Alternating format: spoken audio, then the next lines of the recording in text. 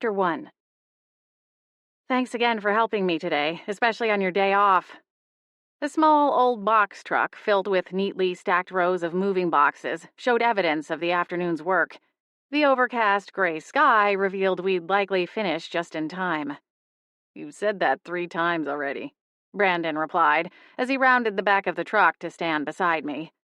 Statistically, I was fairly tall for a woman, but Brandon had a few inches on me and was able to easily grab the strap on the garage-style door. He paused a moment before lowering it. "That's everything, right?" My throat nodded, but I quickly swallowed it down and gave him a nod. "That's everything." Over my shoulder, up a wooden staircase, was my now empty apartment. The items I was taking with me to Beechwood Harbor were packed separately, in the back of Brandon's SUV. The rest of it, the furniture, kitchen items, out-of-season clothing, and knickknacks, would go to my newly leased storage unit here in Tacoma. Truthfully, there hadn't been much to pack, as prior to Brandon and Naira coming to help with the actual heavy lifting, I posted a series of classified ads, selling my TV, couch, and my largest dresser, allowing me to rent the smallest possible storage unit the company offered. Everything except the TV had been purchased secondhand anyway, so there was no true attachment to any of the items I'd sold or given away. The TV would be easy enough to replace when I moved to my next apartment, whenever that might be. Naira Berman bounced down the stairs, brushing her hands together and along the thighs of her dark-washed jeans, a subtle reminder that I'd already packed up the bathroom towels and hadn't thought to leave a roll of paper ones in their place. Naira didn't seem to mind, though, and offered no complaints as she joined us at the back of the moving truck. Instead, she flashed a warm smile and placed a hand on my shoulder. "You hanging in there?" Brandon glanced at her, then back to me, as though eager to hear the answer as well. The 2 agents from the Supernatural Protection Agency were new friends, but had proven they were more than just supernatural babysitters, since finding me in a frightened flurry only 3 weeks before.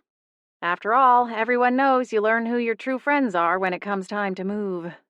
Their presence was a bittersweet reminder. It wasn't that my friends from Tacoma had bailed on me or doled out lame excuses to get out of helping. The truth was, I hadn't asked them for help. Following the discovery of my suppressed and slightly damaged magical powers, and my subsequent stay at a magical safe house, I'd pulled away from my friends and acquaintances in the city. After all, it wasn't like I could simply explain where I'd been. Additionally, the majority of them knew the gist of my financial situation, which shut down the option of giving a partial truth. None of them would believe I suddenly had the cash to crash at a beachside bed and breakfast for the better part of 3 weeks. Equally so, if I said I had been home, holed away, and skipping work for that same length of time, I would likely find myself with a room full of concerned faces and some kind of quasi-intervention. Keeping my secrets meant driving a wedge between my old life and the one I had inadvertently started, a process that culminated in the packed moving truck and the vacant apartment. "I'm fine," I told Naira, offering a smile that I hoped was at least a little convincing. Judging by the looks on the agents' faces, it wasn't. Exhaling, I folded my arms across my chest. My body temperature was starting to plummet now that we weren't hustling up and down the stairs with armfuls of boxes and small pieces of furniture. The early December air was something of a relief as we'd tended to the manual labor portion of the afternoon, but now it was starting to make me long for a pair of mittens, a large mocha, and a cozy fire. Unsurprisingly, the hearth in the formal living room at Beechwood sprang to mind. I'd spent most of my evenings there over the past few weeks, staying up well into the night, poring over every magical tome and grimoire I could get my hands on, which, considering the historic and more than slightly magical Manor's library, wasn't all that difficult, trying to learn everything I could about magic and the magical world. "It's like ripping off a Band-Aid, right?" I added with a quick shrug. Naira and Brandon exchanged a quiet look. Then Brandon smiled and tugged down the door of the moving truck, closing it with a finality that ended the conversation and my time in Tacoma. Hitching a thumb over my shoulder, I took a step backward. "I'm going to run to the office and drop off my key and see if there's anything I need to sign. Then we can hit the road." I cast a quick glance across the large parking lot to the faded wooden sign above an otherwise unmarked door. I didn't expect drama, but then I never looked forward to seeing the uptight management of the apartment complex, as we had enjoyed something of a strained relationship during my time in residence. Granted, that was largely due to the handful of occasions where I'd been late with the rent and ducked their every effort to speak with me about the matter until I had funds available in my bank account. "No worries," Naira replied. "We'll go get some coffees to go, maybe a road trip snack. I think I saw a coffee shop on our way here." "If there's one thing we're good for here, it's coffee shops on every corner," I said with a quick smile. "What's your usual order?" Naira asked. "I know it," Brandon replied, almost a little too quickly. Naira's dark brown eyes, flecked with amber, seemed to glow as she caught a glance at her partner. "I see." My cheeks warmed. "Thanks." Brandon turned away and began securing the latch on the door. Naira stepped toward the SUV, wearing the kind of grin a child might have upon finding the place her parents stashed the Christmas gifts before wrapping them, her gaze still bouncing between me and Brandon. She fumbled through her pockets, then lifted her chin. "Hey, keys." On autopilot, Brandon reached into the pocket of his black North Face jacket, pulled out a sparse keyring and tossed it to his partner. She caught it with a self-satisfied grin and climbed in behind the wheel. "Meet you back here in 10, Brandon told me, as his hands moved back to nestle in his coat pockets. "Thanks again," I said, glancing down at the asphalt between us. I didn't know who else to ask, without having to answer a lot of uncomfortable questions. Brandon offered a small smile. "I get it. It's not like you can leave much of a forwarding address, at least not for the time being. For what it's worth, I think you're making the right choice, Blair." "I wish I felt half as sure about it as you do," I replied, pausing to tuck a strand of hair behind my ear before it got caught in the wind. I'd tugged my long, dark curls back into a low ponytail, but as was their tendency, my tresses were already launching an escape attempt from their elastic warden. Brandon's soft smile remained. "Hey, at least you'll have a chance to relax and continue your studies." I exhaled a dry laugh that sounded more like a scoff. "Oh yeah, I'm an A student, all right. Did Holly tell you that I finally learned how to levitate a feather? It wasn't a very big feather, so hold your applause, but I did it, so I guess there's that at least. Give me 10, maybe 20 years, and I'll be able to do something truly impressive. Like tie my shoes with magic or something. Do people even do that?" Brandon chuckled. "Give yourself time. This is all still really new for you. And considering the better part of the last month you were looking over your shoulder for a rogue vampire with a vendetta, I'd say you've come quite a ways." I nodded as though I agreed with him. But in my heart, the tiny flames of hope I'd once had were dwindling down to barely flickering embers.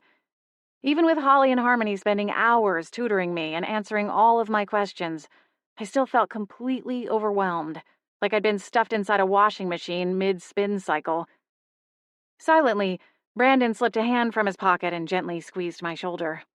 A shiver ran through me at his touch, even with the thick layers of fabric between his fingertips and my skin. I decided to blame it on the 40-degree day. Stuttering, I took a step back and started to turn away. I smiled, though the edges felt wobbly. "You should probably get going," I said, once again toying with the loose strand of hair. "You know how Naira gets when she's on a mission." I'd only known the agents a few weeks, but had witnessed Naira's tenacity enough to know one would be safer standing with her rather than against her. Brandon's smile remained in place, though it faltered slightly as I awkwardly scrambled away from his touch. "Good point," he said, through a chuckle. "I've learned the hard way not to get between that woman and her caffeine supplier." With a stilted laugh, I turned fully away and made a beeline for the apartment office, yanking the door open so quickly I didn't realize someone was exiting until I found myself staring into the face of Tawny Mitchell, a 20-something who lived in the unit below mine. We had a cordial relationship, largely because I kept my complaints about her habit of listening to loud pop music well past midnight to myself. We exchanged pleasantries whenever we saw each other in passing, and she'd even come upstairs to borrow a literal cup of sugar when she'd been making cupcakes for her niece's Valentine's Day bake sale. "Oh, Blair," she exclaimed, jumping back a step. "I saw a moving truck parked in your space. Are you moving out?" She looked genuinely confused, or perhaps even hurt. "You didn't say anything." I dragged a hand over my windblown and slightly sweaty hair. It happened kind of fast. "Door, please, ladies," a gruff voice called from inside the office. "Unless you'd like the utilities to go up." Tawny winced and shuffled out of the office to join me on the sidewalk, and I swallowed down my frustration. She meant well, but I didn't want to have a full-blown conversation. I just wanted to turn in my key, pay whatever bill I owed, and get on the road before I could change my mind. That message was not received. Instead, Tawny grinned up at me, absently reaching for the end of her low, slicked-back ponytail that sat curled around her neck and hung over her shoulder. She twirled the bleached blonde strands, her eyes gleaming with mischief. "Does this have something to do with that hot piece of man candy I saw earlier?" I frowned, and Tawny laughed. "I knew it! And if you ask me, it's about time you found yourself a man. I was starting to think you were like a nun or something." Sure," I replied with a tight nod, figuring that just rolling with it would speed things along. This, however, turned out to be a mistake.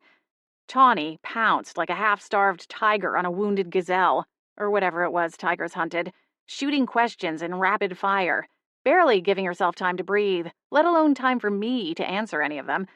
She started by asking where we met, moved to asking what he does for work, and then took a sharp left turn into prying for details of the intimate parts of our relationship. My temptation to go along with it for the sake of brevity vanished. "Whoa, that is definitely none of your business. Listen, Tawny, I appreciate your support, but I really have to get going. Long road trip ahead and all," I said with a polite smile. At least, I think it was polite. It might have looked strangled. In any case, Tawny took the hint, holding her hands out, her palms facing me as she sidestepped out of my way. "Sheesh. Sorry. I thought we were friends. The words died on my lips as Tawny bounded away, her ponytail swinging as she stalked across the parking lot, flipping me the bird as she went. Wincing, I flicked a glance to the parking space beside the moving truck. Luckily, Naira and Brandon had already pulled out and were idling at the stop sign in front of the complex, waiting to make a left turn. In truth, I wasn't sure where things stood with Brandon. When I'd made the decision to stay at the Beechwood Inn for at least a little while longer, he'd invited me out to dinner, and I'd said yes. The evening had date vibes, but neither of us specified what it truly was, and there hadn't been so much as an attempt at a goodnight kiss. Since then, we'd seen each other a couple of times, but he hadn't asked me out again. But he jumped at the chance to help, and volunteered Naira when I mentioned returning to Tacoma long enough to move out of my apartment. In short, it's complicated. Shaking it off, I stepped into the office, earning myself a scowl from Paula, who sat behind the desk, her phone cupped in one hand, while she used her other to tap on the screen. Judging by the cartoon voices and musical sound effects, I assumed she wasn't filing her taxes. Hi, Paula, I said, clearing my throat. "I have my key. The place is clean, and if we're being honest, in better condition than when I moved in, so I was really hoping I'd get my full security deposit back." Paula's unkempt brows raised as she tapped the screen, silencing the sound effects, then glowered up at me. "I'll be the judge of that. You can leave your key here on the desk." Swallowing down the urge to argue, it wouldn't do me any good, and I didn't want to hold up Brandon and Naira any more than I had to. I slid my short fingernail between the rings on my keychain and worked the apartment key free. With a tight smile, I placed it neatly on the desk in front of Paula. She swiped it up immediately, abandoning her phone, and I halfway expected her to bite into it like some kind of old-timey gold prospector from the way she was looking at it. Did she think I'd messed with the keys? What would I have even done? "Is there anything for me to sign?" I asked in my very best let's-get-this-over-with voice. Exhaling heavily, Paula dropped the key into a basket overflowing with paperwork on the corner of her desk and rolled her office chair backward, absently reaching toward the printer tray. She glanced over a few pages, slid back to her desk, and pierced the corner with a slam of the stapler. Satisfied with the cockeyed collation, she handed it to me and grunted as she jerked her chin toward the assorted collection of pens gathered in a Tinkerbell coffee mug on the other corner of her desk. Then she went back to playing on her phone. Scowling, I read through the multiple pages, looking for any signs that I was inadvertently signing away my right to my security deposit, And when satisfied with my meager interpretation of the legal mumbo-jumbo, I signed my name on the bottom of the last page, dated it, and dropped the pen back in the mug with a plinking sound. Paula glanced from her phone to the overcrowded inbox, and then returned her attention to the tinkling sound coming from her phone, which sounded an awful lot like a slot machine. "It's been a pleasure, Ms. McGill. We could only be so lucky as to get a replacement tenant just like you," she muttered dryly. "After all, you helped me get in my 10,000 steps, chasing you down for your rent check every month." My molars clenched as I reached for the door handle. No, Paula, believe me, the pleasure has been all mine. I especially liked last winter when my pipes froze and it took 48 hours to get them defrosted. That was a really sweet treat right before Christmas. Then there was the month it took to repave the parking lot last summer. I loved lugging my groceries 3 blocks every week. But I think the highlight, if I had to pick, would be when my garbage disposal backed up with the last tenant's collection of chicken bones and raw meat, and I somehow ended up having to buy the replacement. I brushed my fingertips over my forehead. Conjuring the ghosts of grievances past was threatening to give me a headache. "I'll be sure to give a glowing review on Yelp by the end of the month. Best of luck to you, Paula." Storming out of the office, I slammed the door, knowing I'd likely just kiss goodbye any chance of seeing so much as a shiny penny's worth of my initial security deposit. Grumbling under my breath, I stalked back to the moving truck, just as Brandon and Naira's SUV pulled back into the lot. At least chocolate and caffeine were on their way. Chapter 2. A long blue feather hung suspended in the air, and if anyone were to walk into the kitchen and see my face, they might have thought I finished ushering the Publishers Clearinghouse film crew off my front porch and was now waiting in line at the bank to cash my enormous check. The reality was far less exciting, at least monetarily speaking, but it was impossible to contain myself as I watched the feather float on a breeze of magic. "Keep it steady," Holly directed me from across the table. She'd already banished Harmony to the other room because the younger witch wouldn't stop squealing every time I so much as made the feather twitch. "You've got this, Blair!" Harmony's voice called, albeit muffled through the door. Holly sighed, but didn't bother correcting her once apprentice. Levitation work was a simple kind of magic, at least according to Holly's 6-year-old daughter, Valoria. Holly's carbon copy had mastered the skill in her first year of school, a fact the cherub-cheeked girl reminded me of on the regular. I'd never been one to yearn for a gold star, but watching the feather dance and twist, I kind of thought I'd earned one. With concentrated effort, I lowered the feather down to the table, briefly having it stand on its quill before letting it gently fall to rest. Only then did I dare take my eyes from it and look up into Holly's beaming face. She clasped her hands together, her brilliant green eyes sparkling. "Nicely done!" The swinging door partitioning the formal living room from the kitchen burst open, and Harmony zipped over to me, cheering as she threw her arms around my neck. "We knew you could do it!" she exclaimed, entirely too close to my ear, but I couldn't be mad about it. Smiling, I patted Harmony's arm and laughed with equal parts relief and amusement. Maybe there was hope for me yet. "So what's my next step? Am I ready to rule the world?" Holly laughed as Harmony disentangled herself from me. The younger witch's hot pink bob haircut was still taking some getting used to, though it suited her and brought out the deeper blues in her expressive eyes. She scurried over to the enormous Sub-Zero fridge and threw open the side containing the freezer. "I don't know about all that, but you've certainly earned yourself a bowl of cookies and cream," she crowed, yanking out a half-gallon container of the creamy treat. "I think there's some whipped cream in the fridge, and I just got a new box of unicorn sprinkles in the mail." "Unicorn sprinkles?" I repeated, looking to Holly. Holly shook her head, laughing softly. "She has a sprinkle subscription," she replied, leaning in almost conspiratorially as she considered Harmony across the room. "A sprinkle subscription. Whoever knew something like that existed?" I smiled. "Talk about a niche market." "Hey, you don't see your husband complaining about it, do you?" Harmony said, giving Holly a pointed look as she feigned offense. Her facade quickly crumbled, and she laughed to herself as she crossed the kitchen and pulled a stack of 3 ceramic cereal bowls down from the kitchen cabinets. "That's not saying much," Holly said, with another giggle. "Adam would eat an old rubber tire if it had enough sugar thrown on top." Harmony shrugged. "Sprinkles are cute, relatively inexpensive, and they make me happy. If you don't want any adorable unicorn sprinkles, you don't have to have any." Her piece said, the young witch began digging generously sized scoops of the black and white ice cream, dropping them into each bowl before replacing the lid on the carton and returning it to the freezer. As Harmony set about dispensing the whipped cream and gourmet specialty sprinkles, Holly returned her attention to the afternoon's magic lesson. "As to your original question, Blair," she began, "I think you should practice with the feather a bit more. This was the largest one you've done so far. We could try a bigger feather, or we could move on to levitating other objects. The more weight and size, the more difficult it becomes. But it's up to you, whatever you feel ready for." "Or," Harmony interjected, momentarily pausing her preparations, "we could shift to fire magic." Her eyes gleamed with a look that made me wonder if she didn't have a slight pyromaniac streak to her personality. "I'm open to either, I suppose," I replied hesitantly, feeling my heart sag a little from its previous high.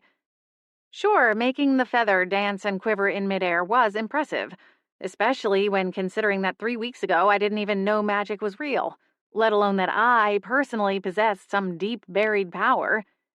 Even still, I couldn't help thinking about the more pressing matters at hand, or paw, as the case often was these days, as my initial excitement began to wane. Twisting in my chair, the feather abandoned, I passed a look between the two witches. What about something more closely related to shifting, though? Is there some smaller magic that more directly ties to my cat form? If we're working under the impression that it's earth magic adjacent, then maybe we should go in that direction. Holly rested her arms on the table, taking a moment to consider my quandary. I knew she wouldn't be able to offer a surefire answer, or she would have already. The origin of my strange ability was still murky, even to experienced witches like Holly and Harmony. Upon originally coming to live at the Beechwood Inn, the assumption had been made that I was some kind of shifter. Shifters being humans that can transform into animals, of varying types and species, but who otherwise do not possess magic abilities.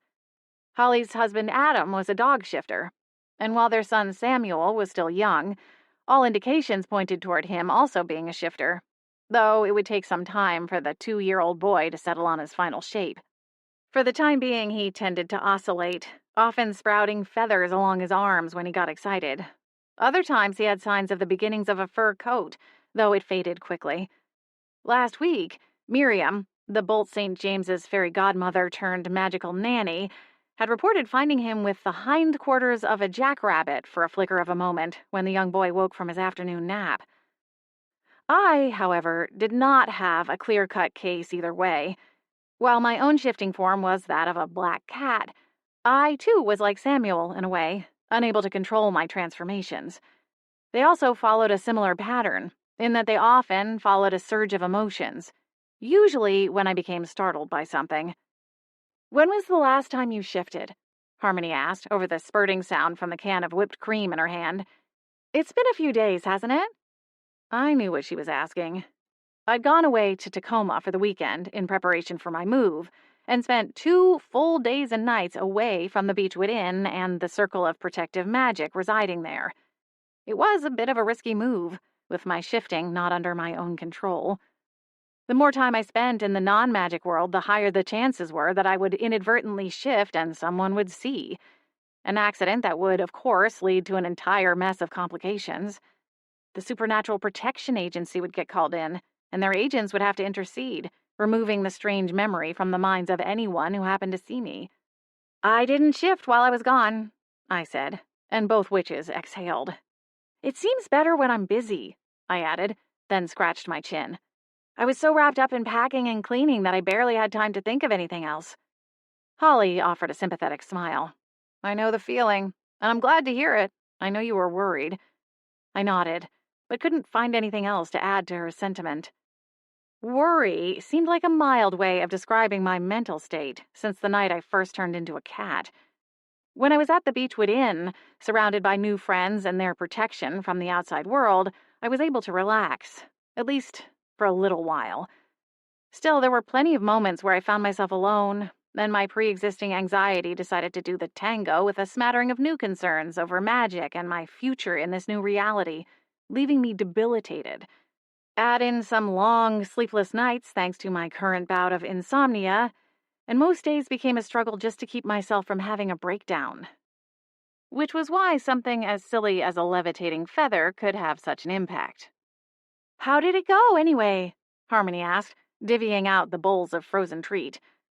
I smiled at the sparkling pink and purple unicorn sprinkles scattered across the mountain of whipped cream in my bowl. Glancing at the other two, I plainly saw Harmony had given me a little extra. "Thanks, Harmony. And you're right, these sprinkles are really cute." Harmony gave Holly an "I told you so" look as she took her seat. "As for the move," I continued, lifting my spoon, "it was fine. Brandon and Naira were really helpful." "I'll bet Brandon was happy to help," Harmony said, with a less than subtle eyebrow waggle. "Don't start that," Holly scolded her, though she too was smiling. I stuffed my mouth full of whipped cream to keep from commenting. "As you know, we are all too happy to have you here. Especially this time of year," Holly said with a warm smile. "Once the fairies have left, we'll set about getting this place ready for Christmas." Harmony's eyes lit up. "Oh, Blair, you're gonna love this place when it's all decorated for Christmas." Holly laughed softly. "We do kind of go a little overboard, but if there's one thing to go overboard for, it's Christmas." Harmony lifted her spoon into the air. "Hear, hear." I smiled and took a couple of bites of my ice cream. Christmas had been something of a sore spot for me the past few years. Growing up, it was always a highlight. I mean, what's not to love? No school, snow days, and of course the presents. It was the one time of year my grandmother loosened her grip on the restraints she normally kept around me. I never had a mountain of presents or a bulging stocking come Christmas morning, but she would make sure I had at least a few things to unwrap under the tree, and we'd always make her French toast casserole and spend the afternoon reading beside the fire. The first Christmas after she passed, I spent the holiday alone. Without siblings or extended family, there wasn't anyone to share the day with. Over the years, my friends who knew I would otherwise be alone would invite me to tag along to their family get-togethers, but I always declined or told them I had other plans for the day. If only so they wouldn't feel sorry for me.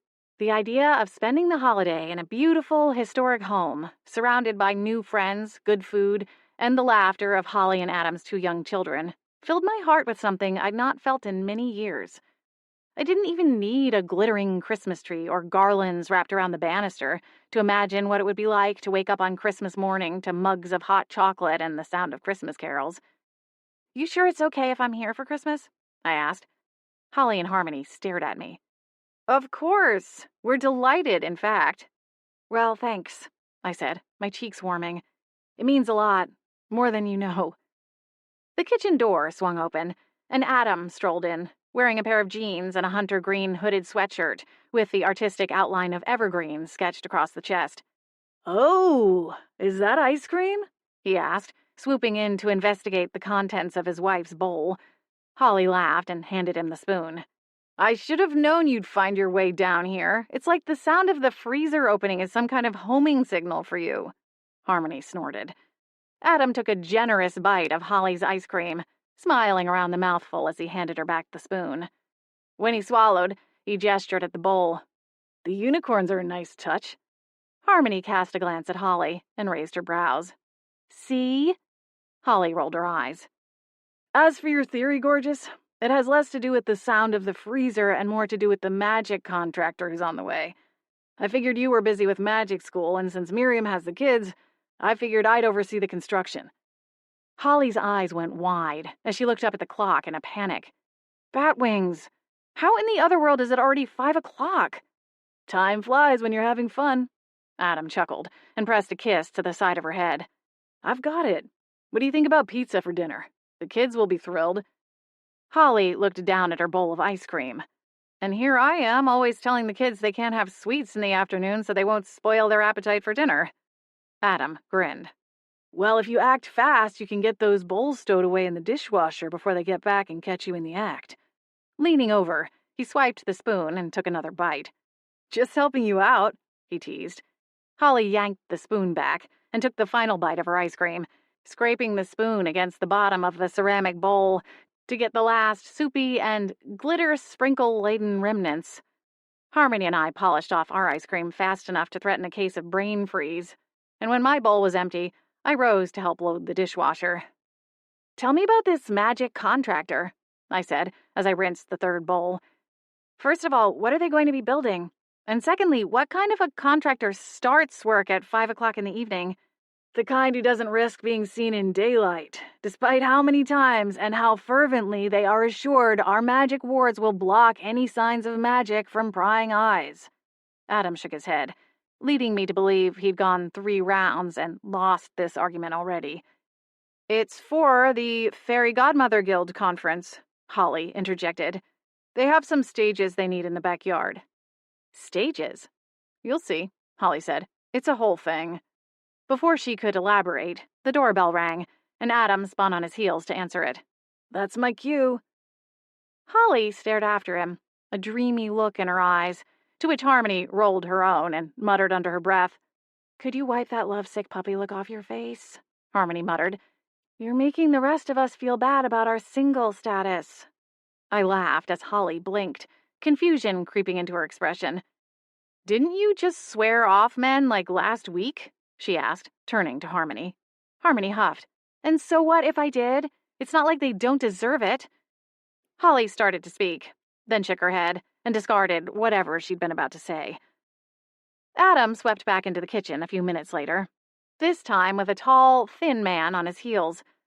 The man looked quite old to still be working as a contractor, at least by the standards of the non-magic world. His pale skin was thin and lined with wrinkles, the backs of his hands bony and gnarled from what I could only assume was a lifetime of hard work.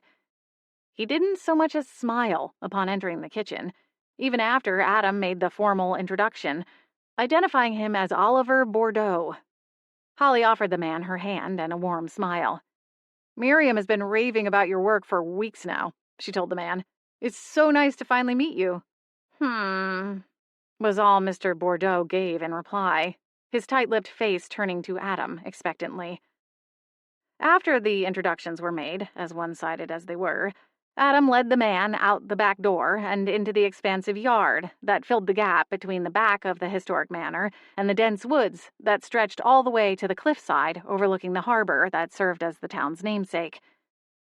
Not long after that, Miriam returned with her charges, Valoria and Samuel, fresh from their lessons at the magic school in the Seattle Haven.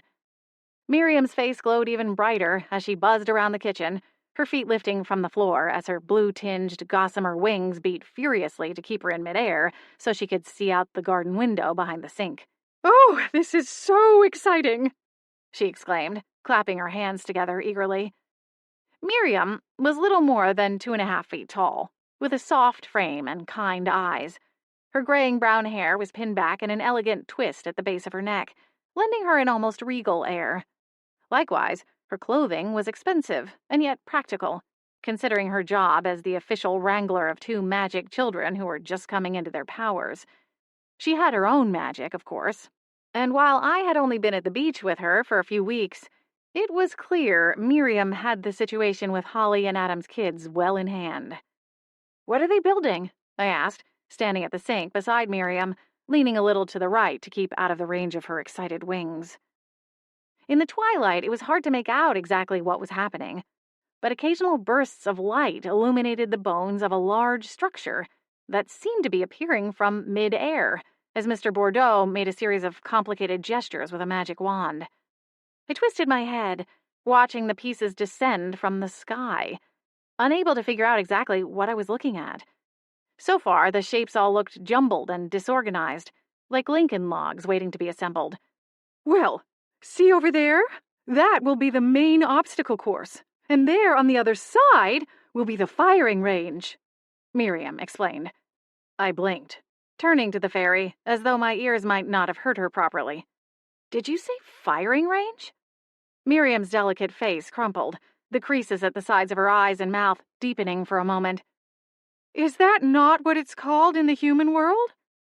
"I'm not sure. In the human world, a firing range is where people go to shoot guns at targets." Miriam's worry faded, her smile returning as she offered a quick nod. "That's what I thought. Yes, it's just like that." I searched the room for Holly, wanting to ensure she was aware of this latest development. The witch smiled, pausing her rummaging through the cupboards, likely in search of dinner options that didn't involve mounds of melted cheese. She often needled Adam to tidy up his diet before their children turned into raging junk food fiends like him.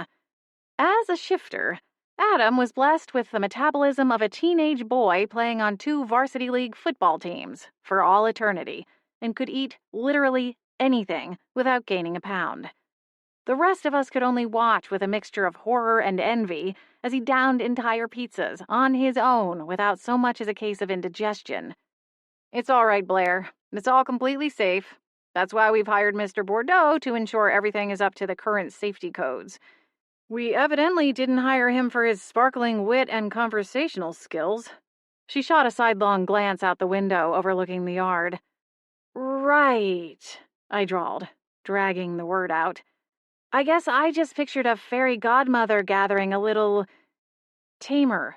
You know, knitting circles and tea time and scrapbooking." Holly laughed, not unkindly, at my ignorance. "Oh, no. This is all very serious. Fairy godmothers have incredibly difficult jobs. They have to watch over their charges, most of the time magical children, and need to be prepared to act in case of danger." She pulled a can from the cabinet and turned it around in search of an expiration date. "So, the firing range is for guns?" I asked Miriam, glancing down suspiciously at her usual chic outfit. It didn't look like she was packing, but then I wasn't probably the best to assess for something like that. Miriam laughed, the sound melodic and cheerful. "Oh, no. Of course not, dear. We don't use weapons in a traditional sense.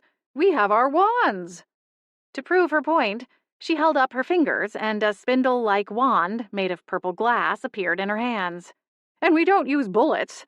We use deadly curses and spells," she added merrily. I was beginning to regret choosing this weekend to move back into the inn. Suddenly, Tacoma seemed a lot safer.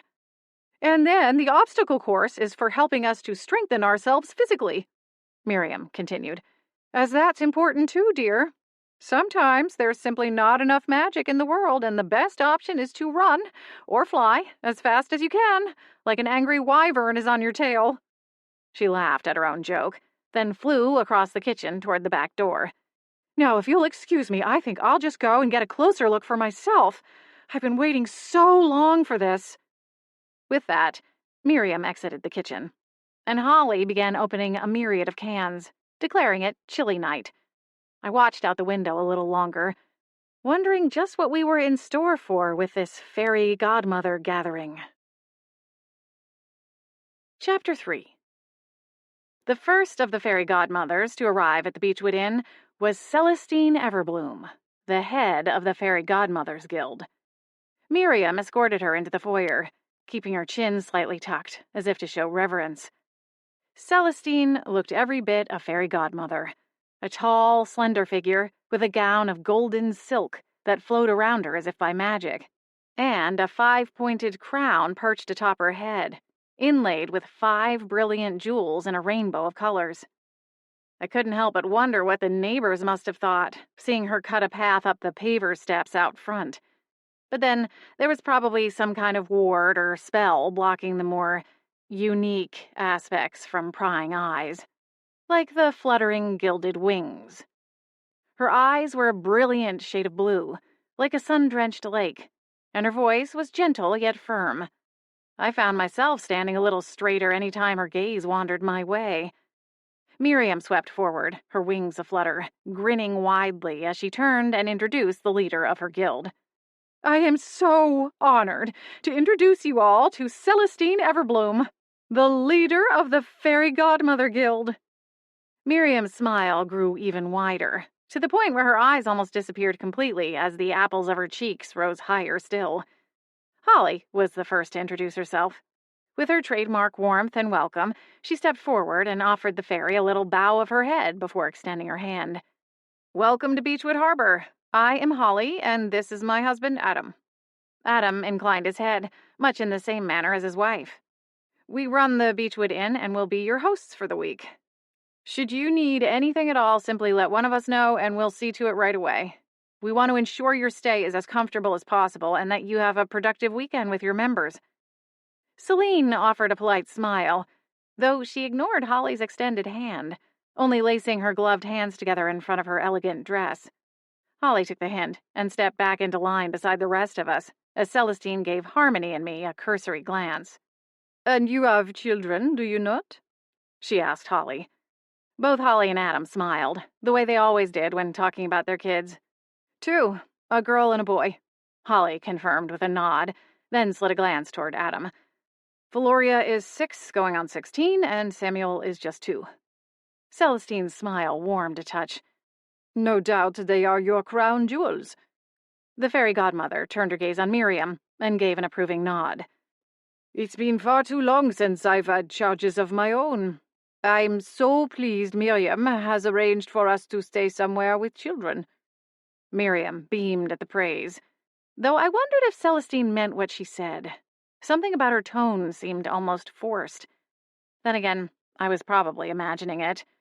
"We have a few other full-time residents here at the inn," Holly added, turning toward Harmony and me. "This is Harmony Winters. She manages my apothecary in the Seattle Haven and is available to help should anything come up. And this is Blair McGill, a newer addition to the household, but no less capable." I blinked. I wasn't about to interrupt Holly, but the voice inside my head was cackling loudly at the implication that I could do anything to help a powerful fairy godmother such as Celestine.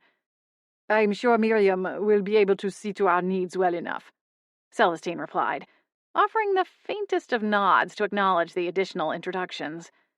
"After all, she was in charge of the planning committee this year. We do these conferences once a year, with a select group of fairies traveling from all over the globe to meet and discuss our unique field of work." Holly gave a nod. "Well, I can say from first-hand experience just how important the work you do is.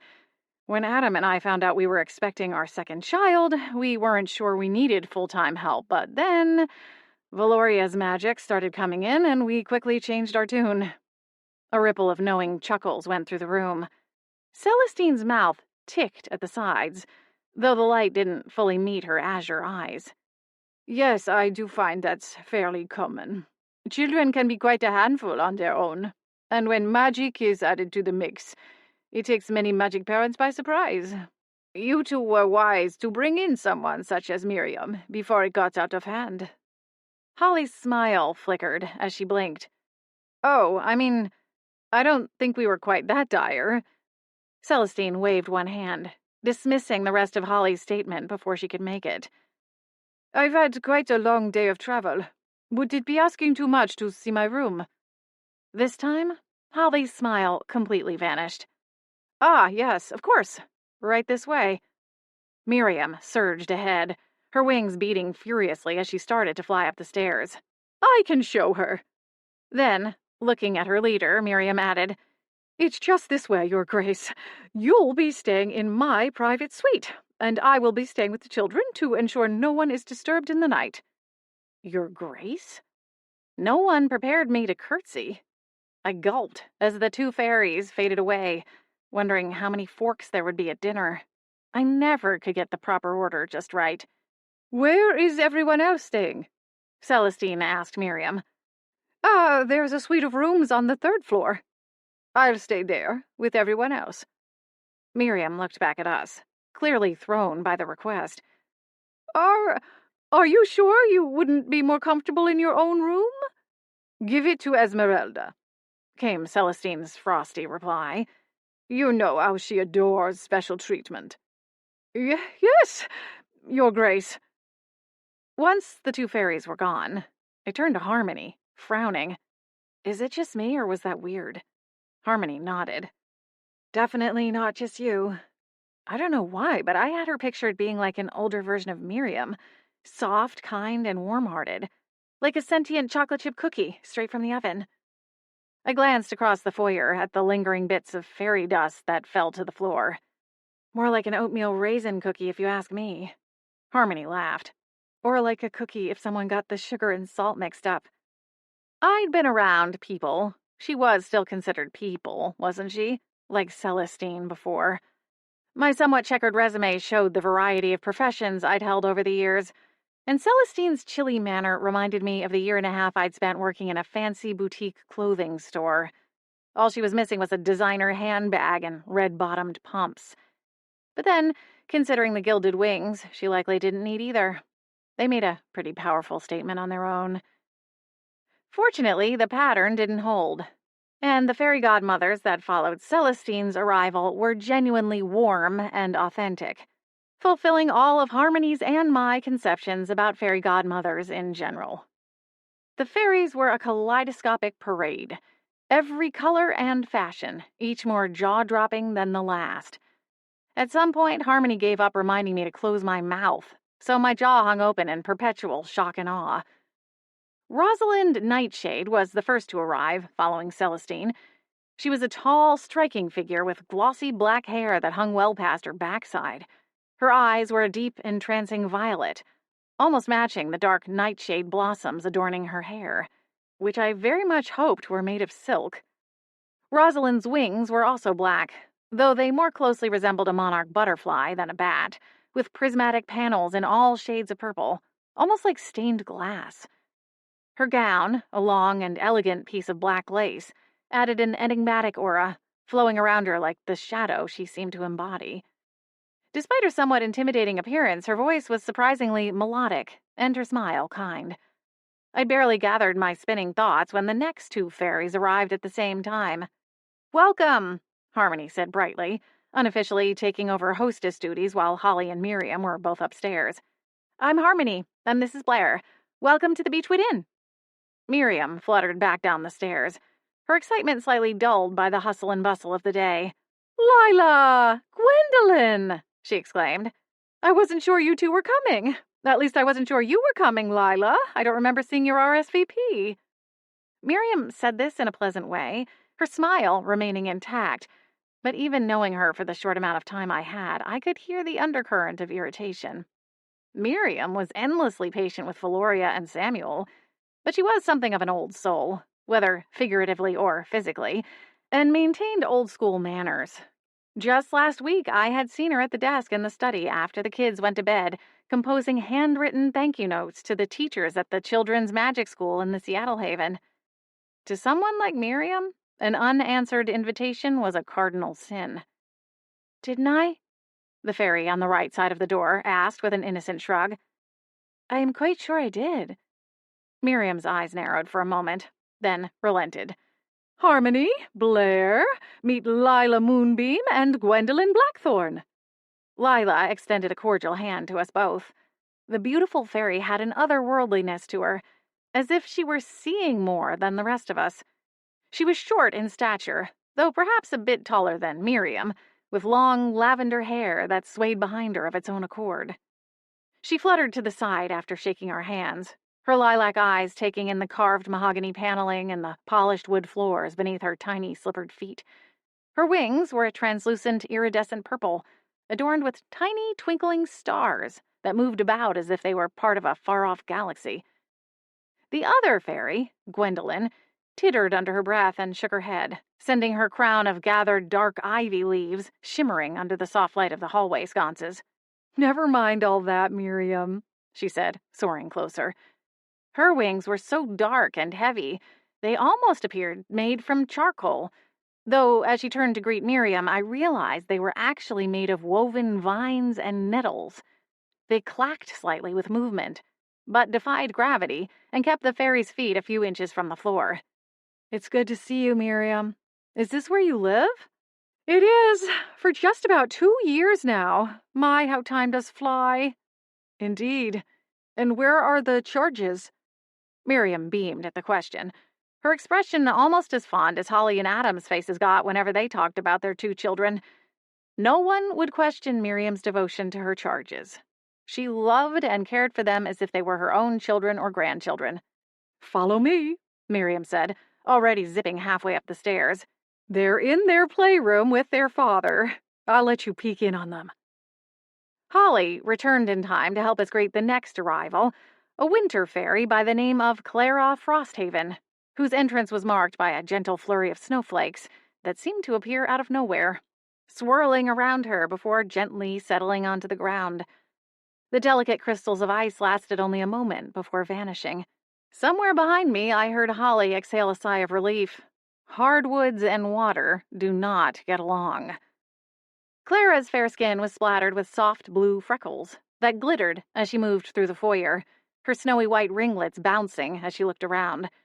Her eyes were the same color as her freckles, almost matching the icicles that hung from her ears as earrings. The elemental theme continued, as fairies arrived wrapped in all manner of nature. A fairy named Persia Sunfire wore a dress made entirely of sunflowers. Another, Rita Maple Leaf, wore a dress that changed colors like the turning of the leaves in autumn, going from green to burnished red and orange to brown and back again as we bid her welcome. The guild's second-in-command was the last guest to arrive and was promptly introduced as Esmeralda Mosswood. She was short and curvaceous, with hair the color of ripe plums, woven with buttery soft peonies in palest pink. Her dress was a deep green, embroidered with delicate vines and blooming flowers that seemed to subtly move and grow. Her opaque wings shimmered like dew-kissed leaves in the morning sun, casting an inviting warm light around the foyer and living room, alighting on the stained glass windows flanking the impressive stone hearth. All told, there were 8 fairy godmothers, 9 if we counted Miriam, and while I wasn't sure exactly how they all fit in the overall organization, it was clear they all pursued the same line of work and served individual families, minding magical children. As the fairies settled into their accommodations, Harmony and I took the chance to escape to the kitchen. Technically, neither of us was required to be here for all of the introductions. Holly had already given us an out, should we want to take it, back when we'd left the apothecary to return home together. She had warned us the evening was bound to be a little chaotic as the various guests arrived and got situated, and that a formal dinner was to take place that evening to officially kick off the conference. But it was one of those things that was impossible to look away from, especially for me, as I continued to try and wrap my head around all the fantastical costumes and magic on display. Okay, so I don't know what I was expecting, I said, as Harmony led the way into the kitchen. But it wasn't all that. I mean, holy cow. Did you see them all? Harmony chuckled and went to the cabinets in search of a snack. It was pretty nuts, she agreed. It reminds me of going with my big sister Anastasia to some of the magic wedding shows she goes to for work. They usually involved a wedding dress fashion show at some point. In fact, I'm pretty sure I've seen a wedding dress that did that whole snow flurry thing. My eyes bugged out even further. Harmony just laughed and handed me a bag of tortilla chips. Are you a mild, medium, or spicy kind of witch? Medium, I admitted, almost sheepishly, and only if it's a real medium. Harmony looked at me blankly. I don't even know what that means. She raised a finger and marched toward the fridge. But don't worry, I have a whole smorgasbord of options. I smiled and took the chips to the table. Is there a subscription service involved in this, too?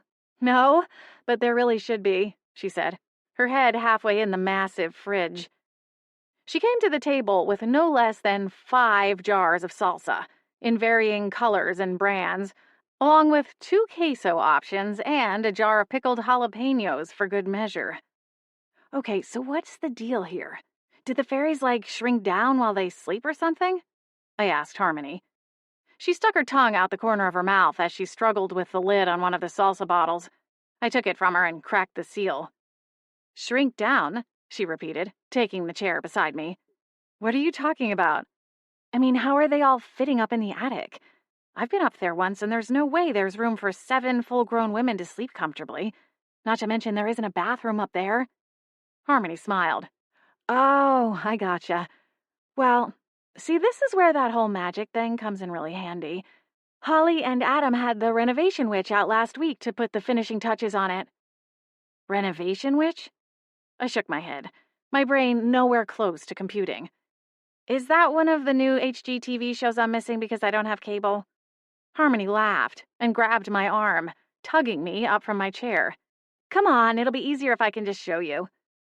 I followed Harmony upstairs, where we passed 3 of the fairies speaking in excited tones outside Miriam's room, where Esmeralda would presumably be staying, as Celestine had turned the offer down. We continued to the third level of the house, where the attic was located. As we approached the entrance, I noticed the door appeared larger than I remembered. Harmony pushed the door open, and my jaw hung off its hinges for the umpteenth time today. The once relatively small attic space had been magically expanded into a sprawling floor filled with numerous bedrooms and a large sitting area to accommodate the extra fairy guests. Each room was decorated with elegant furnishings and draped in soft, pastel-colored fabrics. The sitting area had clusters of comfortable seating arrangements where fairies could gather and socialize. "Wow, this is incredible!" I exclaimed, still trying to take in the sheer size of the transformed attic. Harmony smiled proudly. "Isn't it, though?" Miriam thought they'd all like being in one central spot, rather than scattered across 3 levels. So the renovation witch worked her magic to create this amazing space. It's temporary, of course. The magic required to keep this all in place is astronomical, but it's perfect for hosting all the fairies attending the conference. As we continued to explore the newly expanded attic, we noticed several fairies already settling into their rooms, unpacking their belongings, and getting comfortable. The atmosphere was cheerful, with excited chatter filling the space with an infectious energy. We returned to the kitchen, and our snack before Adam could abscond with it, and I couldn't help but wonder what other surprises and wonder the rest of the magical conference would bring. Chapter 4. The attic wasn't the only space in the house that had received the magic makeover treatment via the so-called renovation witch Harmony mentioned. The inn's formal dining room was spacious, but could not be described as grand. So, the witch had transformed the sitting room into something of a miniature ballroom, complete with 3 glittering crystal chandeliers, a polished marble floor, and floral arrangements adorning the corners of the room with matching centerpieces placed along a gorgeous wooden table with enough seating to accommodate the entire fairy godmother gathering. The moment I entered the magically expanded room, my breath caught in my throat. "Isn't it beautiful?" Holly whispered beside me. "But how is this possible? This room is 3 times its normal size, maybe more, but from outside you'd never be able to tell." Holly just smiled. Magic, I guess. Where was the renovation witch when I needed her back in Tacoma?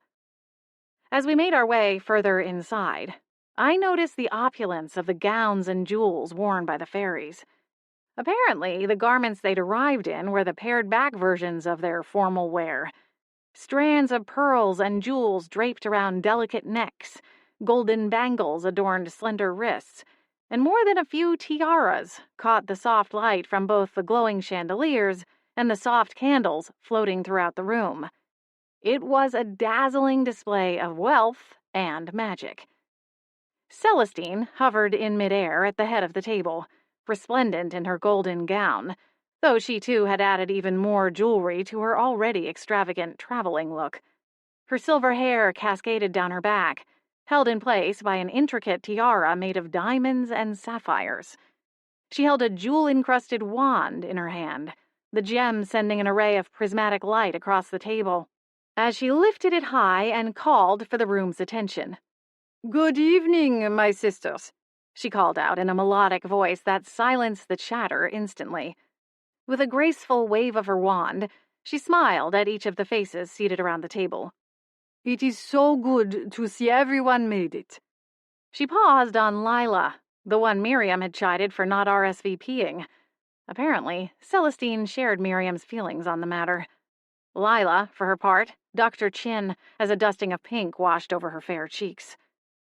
The guild had arranged for most of the meals to be catered, and as Celestine began her opening remarks, a trio of servers, all dressed impeccably in black tie, swooped in to lay out the salad course. A basket of bread so fresh the steam still rose from it made my mouth water. Holly must have noticed my longing gaze because she leaned in close and whispered, "Don't worry, Blair. We'll get our turn once the meal starts. I just want to make sure they don't need anything before we steal off to the kitchen." She shifted her attention back to the fairies gathered in the fancy dining room. and I wondered if she was feeling a bit nervous. The fairy godmothers were the first guests following a period during which the inn was closed to guests. Well, other than when they'd agreed to take me in. Holly and Adam were wonderful hosts, but some time back, I wasn't completely sure about the timeline, and the whole thing seemed off limits when it came to conversation topics. A witch had slipped past the SPA's screening process and wound up teaching Valoria some spells not meant for 6-year-old witches. Luckily, the small girl hadn't been hurt, but the knowledge that things could have gone a lot worse rattled Holly and Adam, forcing them to close up the inn for a while. It seemed fitting, in a way, that their foray back into business was to welcome a gaggle of fairy godmothers. One thing was for sure. No harm would come to Valoria or Samuel with a house packed full of literal guardians. Celestine continued her welcome address as the servers finished laying out the first course. As we come together and turn an eye to the future, let us remember the importance of upholding our time-honored traditions and protecting the legacy we have built together. My ear perked to the sound of a subtle scoff from the left side of the table. A few fairies turned, clearly catching it too. Esmeralda, the fairy with the flower-braided hair, caught the disapproving eye of her neighbors. Holly's brow furrowed. Celestine shifted a cool glance at the fairy sitting directly to her right. "Did you have something to add, Esmeralda?" It was clear by the sharp tone of her voice that the only acceptable answer was no.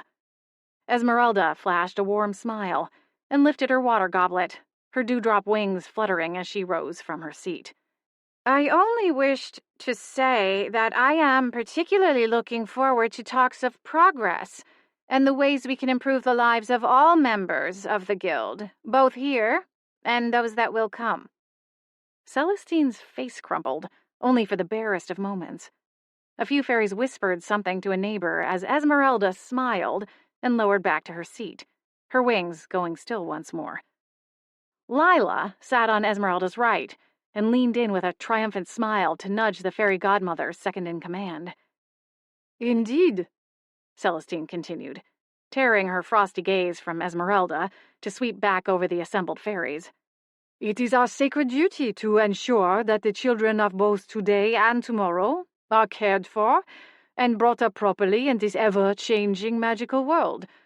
Our guidance shapes their lives and sets them on the path to fulfilling their destinies. Let us never forget the weight of our responsibilities, nor the joy and privilege it is to be a fairy godmother," Celestine continued, her voice filled with emotion. "Together, we shall continue to share our magic, wisdom, and love for generations to come." "Hear, hear!" cried several fairies in unison, raising their glasses in a toast to Celestine's words. Esmeralda and Lila both lifted their glasses, but the fairies across the table from them, Clara and Persia, snubbed their glasses. Holly cut a glance toward me, and I swallowed hard. Apparently, fairy godmother politics were a little choppier than anyone had expected. I shifted my gaze to the ceiling, wondering if housing all of them in one attic, expanded though it might be, was the best idea. As the fairies settled into their salads and appetizers, Holly, Harmony, and I took our leave and retreated to the kitchen. Adam was upstairs with the kids, keeping them occupied in Miriam's absence. I hadn't seen Boots, Holly's orange tabby familiar, since returning to the inn the day before. "Yikes," I said, once we were alone, our voices somewhat drowned out by the clinking and clattering of dishes and pots and pans, as the caterer and his staff worked to finish the main course. "Maybe think about holding back the knives when it comes time to serve the entrees," I teased. "I don't know about you, but I feel a mutiny brewing out there." Holly's shoulders were tense, her face pinched with worry. "I was only kidding," I quickly added. Harmony lifted her gaze from the paperback she was reading at the head of the kitchen table, her feet propped on the chair beside it. "What happened?" "Oh, nothing," I replied, waving one hand. "It just seems there might be some tension between Celestine and Esmeralda, her second in command. They were kind of giving dueling speeches before the dinner started." Harmony grinned and set down her book. "Ooh, drama." Holly frowned. "No, not ooh drama," she corrected sharply. We don't want them fighting all weekend. We need this event to go off without a hitch. I wouldn't worry too much, I assured her. It's just a little squabbling. I don't think they're going to start throwing punches and breaking the fine china or something. Holly glanced at me, and I realized I couldn't speak with any such authority, at least not when it came to fairies. I held up my hands. I'm just saying that based on my years in the service industry. They haven't reached peak Beverly Hills Housewives levels of drama just yet. Harmony snickered. Now that I would pay to see. Why don't they have a magic equivalent to that show? I mean, just imagine all the petty magic stuff they could pull. Holly rolled her eyes. Merlin, help us. Just then, the back stairs creaked, and Adam tiptoed around the corner into the kitchen. He stealthily swiped a few golden crab cakes from an unattended tray. Holly caught him in the act and playfully scolded.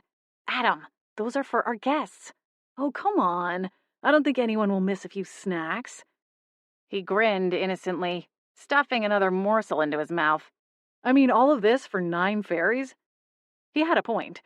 The caterer looked up from a simmering pot.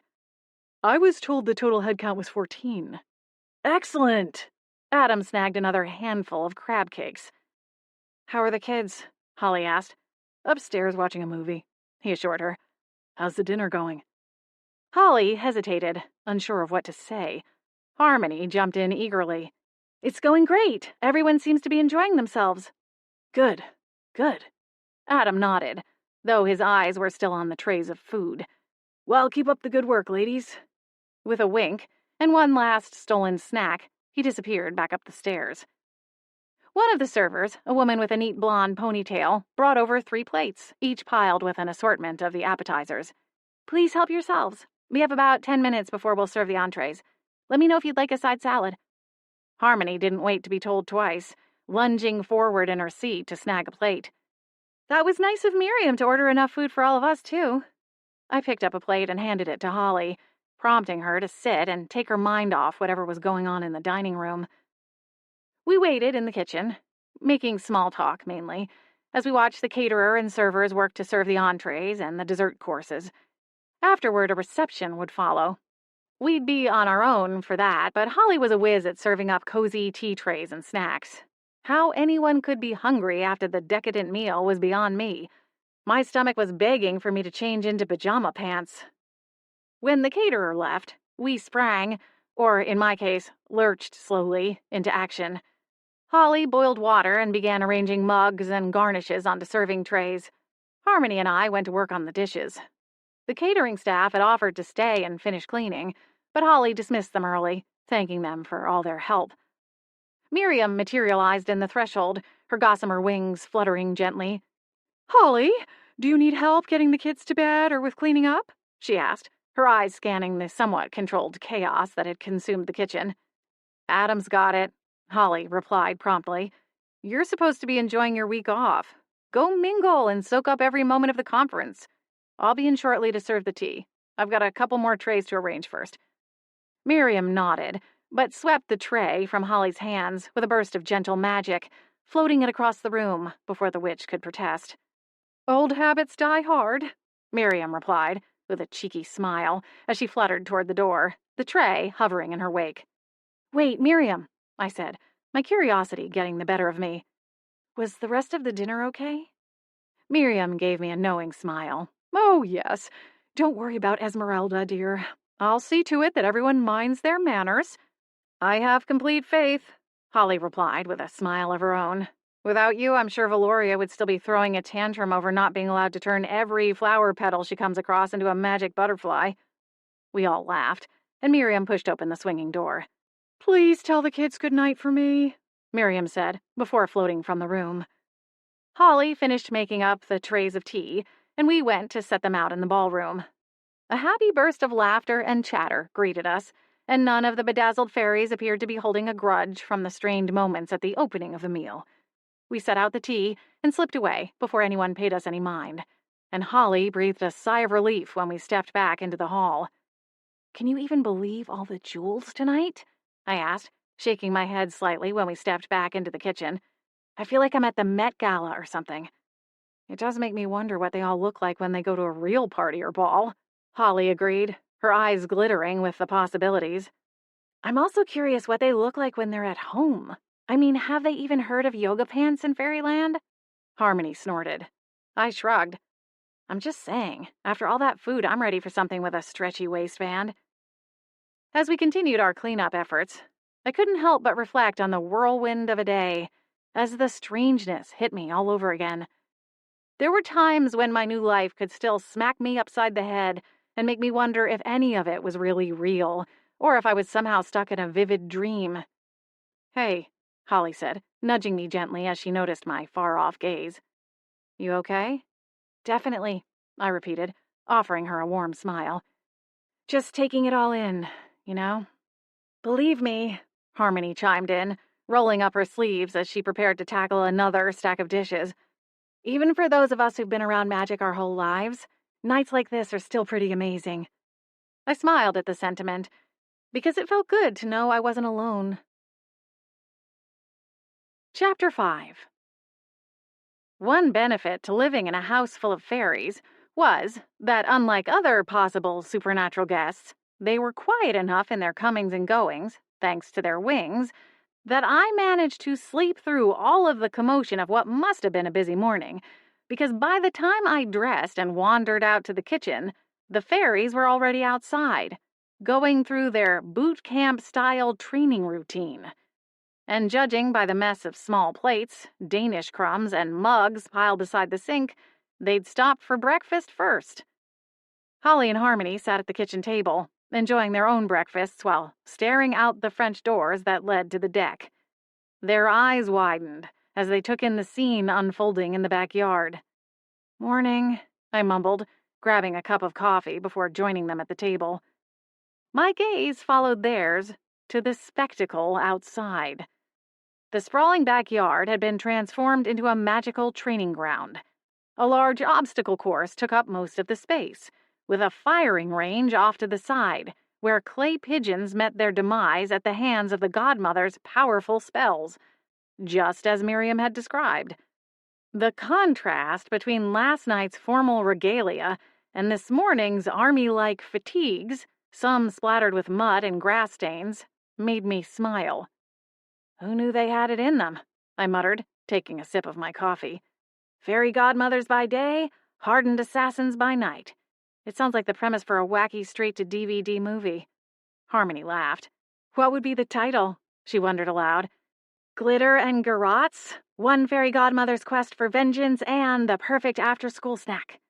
I snorted into my coffee. I would watch it. The fairies flew through the obstacle course with surprising agility.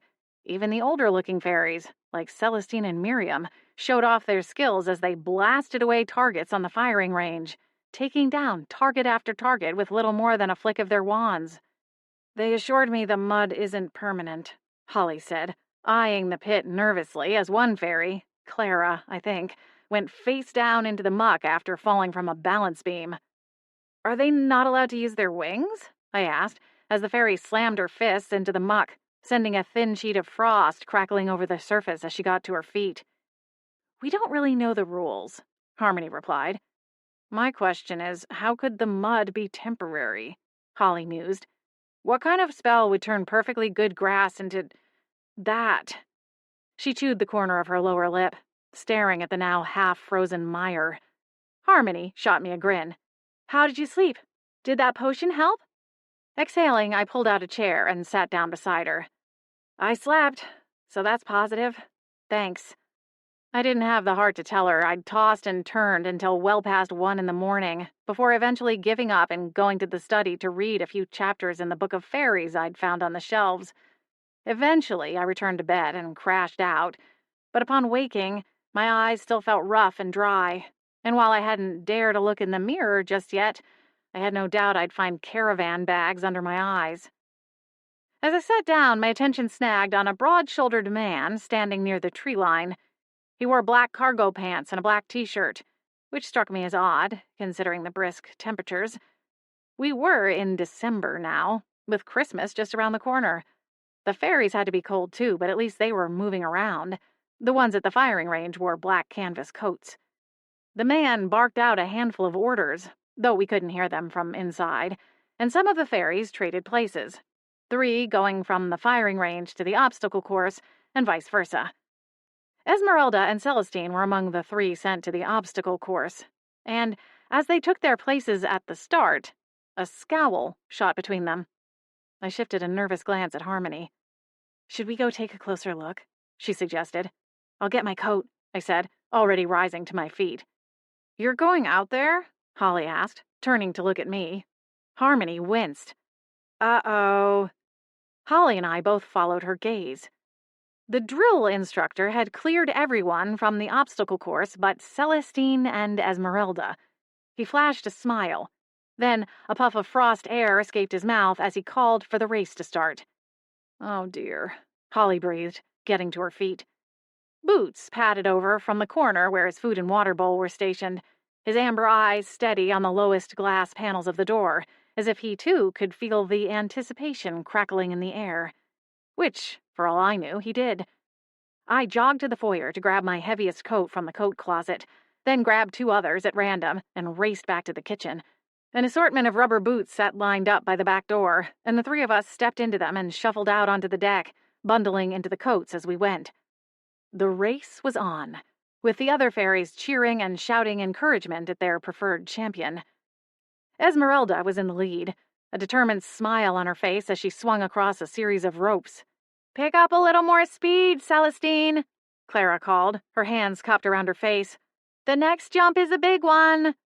Celestine scowled, keeping her chin down as she ran along a fairly thin balance beam, preparing to launch from the end to the next platform. "You've got this, Esmeralda," Lila cheered. The younger fairy turned to look back when she landed on solid ground again. There was only one final stage between her and the victory. Her long hair was braided, and the flowers she'd worn the day before were gone, or had fallen out and been smashed into the mud below the rope swings and balance beams. Celestine jumped the gap between stages, and without so much as a flutter of her wings, stuck the landing. Esmeralda scowled and turned away, ready to make it across the final obstacle, a swinging log, spiked with rubber-tipped metal spikes. She bolted, leaving Celestine to get across the series of ropes. For her part, Celestine didn't give up, even when it looked like she was set to lose. She gripped the rope and swung, launching herself from one to the next with impressive speed and agility. Esmeralda had the final flag within reach, only for her pant leg to snag on a spike as the log rotated beneath her boots. The tiny break in focus was all it took. She grabbed for something to hold on to, but it was too late. The log kept spinning, and she bucked off the side, landing on her rear in the mud. The crowd, at least those on Celestine's side, whooped and hollered, and I pressed my lips together. Whose bright idea was it to have these 2 go head-to-head anyway? I muttered to Harmony. "Get up!" the drill sergeant barked at Esmeralda. The fairy waited for the log to swing back to the other side, carefully timing herself before scrambling to her feet. But she couldn't get back on midway. She would have to return to the platform, right where Celestine stood, ready to make her attempt. With her lead eliminated, Esmeralda raced to the platform, wiping her muddy hands off on herself as she ran. Celestine jumped on the log and steadied herself quickly. The fairy's balance was otherworldly. She quickly navigated the spike and kept her footing, while Esmeralda misjudged her first attempt to get back on the log and had to wait for it to swing back again. Her second effort was successful, but by then, Celestine was at the other end of it. "Woohoo!" Clara and Persia shouted in unison. "Go, boss lady!" Celestine smiled and made the final leap, easily snagging the victory flag in her hands. Esmeralda ground her teeth and finished the race, reaching the last platform mere seconds after Celestine, but it was too late. The instructor had already called the race completed, naming Celestine the winner. "I can't imagine that's going to improve things between them," Harmony said. Holly just looked on, her hands twisting together in front of her, though it was hard to say whether she was more concerned about the mud or the warring fairy leadership. Or maybe she was just cold. The fairies shifted around once more, and this time the instructor placed his attention on Lila, helping her use a more precise wand technique to improve her blasting spell. "Focus, Lila," he boomed authoritatively. "Grip your wand firmly, but not too hard. It's an extension of your arm, not a club." Lila nodded, and her eyes filled with determination. "Pull!" she shouted, her wand raised. The instructor opened his hand, and in a puff of blue and gold magic, a clay pigeon took to the sky, and Lila exhaled. A powerful blast shot forth, striking the target dead on, reducing it to dust. "Wow," I blinked. "That's some serious firepower."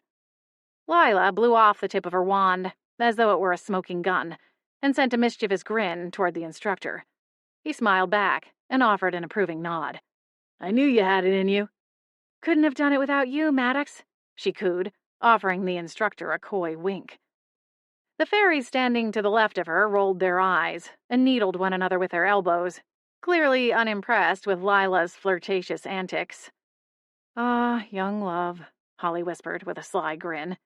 "He is pretty to look at," Harmony added with a grin of her own, though it was directed toward the instructor. I canted my head and considered the man. "I guess, if you like the meathead type. $20 says his back and shoulders are covered in tribal tattoos." Holly snorted a laugh. "I'm not taking that bet." Across the field, Celestine and Esmeralda were locked in what appeared to be a heated debate. The instructor, Maddox, turned away from Lila long enough to notice the animated discussion. His brow lowered, and he called out to the two fairies. "Ladies, let's handle it at the range. It's too cold to be out here chatting." For a split second, the warring fairies took the same side, as they threw jagged looks at the instructor. But the alliance didn't last. Esmeralda yanked her wand from the inside pocket of her coat and approached the marked line in front of the designated shooting area. "Best out of 3?" she taunted, throwing a pointed glance over her shoulder. Celestine's expression darkened, but she stepped up to the line and produced her own glittering wand, the jewel-encrusted one she'd had at the dinner last night. Apparently that served as both her formal wand and her everyday wand. "Pull!" she demanded, not even waiting for the instructor to offer any guidance.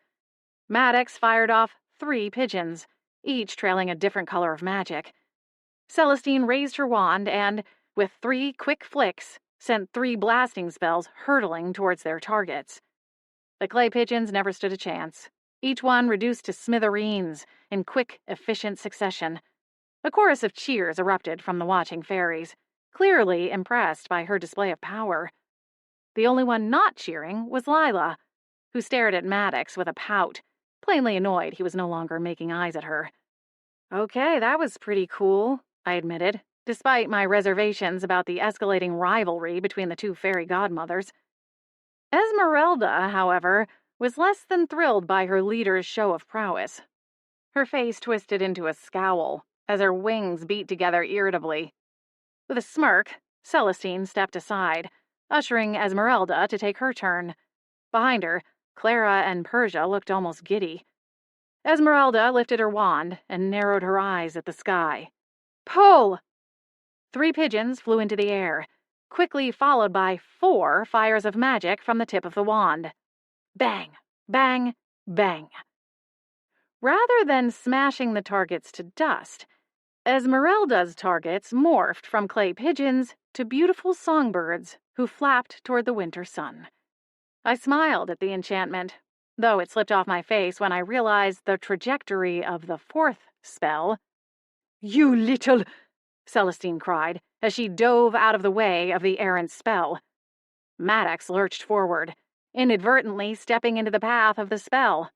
The beefy instructor immediately sprouted beautiful hot pink feathered wings in place of his arms, giving him the look of the lagoon's fanciest flamingos.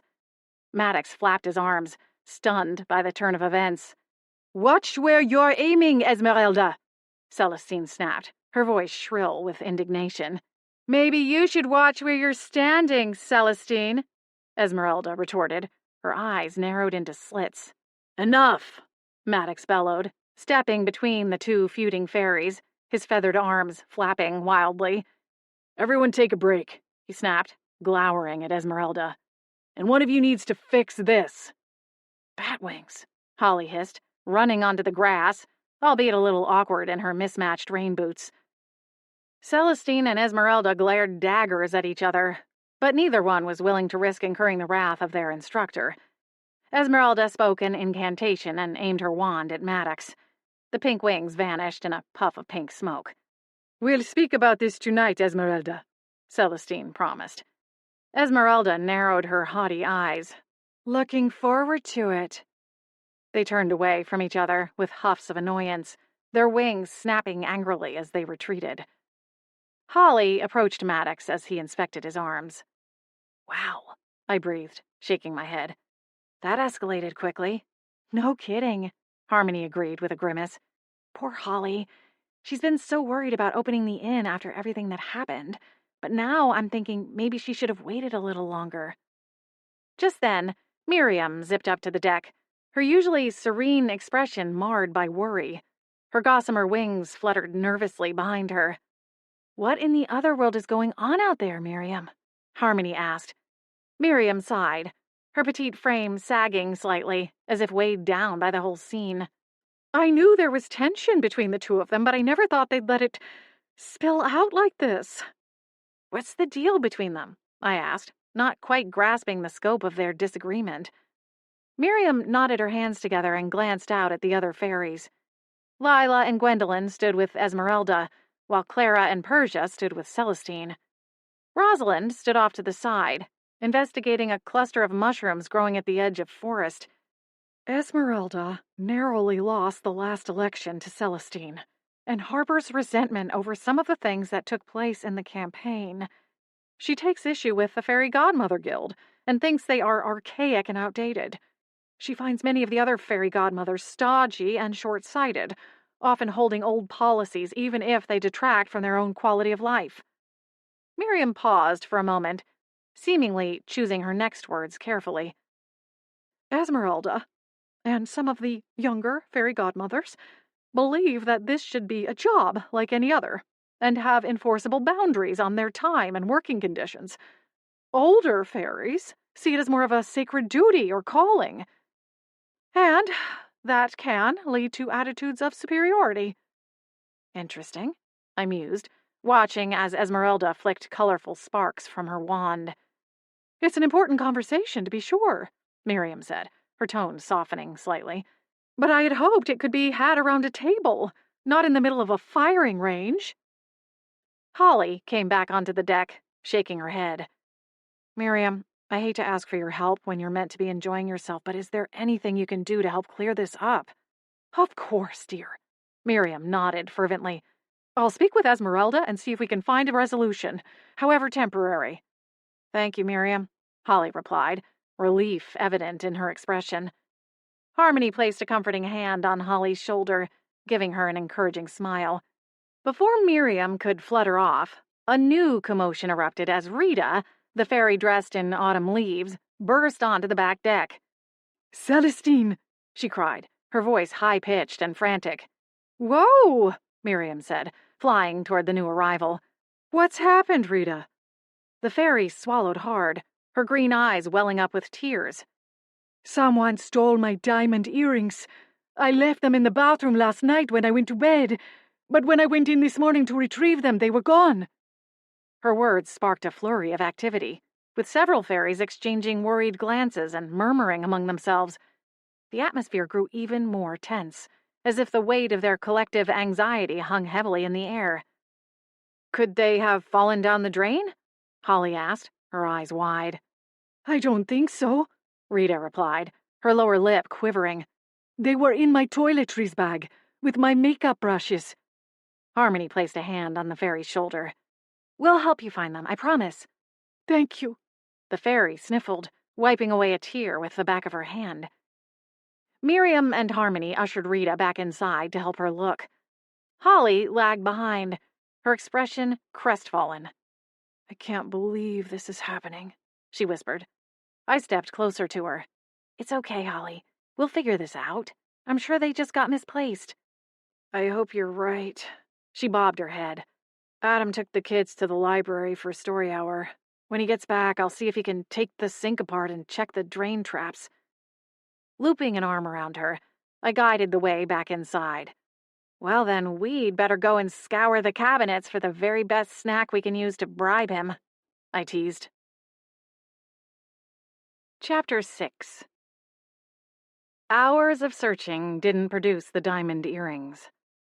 Following their chilly morning excursion outdoors, the fairies spent the rest of the day in the converted dining room, listening to a series of presentations on the latest in security wards, child rearing advice, and tips on dealing with the extended family members of their magical charges. Harmony spent the day at Holly's apothecary in the Seattle Haven, leaving Holly free to stay at the manor and keep an eye on the conference. Harmony had invited me to tag along, as had become my custom since joining the household, but I'd opted to stay behind. I didn't say aloud that I wanted to be there for Holly, but Harmony seemed to understand my unspoken motive, giving me a knowing nod before she stepped out the back door and headed to the portal. Unfortunately, my presence didn't seem to go a whole heck of a long ways, and with each passing hour and unsuccessful search attempt, Holly grew more anxious.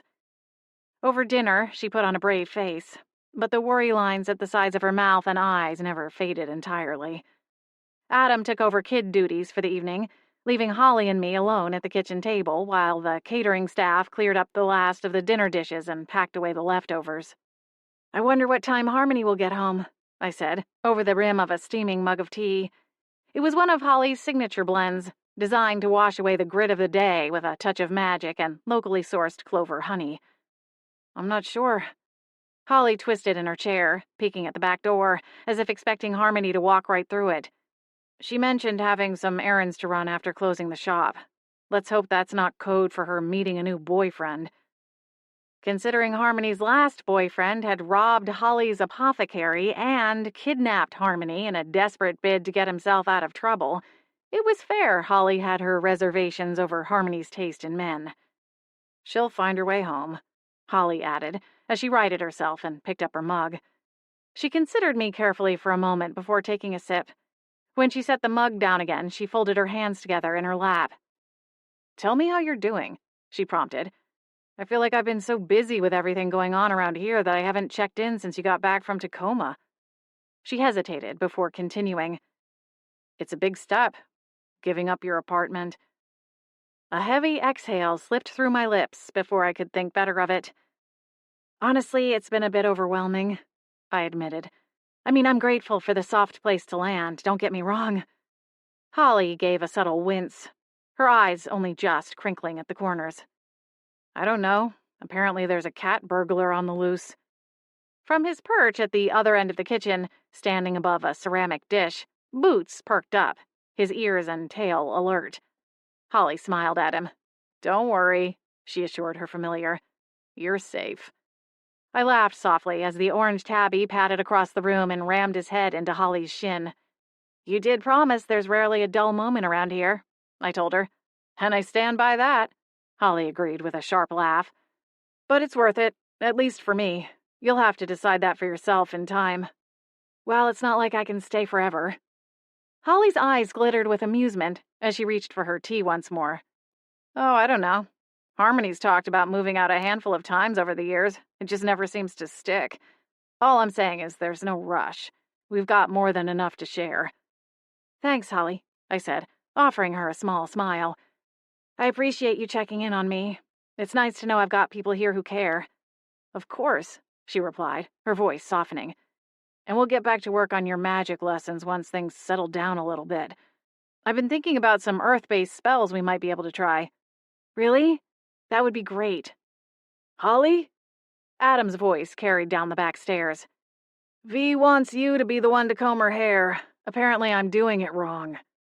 Without missing a beat, Holly rose and pushed her chair in. Be right there, she called back. Have a good night, I said, then gestured at the catering staff. I'll lock up after everyone leaves. Holly squeezed my shoulder before taking her mug from the table. Thanks, Blair. I'll see you in the morning. After the catering staff left, the inn quieted down. Occasionally, I heard voices from the third level as the fairies headed to their quarters. I locked the front and back doors before retreating to my own room. I changed into a pair of leggings and an oversized hoodie before heading to the study. determined to finish the book I'd started reading the night before. With the book of fairy lore in hand, I curled up in my favorite armchair beside the small fireplace, its glow casting a soothing light over the worn pages. The door creaked on its hinges after I'd read the first few pages, and I glanced up to find Boots wandering into the study, his amber eyes fixed on me as he approached. Smiling, I reached into my pocket and pulled out a few cat treats. "Don't worry," I told the cat as he bumped his head against my ankle, his customary hello. "I didn't forget." Laying the book face down against my lap, I leaned forward and offered Boots a handful of crunchy, chicken-flavored cat treats. He sniffed them appreciatively before gobbling them up with the efficiency of a well-maintained Hoover, then nudged my hand for a refill. Okay, I said with a grin. "Yes, sir." As I handed him another sampling, I examined the fish-shaped kibble pieces curiously. "I still can't believe I ate one of these," I muttered under my breath, shaking my head at the memory from the week before, when I'd first brought the jar home from the pet shop in town. "That's it for tonight, pal," I told Boots as he finished the second helping. He nudged my hand again, and I scratched him behind the ears. "Holly won't be happy with me if she finds out I'm sneaking you treats in the first place. You're supposed to be on a diet." With a twitch of his bottle-brush tail, he launched himself onto the opposite chair, curling up as I returned to my book. My phone buzzed on the small table between the pair of wingback chairs, jolting me from a long passage about the various families or houses of fairies. I reached for my phone, half expecting a message from Harmony, but instead found a text from Brandon. "All settled in?" "More or less, thanks." I wondered if I should mention the theft of the diamond earrings, but I hadn't fully nailed down the role the Supernatural Protection Agency played in the day-to-day lives of the residents of the Beechwood Inn, or the supernatural world at large, for that matter. Thus far, they seemed like they were on par with the FBI. Of course, that impression was largely based on the font choices someone had made for the agency-issued jackets. When no reply came, I worried at my lower lip. Did my response seem cold? Did he think I didn't want to talk? "Ugh," I grumbled, flicking a glance at Boots. "Why does this feel like high school all over again? At least with online dating, you know the other person is there for the same reason as you." I paused, then quickly amended my statement. "Well, okay. They're in the ballpark of the same reason as you." Boots blinked. But then, magical or not, I couldn't expect a cat to understand the maddening machinations of online dating. Hordes of women had podcasts, TV shows, books, blogs, and coffee groups centered around trying to decipher the woes of modern dating. And if they all couldn't figure it out, no one could. I tapped out a second text. "This fairy godmother conference is pretty wild. Definitely not what I expected." 3 little bubbles popped up, quickly followed by Brandon's reply. "Not a knitting circle in sight, huh? LOL. I think the only way they'd be interested in a knitting needle is if it came jewel-encrusted and doubled as a knife." "Sounds like you've got them pegged." I started another message, but stopped and hit delete when the bubbles popped back up again. "I have to get to a department meeting, but I'm glad you're settling in," Brandon replied. "Let me know if you need anything." "Thanks, but you've done more than enough. I still owe you and Naira dinner for helping me move." A smiley face emoji appeared, and then he was gone. I set my phone on the table between my chair and the one Boots occupied. Now that the vampire who'd attacked me was safely tucked away in some SPA-sanctioned correctional facility, I had no reason to cross paths with Brandon. Following the arrest, there was a stretch of time where I'd had to choose between testifying about the attack and remaining in hiding. In the end, other information came to light. A second vampire flipped, and a deal was struck without my testimony. Chalk one up for Lady Justice. The speedy resolution had been welcome, but a part of me had secretly started thinking ahead to trial prep and long interview sessions with Brandon. He'd said we couldn't date while he was assigned to my case, but with that in the rearview mirror, the question was left dangling in midair, unanswered. So far, he hadn't asked me out, and when I told him about the move, he'd volunteered to help. But when he showed up with Naira in tow, I began to wonder if he hadn't wanted us to be alone together. Yawning, I decided it was time to put the books aside and get some sleep. As I stacked them neatly on the coffee table, Boots stirred from his cozy spot beside me, as if sensing my intention to retire for the night. I think I'm going to bed. What about you? Do you sleep at night or spend it, I don't know, chasing ghost mice or something? Are those a thing? I mused, scratching him behind the ears. Boots's low, rumbling purr filled the room. Maybe he was thinking of ghost mice. The thought was cut short when a piercing scream echoed through the house, shattering the peaceful atmosphere. My heart launched into my throat, and Boots tensed, his fur standing on end. "Help!" The cry came from upstairs, sounding desperate and terrified. Without a second thought, I sprang to my feet, adrenaline coursing through me, overriding the exhaustion I'd felt moments before. Boots darted ahead of me, and despite his rotund figure, took an easy lead as he raced up the main staircase. Boots darted around the full skirts of two fairy godmothers, Persia and Clara, the latter of whom released a small snow flurry as she gasped at the cat streaking past, then bounded up the narrower staircase to the attic. A cluster of fairies huddled together around one of the doorways of the newly constructed rooms, their gossamer wings fluttering anxiously as they whispered among themselves. "What is it? What happened?" I asked, more than a little breathless after running the 2 flights of stairs. My pulse drummed in my ears as I pushed to my tiptoes to see over the fairies into the room. Nothing looked out of the ordinary. The 2 beds were neatly made, the dresser drawers closed, with no sign of clothing spilling from the corners. The only thing on the nightstand between the beds, other than the ornate stained glass lamp, was a wooden jewelry box, open to reveal a small figurine dancing before the mirrored backing. Then it hit me. The jewelry box was empty. The thief had struck again. I stepped into the room, pushing past the fairies. "What exactly is missing? We'll need a full list of the stolen items so we can start searching. Pictures would be helpful." Turning, I found half a dozen pairs of eyes blinking back at me. Holly, Adam, and Harmony appeared behind the fairies, their expressions a mix of dread and confusion. Esmeralda spoke up first. "It's not a theft," she said, then gestured at the empty jewelry box. "Look closer at the figurine there in the box." "It's Celestine," Rosalind added, tears brimming in her violet eyes. "She's been hexed." "Hexed?" I bent forward, narrowing my eyes as I inspected the dancing figurine. A gasp ripped from my throat as the resemblance registered in my mind. "Are you sure? I mean, it can't be real, can it? What if it's just meant to look like her?" "Can't you feel the magic in the air?" Persia, the sunflower fairy, snapped, her floral crown quivering with indignation. "Dark, foul magic." She shuddered. I stepped away from the jewelry box, my cheeks warming. Of course I couldn't feel anything in the air, other than the slight draft from all the wings beating feverishly. "Where is Miriam?" Holly asked, whipping around to look for her, one hand clutching the neckline of her striped pajama set with fluffy white dogs printed on them. "She was with the kids," Adam said. "They wanted her to read them the last story before bed." "I'll get her," Harmony volunteered, already turning back to the stairs.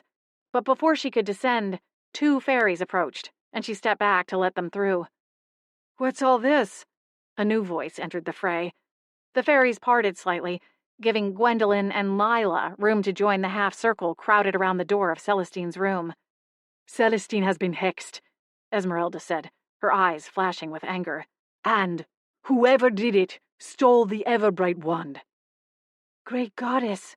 Lila's eyes widened in shock as she raced into the room, her wings fluttering wildly. I did my best not to choke on the fairy dust flying through the air at gale force speeds. "Okay, everyone out," Adam said firmly, taking charge of the situation. "We need to clear this room and call the SPA. They won't be happy if they get here and find their crime scene has been tampered with." Holly nodded and began ushering upset fairies back out into the hall, her green eyes filled with determination. "Everyone down to the kitchen. I'll make tea while we wait for the agents to arrive."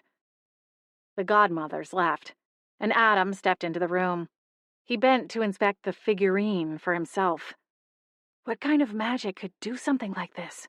I asked, my voice a half-whisper. For a moment he didn't reply, but when he straightened to his full height, his lips pulled into a grimace. I don't know, but whatever it is, it's about the last thing we need right now. The SPA can help, though, right? I licked my lips and checked my phone, wondering if I should volunteer to call Brandon.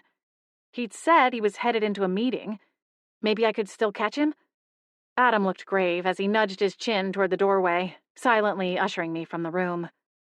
For all our sakes, I hope so. Chapter 7. Brandon and Naira arrived at the Beechwood Inn within minutes. I was still on the 3rd floor, keeping watch, but I assumed they used the same portal we'd used the 2 times they'd driven me to the inn from Tacoma. I wasn't sure if it fell into the category of spell, enchantment, or charm, but whatever it was powerful enough to outright defy physics, shrinking the drive from 3 hours to only a handful of minutes. It appeared safe enough, but then it wasn't like the FDA could really run tests on the effect such travel had on the human body. Blair? Brandon's voice lit me up inside, and I had to hold back a smile as he appeared at the top of the staircase, his expression all business, but handsome as ever. I would be hard-pressed to choose which version of the SPA agent I liked best. His intense focus and no-nonsense attitude while on the job were equally as alluring as his crooked smile and the sparkle in his dark eyes when he laughed. This way, I said, beckoning him closer. Naira was right behind him, and after her came another familiar face, though I couldn't quite remember her name. She'd been the healer who tended to me in the alleyway following the vampire attack and my first time in my furball form.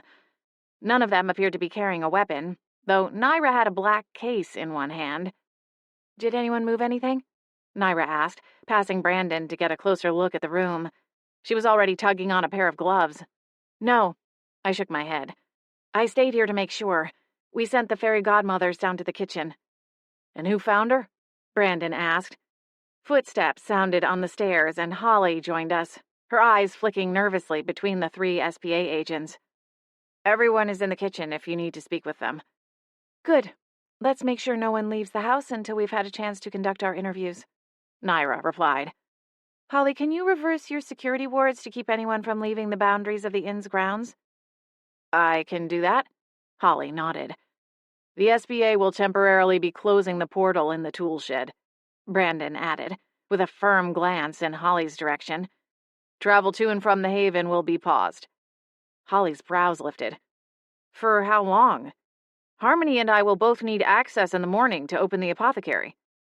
Brandon's jaw flexed, his gaze shifting back to the interior of Celestine's room. Let's get our arms around this thing first. We can talk about the portal later. For now, please seal off access. Holly bobbed her chin, but didn't say anything in response. The tension in the hallway crackled. Clearing my throat, I thrust a hand toward the healer. You might not recognize me, seeing as last time we met I was covered in fur and had a tail. I smiled. The healer shook my hand and returned my smile. You're going to have to narrow it down a bit. You might be surprised how many cases those descriptors apply to in my line of work. Oh, right. My cheeks warmed. I'm Blair McGill from Tacoma. A vampire was chasing me and I shifted into a cat form. The healer's eyes widened with recognition. Oh, right. The talking cat. You're right, that was a memorable case. How have you been? I'm glad to see you back on 2 legs. You and me both, I replied with a dry laugh. Can we catch up later? Brandon asked, not waiting for a reply before he strode into the room. I frowned and released the healer's hand. Was he annoyed with me? I'd only been trying to cut the tension brewing between him and Holly. Some thanks. Walk us through what happened, Naira said, as she followed Brandon into the room. Meredith, this way. Unfortunately, I'm not going to be much help, Holly began. She took a side step, so we were standing shoulder to shoulder in the doorway as the 3 agents moved inside. Adam and I were in bed when we heard a scream. We came as fast as we could, and they said Celestine had been hexed. Same story, only I was in the study, I added, leaving out the part where I'd been texting with Brandon literally moments before the scream echoed through the large house. I wasn't sure if he would want Naira and Meredith to know that detail. Though, if I needed an alibi, other than the fact I was absolutely garbage at magic, he was it. Meredith, the healer, glanced around, her expression pinched. Hexed? The jewelry box, I said, pointing in its direction. Someone, or something, turned Celestine into the figurine. Meredith pivoted on the heels of her short leather work boots, and her mouth dropped open. The figurine? Are you sure? Brandon and Naira exchanged a look, though I couldn't decipher its meaning. Meredith kneeled beside the jewelry box and closed her eyes. Silently, she performed a series of gestures, and then pressed her hands together as though in prayer. When she opened them again, a shimmering green light surrounded Celestine. What is it? Naira prompted, as she dropped to one knee and opened the black case. Inside was an array of equipment, but the bulk of the space was dominated by a fancy-looking camera. What does that mean? Meredith took a deep breath, and when she exhaled, her face paled considerably. I've never seen anything like this before, she replied, her voice barely above a whisper. My heart dropped to my stomach. Holly placed a hand on my shoulder. This is a powerful hex, Meredith continued. The ability to perform a transformation spell on such a large scale is... She paused, staring at the still figurine. It's terrifying. Is there anything you can do? Brandon asked, his brow furrowed. Some kind of reversal? Meredith was silent as she went through another series of gestures, this time whispering strange words under her breath. Brandon and Naira hung back, giving her the space and time to work uninterrupted, though from the way Brandon kept shifting his weight back and forth, he was just as unsettled as I was, and I felt like my skin was tingling from head to toe, ready to shimmy right off my bones. As I watched the healer's hands move methodically over Celestine's body, her fingers tracing intricate patterns in the air, I marveled at her quiet confidence, even in the face of such a horrible spell. She set aside her trepidation and doubts and remained dutifully focused on her task. You mentioned someone screamed? Brandon said, as he turned back to face Holly and me. Who was it? I looked at Holly, but quickly remembered I got there first. Obviously, she had just as little idea as I did. I don't know. On my way upstairs, I passed Persia and Clara, so it wasn't either of them. Miriam was missing, too, at first. And then Lila and Gwendolyn came later, along with Esmeralda. She was the one who pointed out the special wand was missing. Wand? Brandon interjected. Celestine's wand, I clarified, shooting a nervous glance toward Holly. The ever-bright wand. Brandon and Naira gave each other that strange look again. They said so much without speaking a word, and I couldn't help feeling like I was standing on the outside, pressing my nose to the glass window, wishing I was included, too. What is so special about the wand? I asked, my voice wavering a little. I've been reading some books about fairy lore and history, but I haven't found anything about the wands yet, at least nothing about special wands. The Everbright wand is passed down among the leaders of the Fairy Godmothers Guild, Holly explained. Each fairy leader embeds a secret spell into the wand before they pass it on to the next leader. This has been going on for centuries. The power in the wand is unmatched, allowing the holder to use powers outside their own naturally endowed skills and magic. Oh, I blinked, my mind scrambling a bit at the implications. So this isn't like the stolen earrings, then? Stolen earrings? Brandon repeated. I winced. Holly exhaled. We had a bit of an incident. We don't know for sure if there was a theft, but one of the guests reported a pair of diamond earrings went missing.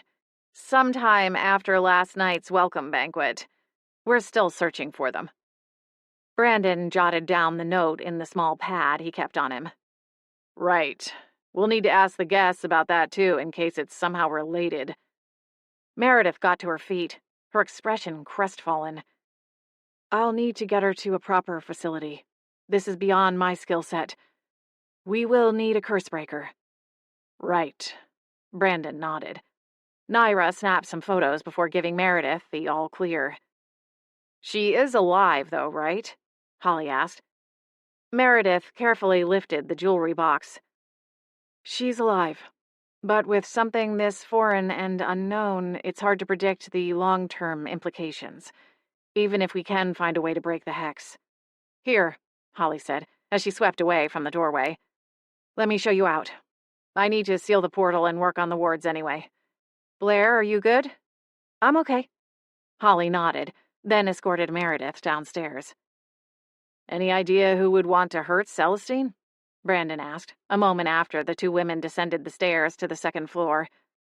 Naira continued taking photos, but I figured she had one ear cocked, waiting for my answer. I wrapped my arms around myself, feeling a sudden chill. I just barely managed to slip free of getting involved in one supernatural investigation. I wasn't eager to launch myself into another one. Blair, please, Brandon said. I trust you, and you're observant. If you've seen or heard anything you think might be relevant, I need to know. He really had to stop looking at me with those eyes. It was entirely too much. I cast a quick sidelong glance at the stairs, waiting a beat to confirm no new footsteps were approaching. I don't know for sure, but there's been tension between Esmeralda and Celestine from the jump. They bickered openly at the welcome banquet. And then today, well, this morning, when they were out in the back practicing their spells and running the obstacle course, they stopped just short of getting into a brawl. Esmeralda nearly took Celestine's head off at the magic firing range. Brandon's mask slipped for a moment, his surprise leaking through. Any idea what kind of spell she was slinging? I shook my head, the nagging guilt digging in. I'd been trying so hard to learn my way around the magic world, but even with all of the questions and late nights spent reading in the study, I'd just barely made a scratch on the surface. It was hard to imagine I'd ever be knowledgeable and skilled enough to identify a spell on sight. Sorry, I added. Brandon held up a hand.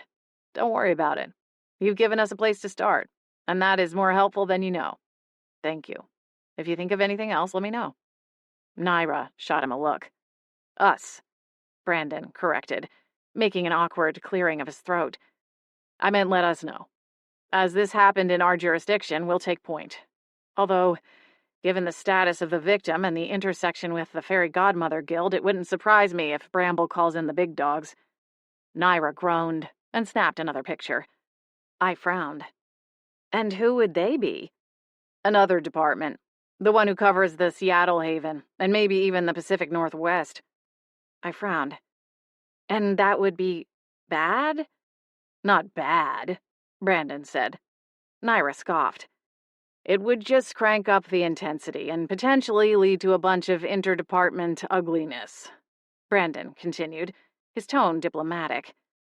Holly would have our hides if we let that happen, Naira added, glancing over her shoulder at her partner. If they get an inch, they'll take a marathon's worth of miles. She knows it just as well as we do. Brandon's jaw tensed. Doesn't she have pull with your boss, Agent Bramble? I asked. She does, Brandon replied. We'll just have to see if it runs deep enough to keep this as simple as possible. Naira snapped a final picture and kneeled again to put the camera away, moving on to her next step in the investigation. Listen, don't worry about all that, Brandon told me. Why don't you go downstairs and wait with the others? We'll finish up here, and then we'll be down to start interviewing everyone. He posed it like a question, as if there was wiggle room for negotiation, but the look in his eyes conveyed the words were a polite order. All right, I said, sliding my hands into my pockets. See you down there. I'll keep an ear open and let you know if I hear anything you might need to know. Thanks, Blair. I trooped down the stairs, briefly wondering where Boots had scampered off to. He'd led the way to the scene, but then I'd lost tabs on him in the confusion. He was probably with Holly. He stuck close to her when he sensed things were unsettled in the house, and tonight was about as unsettled as it got. The hushed whispers and nervous energy in the air were palpable as I entered the living room. I studied the scene, noting the worried expressions on everyone's faces. Cups of tea were scattered on the various tables throughout the room, and a tray of untouched cookies sat on the coffee table beside a stack of white paper napkins. Blair! Harmony exclaimed, rushing over to me. How is Celestine? The healer just left with her, I replied, trying to sound upbeat despite the circumstances. Naira and Brandon are upstairs investigating the crime scene. Good, Harmony replied, her brow furrowed in concern. She'd changed her hair color twice since I'd originally come to stay at the inn, but her eyebrows never changed, remaining a shade of light brown that I assumed was her natural color. I just don't understand how this could happen. I mean, who would be bold enough to pull this kind of stunt with so many witnesses in the house? It seems desperate. That was a good word for it. Also a startling one, as I knew firsthand the kind of things desperation made people, or creatures, do. Chapter 8. Brandon and Naira trooped downstairs before I managed to finish eating my second chocolate chip cookie. Hey, if no one else wanted them, I didn't mind picking up the slack. Holly was still outside, working on the wards. Adam had remained upstairs with their 2 young children. Miriam paced back and forth, blocking the path to the swinging door dividing the kitchen from the dining and living rooms. At the SBA agent's arrival, the silent, simmering tension snapped, and half a dozen voices lifted at once, flinging questions at the agents in rapid succession. What happened to Celestine? Where did you take her? When can we see Celestine? What happened? Brandon raised a hand, silently asking for the floor. Begrudgingly, the fairies fell silent, but for the beating of their wings, as they hovered in mid-air, staring at the agents expectantly. Celestine is being taken to our headquarters. We have access to the most highly skilled curse breakers, and she will be tended to by a full in-house team of healers until they can reverse the spell, Brandon began. In the meantime, we need to get to the bottom of what happened here tonight. We will be conducting interviews with each of you and continuing to gather the evidence. In the meantime, the portal to the Havens is closed, and wards are being placed around the property line to ensure no one leaves. A few fairies gasped and whispered to their neighbor. For how long? Persia demanded. The conference was only scheduled to last for 2 more days. You can't expect us to stay longer than that. We all have to get back to our charges. Their parents will be expecting us to return to work on time. A few others chimed in, offering their agreement. Then we'd better get started, no? Naira replied, her tone flat. Which one of you found Celestine? We'll start with you. Rosalind, the fairy with long black hair and the wings that reminded me of a butterfly, fluttered a little closer, her expression resigned. That was me. Good. We'll use the kitchen. Brandon strode toward the swinging door. So familiar with the house, it made me wonder how much time he'd spent here. Miriam, would you mind watching the door? Of course not, Miriam replied. Brandon, Naira, and Rosalind disappeared, and Miriam turned so her back was toward the door, like a pint-sized bouncer with wings. Moments later, a strange, melodic white noise filled the living room, around the volume of elevator music. Well, that's handy, I muttered, more than a little bummed I couldn't go listen in on the conversation. Even as I nibbled my cookie, which was a little on the dry side, and potentially explained why the others were steering clear of the sweet treats, my mind churned with potential theories. Esmeralda had been one of the last to show up following the scream. There was a chance she'd just been far away, but there was also a chance she'd made herself scarce to appear as though she'd been too far away to be a suspect.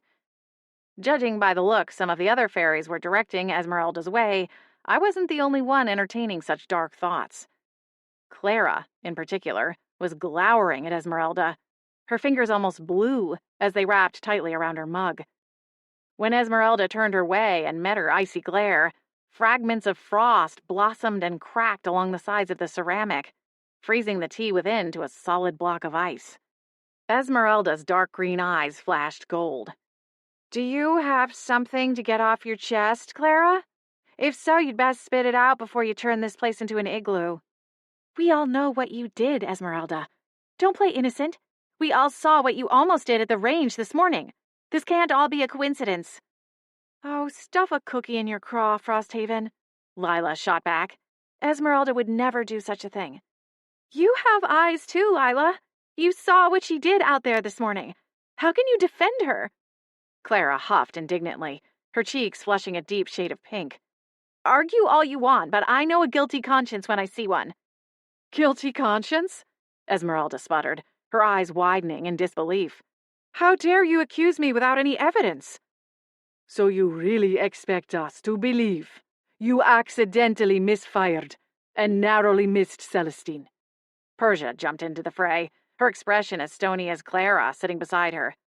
"Believe me, if I'd meant to hit her, I would have," Esmeralda fired back. "See?" Clara exclaimed, her wings beating so furiously a drift of snowfall was piling around her chair. "That's a confession, if you ask me." Esmeralda rolled her eyes and sagged dramatically across the arm of her chair. "You're delusional, Frosthaven." "Enough!" Miriam commanded, her petite frame belying the power of her words.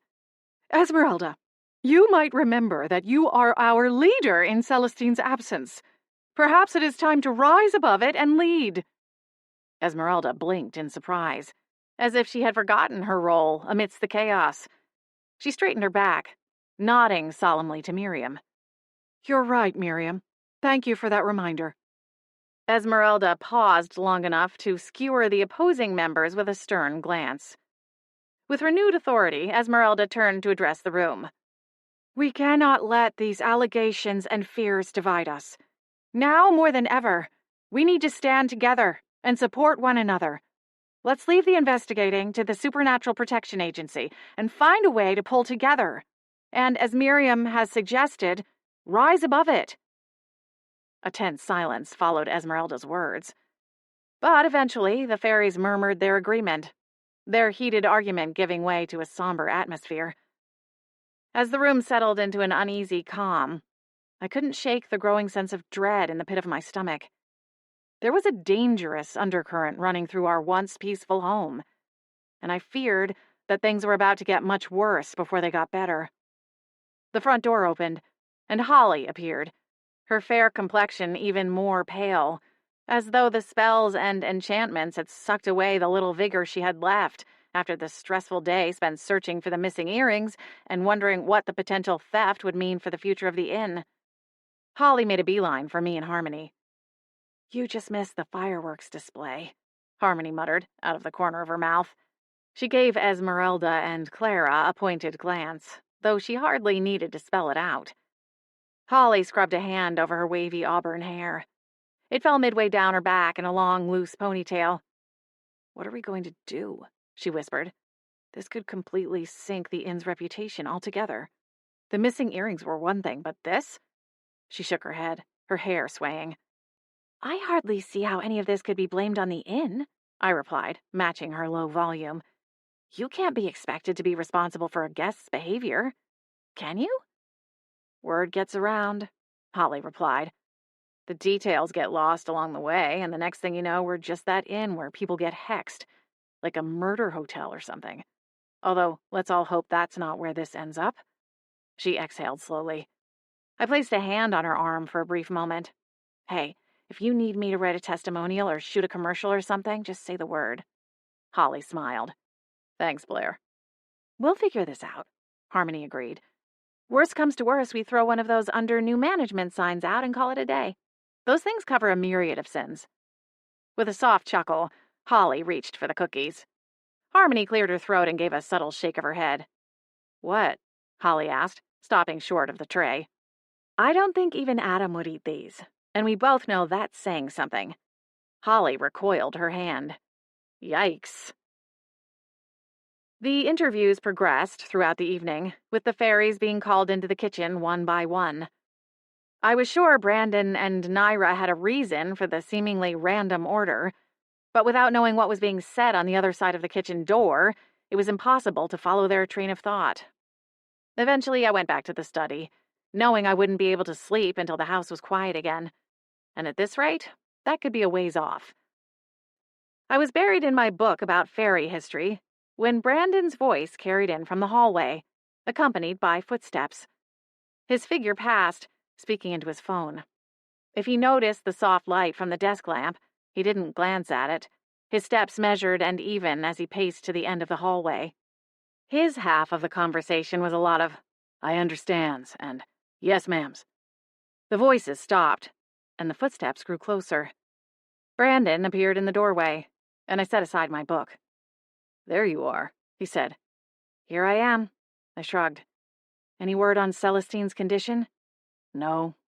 He slipped his phone into the pocket of his dark-washed jeans. "That was Bramble. She's agreed to hold off calling in backup. For now." He paused and raked a hand over the back of his neck. "How are you doing?" That was the $20 question, wasn't it? How was I doing? Better than Celestine, to be sure, though that currently wasn't a super high bar to clear. I don't know. I guess I'm fine, just a little rattled. I'm starting to think I'm some kind of bad luck omen or something. First the break-in at the apothecary, and now this. A flicker of a smile crossed Brandon's lips. "Trust me, I've read Holly's files, and you've got a ways to go if you're going to catch up to her reputation of trouble following wherever she goes." I snorted, still having trouble merging the image of Holly, the sweet and rooted witch I knew, with this version everyone kept mentioning, of her wild oats years, and an SPA file the size of a chunky calculus textbook. I'd say we could blame this on her, but it feels too cruel, even as a joke. She's beating herself up enough as it is.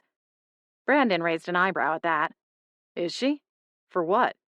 "I don't know. I guess she has it in her head that she's responsible for anything that happens on the inn's grounds, and she's worried about blowback onto the inn's reputation." I met Brandon's eyes. "Is she wrong about that?" "There wouldn't be any kind of official repercussions, if that's what you're asking. The SPA helps to vet the guests who come to stay at the inn, solely because it is located in a non-magic town, but we don't have a sort of rating system or anything of that nature." I bobbed my head, still uncertain what had Holly so rattled. It seemed to me any kind of mishap would quickly fade once the investigation was over, perhaps with a slight uptick in awareness should a trial be made public down the road. Rumors and gossip could only hold out for so long. "Try not to worry, Blair. Holly and Adam will figure out the inn's business. And hey, on the bright side, you've made it through the excitement of the evening without going fluffy, so that's something, right?" I glanced down at myself, almost surprised by his statement. Not only was I still on two legs, but even with the surge of shock from the piercing scream and general panic from the other fairies, I didn't even feel the barest tingles that usually accompanied one of my unexpected shifts. Brandon chuckled. "You're better at this than you think." "We'll see about that," a small voice said from somewhere over my shoulder. I twisted in my seat in time for a human skull to fly straight toward my face, its eye sockets glowing hot fuchsia. "Boo!" My heart jolted, my skin went hot, and my breath caught in a strangled scream. Suddenly, I was eye level with the edge of the desk, and 4 needle-tipped paws clung to the fabric of my upholstered chair. Poppy, the skull, cackled like a mad witch and zoomed around overhead. "Ha! Got you!" "Why?" I demanded, my whiskers and tail twitching. "Poppy," Brandon said sternly. I peeked over the desk at him. The jerk was smiling. "This is not funny," I exclaimed, launching onto the desk with my usual kitten clumsiness. "I am making a citizen's arrest. Is that a thing in the magic world?" "What are you going to do? Cuff me?" This sent the skull into another peal of wild laughter. "I'm serious, Brandon. Can you write her up or something? She's a menace to society." Mainly just you," Poppy corrected, as she swooped overhead, buzzing over my ears like a crop duster. "Think of me as your own personal Mr. Miyagi. You know, wax on, wax off. I'm helping you master your magic." I narrowed my eyes and made a swipe for the skull as she backtracked. "You need to get a real hobby or a job or something. Harmony said the only reason you insist on terrorizing me is because you're bored. Why don't you play with Valoria and Samuel? I'm sure they'd love your party tricks." "Ugh," Poppy sniffed. Impressive, considering her lack of nasal passageways. "The little one drools too much and always has sticky fingers. And the last time I got close enough to Valoria, she took a bunch of waterproof markers to my skull and drew butterflies all over it." "Sounds like a fitting punishment," I muttered. "I actually wasn't in here for you," Poppy retorted. buzzing closer to Brandon. I was hoping to talk to the pretty boy agent. I blinked. It would be my turn to laugh if the possessed skull had developed a crush on Brandon. This had better be about the case, Brandon told Poppy, with more than a little apprehension in his voice. It is. She landed on the corner of the desk, facing away from me. I closed my eyes and willed myself back into my usual body. Then realized my clothing had fallen into a heap around me and thought better of it. I thought you should know that I saw one of the fairies wandering the halls last night after everyone else was asleep. You did? I stalked a little closer. Which one? What were they doing? The skull twisted, scratching the polished wood surface. Which one of you is the agent here? She asked, not waiting for a reply before twisting back around. The one with the black butterfly wings and black hair. I haven't bothered to learn their names yet. Brandon got out his pad. And around what time was this? Well, past the time Adam gets his second midnight snack, so I'd say 2 a.m. Brandon jotted it down, then looked to me. That description sounds like Rosalind Nightshade. I nodded. Nightshade? Poppy repeated. What an ominous last name. I'd say it was definitely her then. Poppy, they can't make an arrest based on a last name, I said, making my best effort to roll my eyes, which was difficult with my strange cat eyelids. I just told you she was skulking around in the middle of the night. Clearly, she was plotting this whole thing. Did she say anything? Brandon interjected. Poppy zipped up from the desk, taking flight once more. Humph! Here I am, only trying to help, and I'm the one getting the 3rd degree. I think I'll take my leave. Good luck figuring this out on your own. Brandon raised his pen. Poppy, But it was too late. The skull was gone, and I was stuck as a cat. Things would look better in the morning. Chapter 9. Horrifyingly, things were not better in the morning. The early light streaming through the windows only served to illuminate my fur-covered appendages and whiskers. What the? I stood and spun in a dizzying circle, my paws sinking into the pillow, my black tail fanning out behind me. Where are my legs? I paused as the sheer absurdity of the question hit me. Better question, what even is my life anymore? I added, shaking my head. Since discovering my strange power, if one could call it that, it seemed more like an unhappy accident presently, I'd come to terms with weird things happening in my life. Last night, odd and disconcerting as it had been, was somehow muted, as I'd spent the entire day leading up to it watching a bunch of fairy godmothers army crawl through the mud and sling high-caliber spells at clay pigeons. After that, what was a little hexing between friends? But with the whole turning into a cat thing, I'd grown used to the pattern of it. Get spooked, go full fur and fangs mode, sleep it off. Lifting a paw, my whiskers twitched. Apparently, the rules were changing. Great, just fantastic, I muttered as I jumped down from the side of the bed and marched to the closed bedroom door. Forget levitating feathers. I needed to learn how to use magic to twist doorknobs. Maybe there was some kind of spell that could mimic opposable thumbs. That would be handy. No pun intended. As it was, there was only one option. Yelling at the top of my little feline lungs. Luckily, that method worked like a charm, and within a few moments the sound of hurried footsteps came down the hall. The door cracked open a moment later, and Harmony poked her head inside. Blair? Down here, I grumbled. Blinking, she lowered her gaze to the floor and grimaced. What happened? It's more of what didn't happen, if you want to be technical about it. I exhaled and slipped past her ankles. I woke up like this. Still.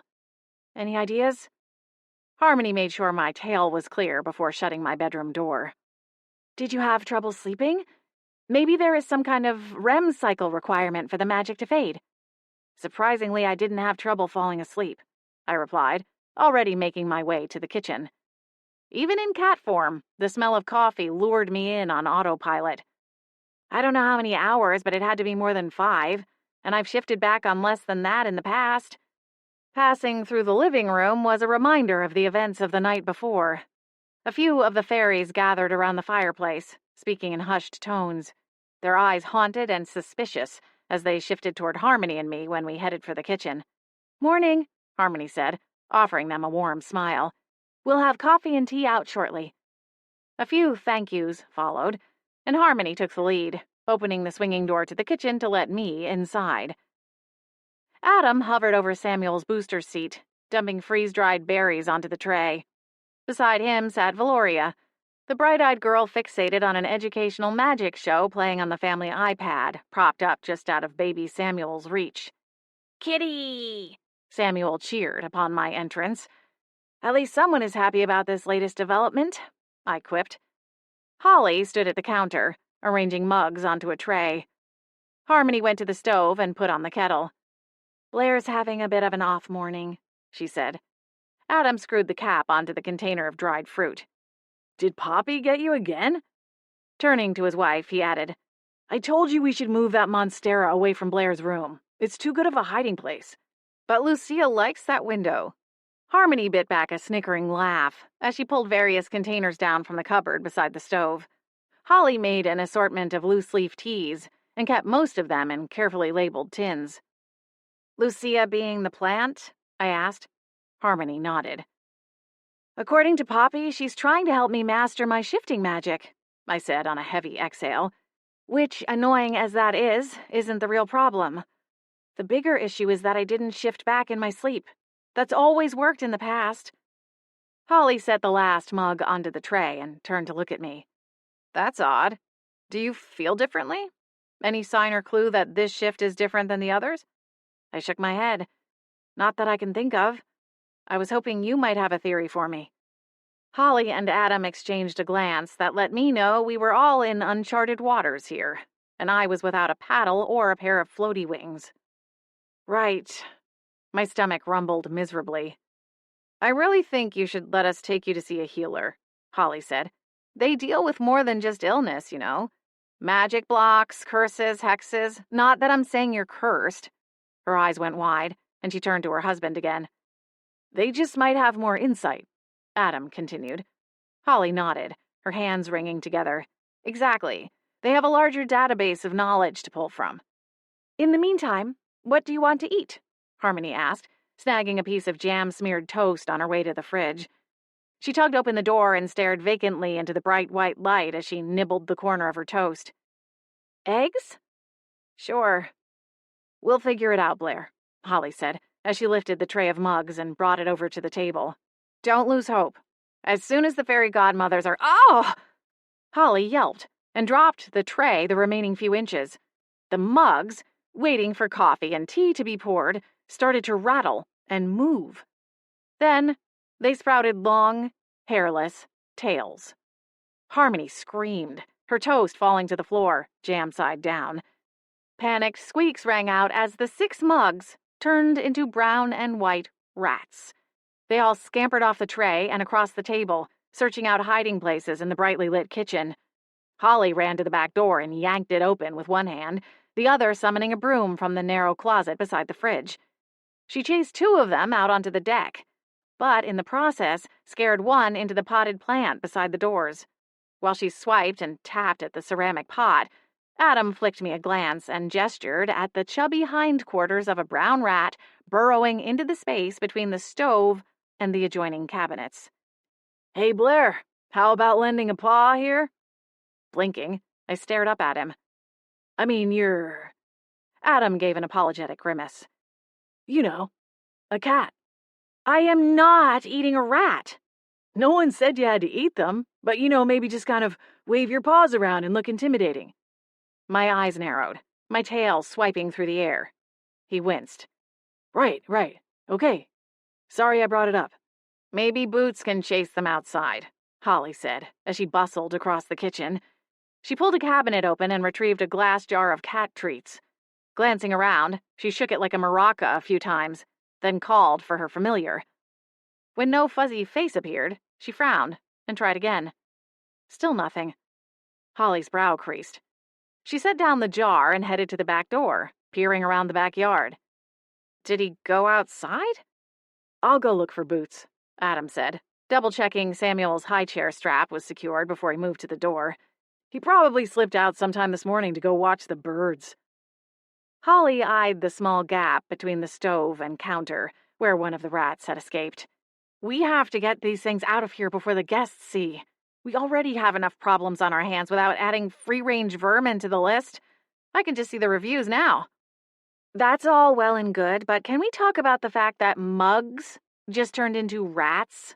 I said, wondering if I were the crazy one in the situation. Everyone exchanged a glance. No, that was definitely weird, Adam said after a beat. We just have to take this one thing at a time, Holly said. And in the meantime, it looks like I will need to find something else for the people to drink from. Adam went outside, pausing to get a coat on before he padded out across the deck in his slippers, calling for Boots. Reluctantly, I wandered to the narrow tunnel beside the stove and peered inside. My vision was not quite laser-like or like something from a spy thriller, but in my feline form, I did notice an enhanced ability to see into dark spaces. Sure enough, the small rodent peered back at me, offering a preemptive squeak, which sent me stumbling back a few steps. I think it's stuck in there. Maybe we should call that exterminator we used when we had an infestation of water slugs at the shop, Harmony suggested, glancing over at Holly. Water slugs? Yuck, Valoria declared, her small nose scrunched. I'm not sure I even want to know, I muttered, shaking my head. It's pretty much what it sounds like, Holly said. Instead of trails of slime, they just kind of trickle everywhere and get everything soggy. Which, when you're talking about a potion shop that relies heavily on grimoires and parchment for recipes, is obviously a problem. Not to mention disgusting, Harmony added with a shudder. In any case, Holly said, taking control of the conversation once more, the portal is sealed, so even if Lloyd were to agree to come and deal with the rats, there's no way for him to get here. At least not quickly. He'd have to go the long way, which would take 3 hours. Okay, then what about a local exterminator?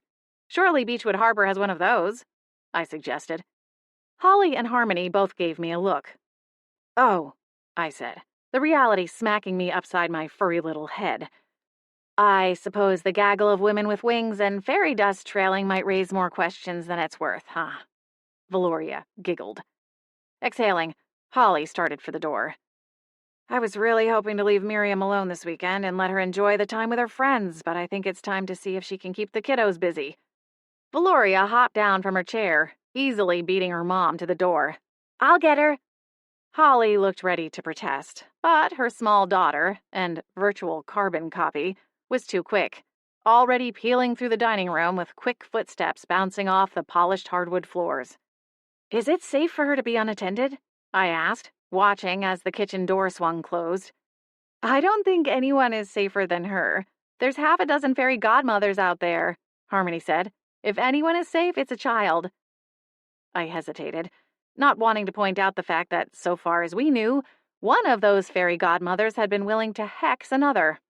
But then, maybe Harmony was right. Fairy godmothers could have beefs with one another, certainly, but what would motivate them to hurt a child? Especially when their entire lives were devoted to caring for children, and going to great lengths to do so, if yesterday's obstacle course and firing range activities were any indication. I blinked and looked up at Holly. The doorbell rang, and the 3 of us stiffened. That will be Brandon and Naira, I suppose, Holly said, her hands wringing together as she slid a sidelong glance at her young son, who was too busy chasing the dried blueberries around his tray to notice the chaos swirling around him. The agents had left last night after completing their interviews, promising to return in the morning. The security wards remained in place overnight, and no one was allowed in or out. I'd offer to let them in, but, you know. I glanced down at my paws with disgust. Harmony smiled and moved for the door. I'll get it. Just then, the door on the other side of the kitchen opened, and Adam stepped back into the kitchen, his expression drawn. Honey, I think you should come see this. Harmony stopped, her hand on the door as she glanced back at Holly. Holly's face fell. What is it? Did you find Boots? Adam glanced over his shoulder, back at the deck. Just come and see for yourself. He's okay, but I think he might need a little convincing to come inside. Frowning, Holly rushed for the door, not bothering to put any shoes on her socked feet or grab a coat for herself before running out into the chilly morning. Harmony and I followed, with Adam taking up the rear. We didn't have to go far. At Adam's direction, we moved to the patio table in the far corner of the deck. In the summertime, I imagined it was quite the hangout spot, with a large umbrella and half a dozen chairs. But as it was early winter, the table was covered to keep it protected for the next summer. Only when we got a little closer did I notice the thick, weatherproof table cover was vibrating. You can come out now, Boots, Adam said, gesturing at the table. Holly dropped to her knees and lifted one corner of the drop cloth. Huge, amber eyes, the size of golf balls, peered back at her from a shadowy cave. Holly gasped as she pulled away the rest of the covering to reveal her beloved familiar had gone from the size of a robust, rotund house cat to the dimensions of a mountain lion. Harmony pressed her fist to her mouth to conceal a gasp. Bootsy! Holly cried, reaching toward him.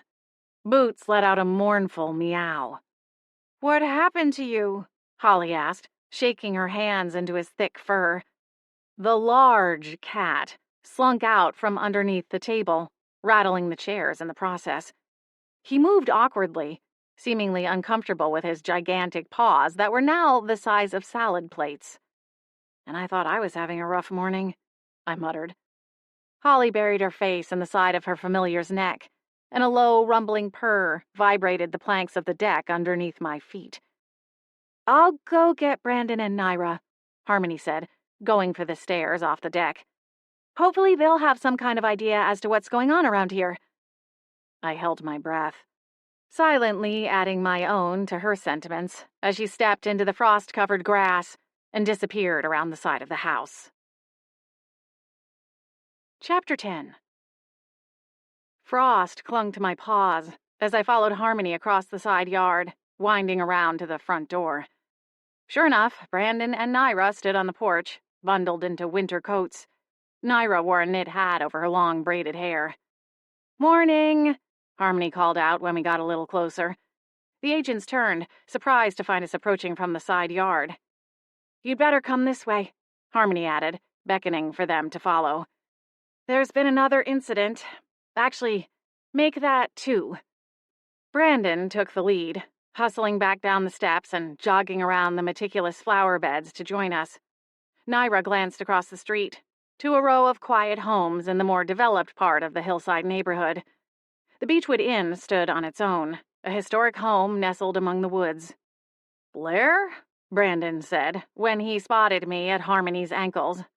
I didn't shift back overnight, I explained. Apparently I'm stuck like this. For now, Harmony added, ticking up one brow as she glanced down at me.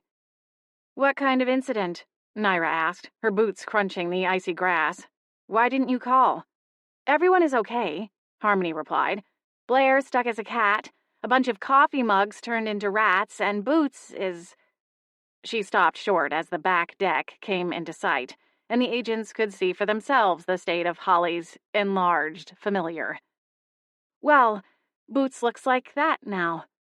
A wince pulled at the corners of Harmony's mouth as she pointed toward the enormous tabby sitting in the middle of the deck.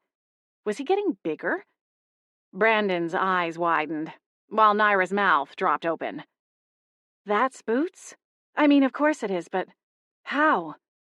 We were kind of hoping you two might be able to tell us, Harmony replied. Sorry. Brandon ran his fingertips across his creased brow. Did you say something about coffee mugs turning into rats? 6 of them, I confirmed. Naira lifted a brow and pointed at the giant Boots, smirking. Well, he should be able to do something about that, at least. Did the healers reverse the hex on Celestine? Holly asked, her voice almost painfully filled with hope. No. Brandon shook his head. Naira's smile dropped out of sight. They're still working on it. Whatever is doing this is clearly powerful. Transforming small objects is one thing. Kids in Academy can master small transformation spells, but this changing living beings? I've never seen anything like it in my years with the agency. Gee, wasn't that comforting? My tail swished. We need to interview everyone again, Brandon said, shifting gears. You can set up in the sitting room, Holly said, pulling the door open and allowing the agent's entry into the kitchen. The warmth of the manor enveloped me as we entered, leaving behind the chilly morning air. Miriam was in the kitchen, fussing over Valoria and Samuel, her wings fluttering in concern. What on earth is going on? She asked, looking us over with wide eyes. Valoria said we have rats? Fee, Holly sighed. Let's not go around telling everyone about that, okay? Valoria shrugged her tiny shoulders. The agents need to speak to everyone again, Holly told Miriam. Whoever is messing around with these spells has gone too far. I mean, what they did to Celestine was awful enough, of course. She trailed off, unsure how to finish the statement without making it sound as though her familiar took priority over one of the guests. Although, personally, I wouldn't blame her if it did. We know what you mean, I told her. Boots padded into the kitchen behind us, still sulking and timid. V gasped, though her initial surprise over seeing her beloved companion quadruple his side quickly faded, and she giggled with delight at her pony-sized friend. Samuel, on the other hand, burst into tears. Adam scooped the small boy up and started up the back stairs, offering quiet words of comfort. Should I call Meredith? Naira asked when Samuel's cries faded. She doesn't usually work with animals. Naira paused and looked my way. But she would likely make an exception, all things considered. I shook my furry head. I don't want to pull her away from helping Celestine. This is irritating, but not an emergency. Brandon considered me for a long moment, then looked away.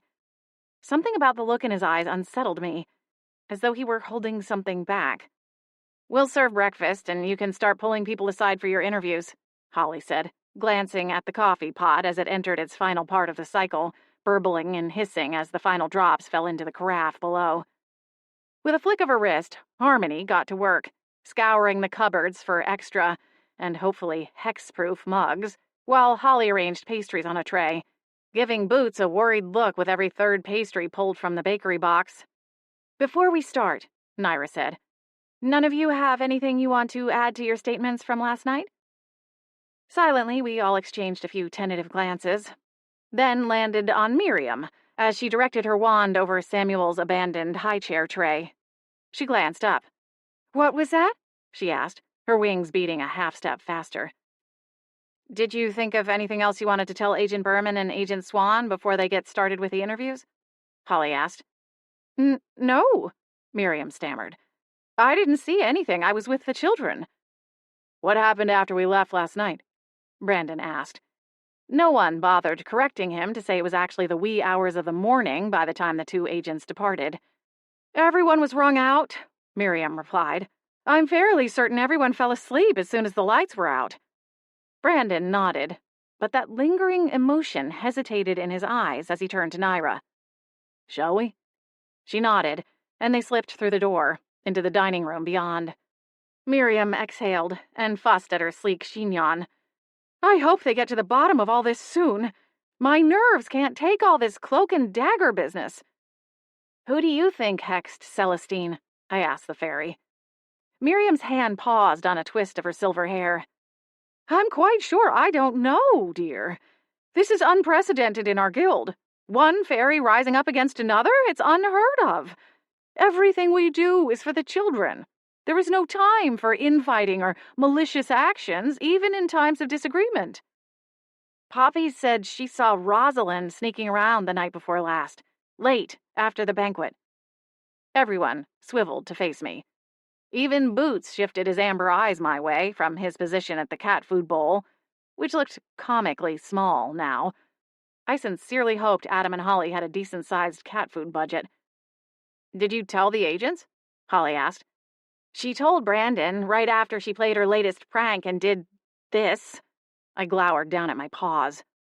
Rosalind wouldn't do something like this, Miriam said, and from the pinched look on her face, she wished she could take the words back as soon as they left her mouth. I mean, no one would. Like I said, of course, but especially not Rosalind. Harmony placed a trio of mugs on the table, then went and grabbed 3 more. Miriam used the slight distraction as her opportunity to slip away. I'd better get upstairs and check on dear Samuel. Boots gave him quite a fright, didn't he? Boots hung his head, his tail limp against the floor. Miriam zipped up the back staircase. That was odd, Harmony said, placing down the next gathering of mugs. Don't you think? There wasn't time to take a consensus on whether or not Miriam knew more than she was saying. The door opened, and Lila, Rita, Gwendolyn, and Esmeralda appeared. Do you need a hand with anything? Lila asked us. I'm sorry for the delay, Holly said. We're just about ready here. She hustled to turn off the tea kettle as steam poured from the spout, and in her haste managed to kick the cabinet below. A squeak sounded from the crevice, and the rat abandoned its hidey hole, shooting across the kitchen like a wind-up Hot Wheels car. Sweet mother of Merlin! Gwendolyn brandished her wand with practiced ease. A shimmering light enveloped the rat before it transformed into a plushie, complete with beady eyes and a fuzzy tail. Lila smacked a hand across her mouth. Oh no, poor little guy. Gwendolyn, that was cruel. Lila, Rita said with a click of her tongue.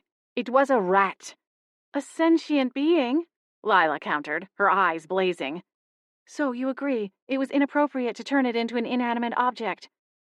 Actually, Holly interjected, raising an eyebrow. That rat used to be a mug, so technically it's just been returned to something of its original state, though it was a lot more functional as a mug. Boots padded over and smacked the plushie with his giant paw, his rear end lifting in a playful wiggle. Whoa! Gwendolyn gasped.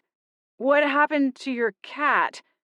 I wish I knew, Holly replied, though a gleam had returned to her eye, watching her familiar bat the toy rat across the kitchen and under the table. He rammed into a chair with enough force to send it toppling, and ran in the opposite direction as it clattered to the floor. Holly winced. Might take him a minute to get used to his new size. A bang sounded on the door. Gwendolyn pulled it open, then jumped back as Poppy the Skull zoomed into the kitchen, her pinkish-purple eye sockets glowing irritably. It's absolute pandemonium upstairs. You promised I would be left undisturbed, she complained to Holly and Harmony. The line at the bathroom is enough to make me shiver. Since when do you even use the bathroom, Poppy? Holly retorted, rolling her eyes. I don't need to use the bathroom, but the combination of botanicals and fragrances and all the combined beauty tonics is giving me a headache. I thought fairies were supposed to be more granola than all this. Granola? Gwendolyn blinked, clearly confused. Please forgive her, Holly said a little sheepishly. Before cutting Harmony a look I'd seen people give parents when their small child was in full-on meltdown mode in the candy aisle of the grocery store. Undeterred, Poppy zoomed in a circle around Rosalind, her glowing eyes narrowed to embers of amethyst. Oh, it's you! I thought you'd be in the pokey by now, she sneered, eliciting a raised eyebrow from Holly. Batwings, Poppy, knock it off! Holly summoned the broom again and took a swipe at the hovering skull. What in the other world has gotten into you? Harmony asked, also making an attempt to grab the skull. She's the one caught sneaking around in the dead of night, Poppy crowed, flying closer to the ceiling to avoid Holly and Harmony's reach. I ratted you out, and there's nothing you can do about it. Me? Sneaking around? Rosalind asked, her wings fluttering fast enough to produce a sheen of fairy dust. After the banquet, Poppy added. Rosalind paled, looking at the other fairies. I assure you, I went to bed the same time as everyone else. Is everything all right in here? Brandon's head appeared in the gap beside the door as he pushed it open just wide enough to avoid hitting one of the fairies. Poppy's running her own inquisition, I muttered, glaring up at the ceiling, wishing I had more control over my magic. I'd turn her into a pretty little disco ball and leave her there for good. It would add some fun ambiance, and the inn would be a whole lot quieter. What about you two, then? Poppy snapped, dive-bombing into the space between Lila and Gwendolyn. You're looking awfully suspicious. Shifty eyes, the both of you. Holly scrubbed a hand over her face. Brandon held up a hand and stepped fully into the kitchen. That's enough, Poppy. I've already got their statements. Lila and Gwendolyn quickly spoke up, eager to clear their names. "That's right," Lila said, her wispy lavender hair swaying gently as she spun to keep her eyes on Poppy overhead. "We were out touring the greenhouse when the hex happened," Gwendolyn added, "so it couldn't have been either of us." Holly removed her hand from her face. "I led you out there right after dinner. You were out there the whole time?" Harmony frowned. "That's what, 4 hours?" "You were in the greenhouse for 4 hours?" Brandon asked, his brows knit as he turned to face the fairies in question. The fairies exchanged a look, then nodded. Striding to the French doors, Brandon craned forward and looked out at the raised garden beds and the small glass structure at the center of the arranged planters. "That greenhouse?" I smiled at Holly, then cleared my throat. "To be fair, it's a lot bigger than it looks. Think of it like the Disneyland of all things botanical." Brandon looked at Holly. "Is it safeguarded?" Holly's smile twisted into a frown, and she planted her fists on her hips. "Now what kind of question is that? Of course it is. No one is going to wander off the street into someone's greenhouse anyway. And thank goodness for that. I shudder to think of what Herman might do." Brandon glanced at me. "Herman? Who is that?" Behind him, Holly's green eyes flew open wide, and she made a quick zip-it slash across her lips. My stomach cinched. That's just what we call the, rat that sometimes visits looking for, rotten produce." Holly smashed her palm back over her face. "Will we be allowed to leave after today's interview?" Lila interrupted, her tone impatient. "I don't see the point in staying here, twiddling our magic wands and going around in circles over what happened." Brandon's gaze lingered on me another moment, his expression pinched. But he turned when Gwendolyn let out a huffy sigh. "It's obvious it was Esmeralda anyway." Lila's eyes flashed as she rounded on Gwendolyn, their temporary alliance shattered. "How dare you say such a thing? Do you have any proof?" "Hold up," Holly exclaimed, raising her hands. "We need to focus on finding answers, not pointing fingers." "Speak for yourself," Poppy grumbled from her perch on an open shelf, her eye sockets dimming momentarily. "Some of us don't have fingers to point." "Poppy, enough," Harmony scolded, her patience clearly wearing thin. "This isn't the time for jokes. Holly's right. We all need to work together if we're going to get to the bottom of this curse." I sighed internally, my feline ears twitching at the rising tension in the room. "Please, everyone," Holly continued, lowering her tone and finding the barest edges of a pleasant smile. "Let's go into the living room and enjoy breakfast and let Agent Swan do his work in peace." The fairies didn't go quietly, but they allowed themselves to be escorted from the kitchen. Holly and Harmony followed, their arms loaded with trays of pastries, coffee, and a dozen different tins of tea. When the door swung closed, I found Boots curled up in the corner and settled in beside him, letting the steady hum of his soft purr soothe my frayed nerves. I had no idea who hexed Celestine, or why any of this strangeness was happening. But I knew one thing for sure. Stress wasn't going to help me back to my normal form, and I wasn't of use to anyone like this. Chapter 11. Boots perked, a moment before raised voices filtered through the kitchen door, interrupting my attempted moment of fuzzy zen. He growled low, the vibration rumbling like the motor of my beat-up car when it struggled to turn over in winter. "What now?" I muttered, getting to my feet. Well, pause. Boots led the way, and was large enough to easily shoulder his way through the door. He was considerate enough to wait for me to scramble through before he moved on and let it swing shut again. He clearly understood the consequences of getting one's tail pinched. Persia stood at the top of the staircase, wrapped in a robe printed with sunflowers, her wings beating furiously enough to send droplets of water flying from her soaked tresses. "Had just about enough. If we're to be held hostage here, the least you could do would be to make it a pleasant experience," she snarled, her ire directed at Holly, who stood between Brandon and Naira at the bottom of the stairs. From somewhere beyond, the chorus of Singin' in the Rain played. It sounded theatrical and raw. "What seems to be the matter?" Holly asked, her tone as pinched as her expression. "The shower is possessed," Persia exclaimed. She stepped to the side and swept an arm in dramatic fashion. "See for yourself, if you don't believe me. All I know is I want out of this haunted house." She flicked daggers at Brandon and Naira. "I've already packed my bags. If you don't let us go, I'll call your bosses and have you both dismissed." "Go ahead and call," Naira said, with a casual shrug, though the intensity in her dark eyes plainly showed her true feelings on the matter. "But I have to say, fleeing the scene of a crime against the leader of your guild might look a little suspicious." Holly didn't wait for the fairy to decide what she wanted to do. I followed Boots, who followed Harmony, who followed Holly, and we raced upstairs to the 3rd floor, just as Esmeralda, Rita, and Lila charged for the stairs, their hands over their ears. "What is that racket?" Esmeralda asked. Holly moved past them, and the 4 of us burst into the steam-filled guest bathroom, and were met with a sight that would have been hilarious under different circumstances. The showerhead had sprouted a cartoonish face and was singing show tunes as it merrily spritzed water around the glass enclosure. "What in the other world?" Holly yelped. Huge blue eyes glanced over at us, and the singing temporarily paused. "Towels on the right," the voice said. "I've still got some hot water in the tank." "Someone tell me there is a Motel 6 nearby," I said, blinking rapidly. I am not cut out for this. "What do we do?" Harmony asked, nervously shifting a look toward Holly. I have no idea." Holly lunged forward and turned the dial.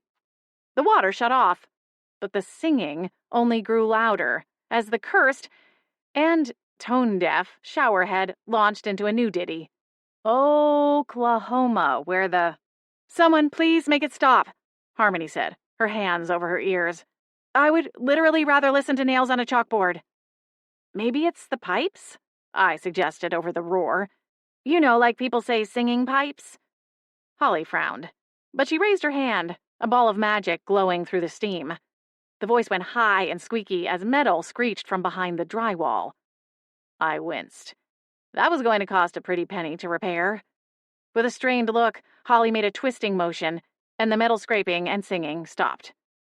The showerhead's face, the stuff of nightmares, faded, and for a moment I wondered if perhaps this was all an elaborate fever dream. Boots growled, still glowering at the showerhead. Holly patted her familiar's head, now at her mid-thigh. "I know, Bootsy, I know." "Brandon is going to have to give us permission to open that portal," Harmony said, "because I am going to my sister's house and I might never come back." Holly pinched the bridge of her nose. "What are we going to do? Run like Hades?" I suggested. "Not an option." "Maybe Brandon would make an exception to let a magic exterminator come from the Haven," I suggested. "You know, like you were talking about earlier. Maybe they can tent the place for hex mites?" "Hex mites?" Harmony said. "There's no such thing as hex mites." I groaned. "So, water slugs are a real thing, but hex mites is a bridge too far?" Both of the witches stared at me through the slowly dissipating steam.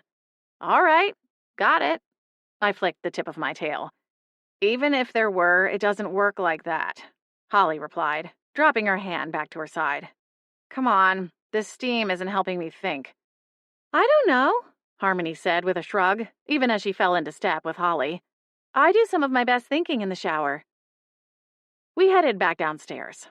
No closer to having a plan in place, only to arrive in time for Clara to point out that the cushions on the couch were changing color.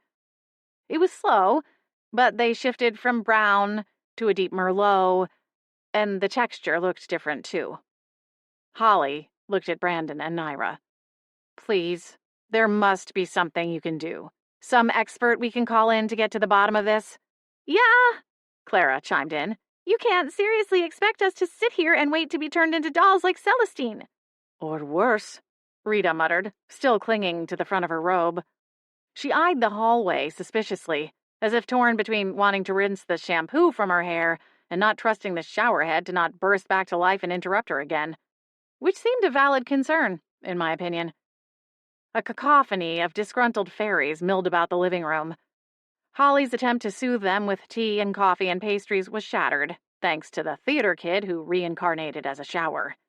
"Please, ladies, just calm down," Holly pleaded, her eyes wide as she took a mental head count. She wrung her hands together, no doubt fearing this fiasco would be the end of the inn she loved so dearly. "If anyone should get to leave, it should be me," Rita insisted, her chin lifting as she flitted a few extra inches from the floor to bring herself to Brandon's eye level. "Clearly someone is targeting me. First my earrings were stolen, then my roommate was hexed. Now I have some kind of singing stalker assaulting me while I bathe. I do not feel safe here, and will be leaving this afternoon." The autumnal fairy left no room for argument as she blitzed up the stairs and out of sight, leaving a golden-red trail of fairy dust in her wake.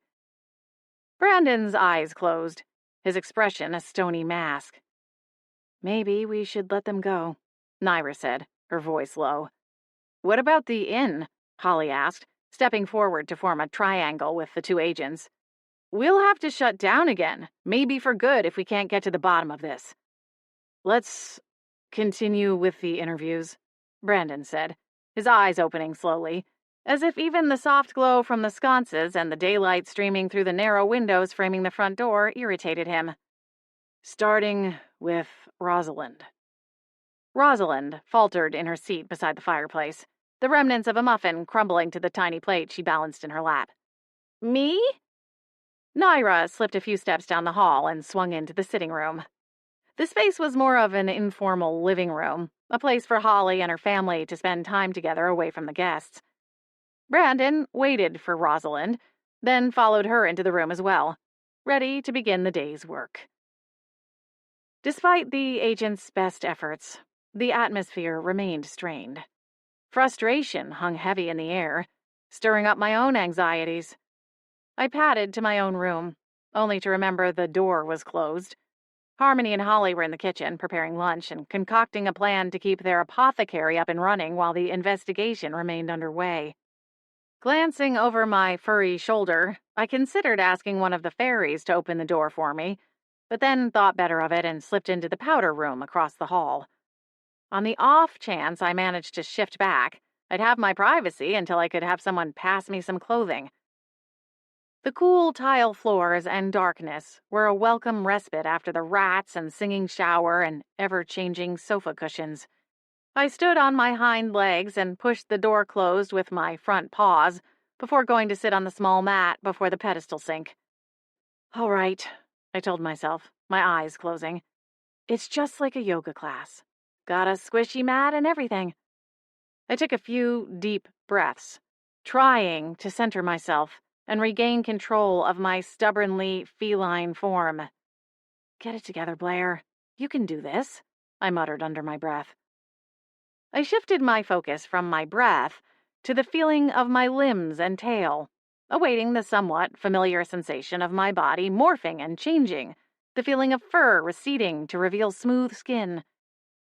But try as I might, nothing happened. My heart raced, panic clawing at the edges of my mind as I awaited the change. Nothing. Sighing, I lay down and folded my paws in on themselves. At least none of the plumbing had started belting out the sound of music. I wasn't sure how much time passed before a soft knock sounded on the powder room door. "Blair? Are you in there?" "It's open," I replied. Light spilled in from the hall as Brandon gently pushed open the door.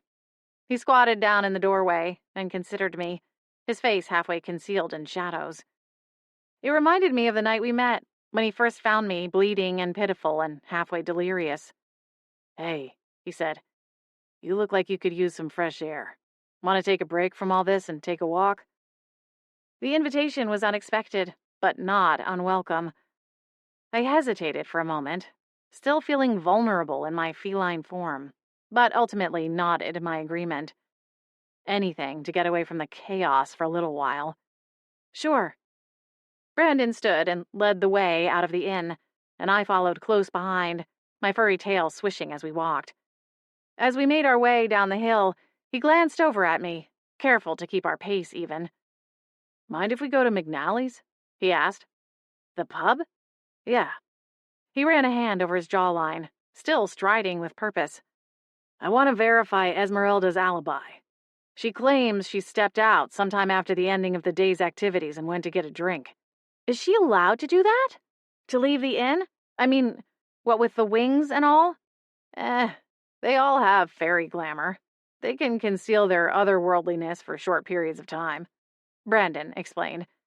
As long as she was careful, there's nothing saying she can't go into town. And from the sounds of things, she would have needed a drink. I guess I haven't gotten to the glamour chapter in my fairy book yet. Brandon smiled over at me. You'll get there. A young couple, all bundled up in winter garb, passed us on the sidewalk, giving me and Brandon a strained smile. I glanced back as they passed and found them staring. You got a glamour for how to not look like a crazy man chatting it up with a stray cat?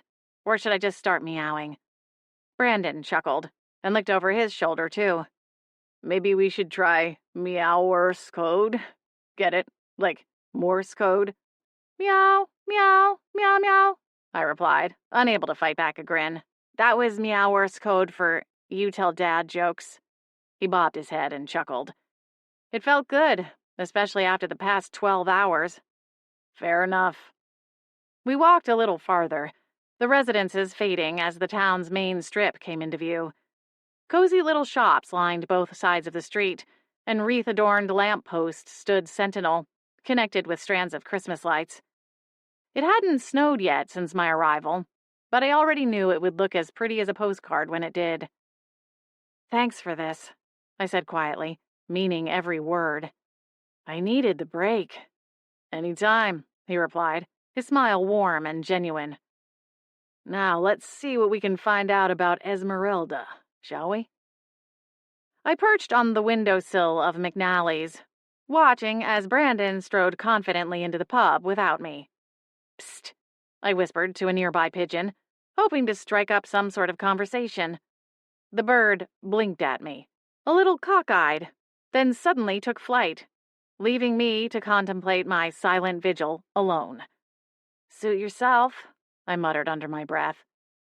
It wasn't quite lunchtime, but a few of the tables near the windows were occupied. The baskets of deep-fried seafood and submarine sandwiches were an unpleasant reminder that I had yet to eat anything today. I hadn't even had coffee. No wonder I was in a mood. As I pressed my nose to the glass, all but drooling over a basket of golden halibut and fries, a gruff bark caught my attention. Swiveling my head around, I came face to face with an enormous German shepherd, teeth bared and hackles raised.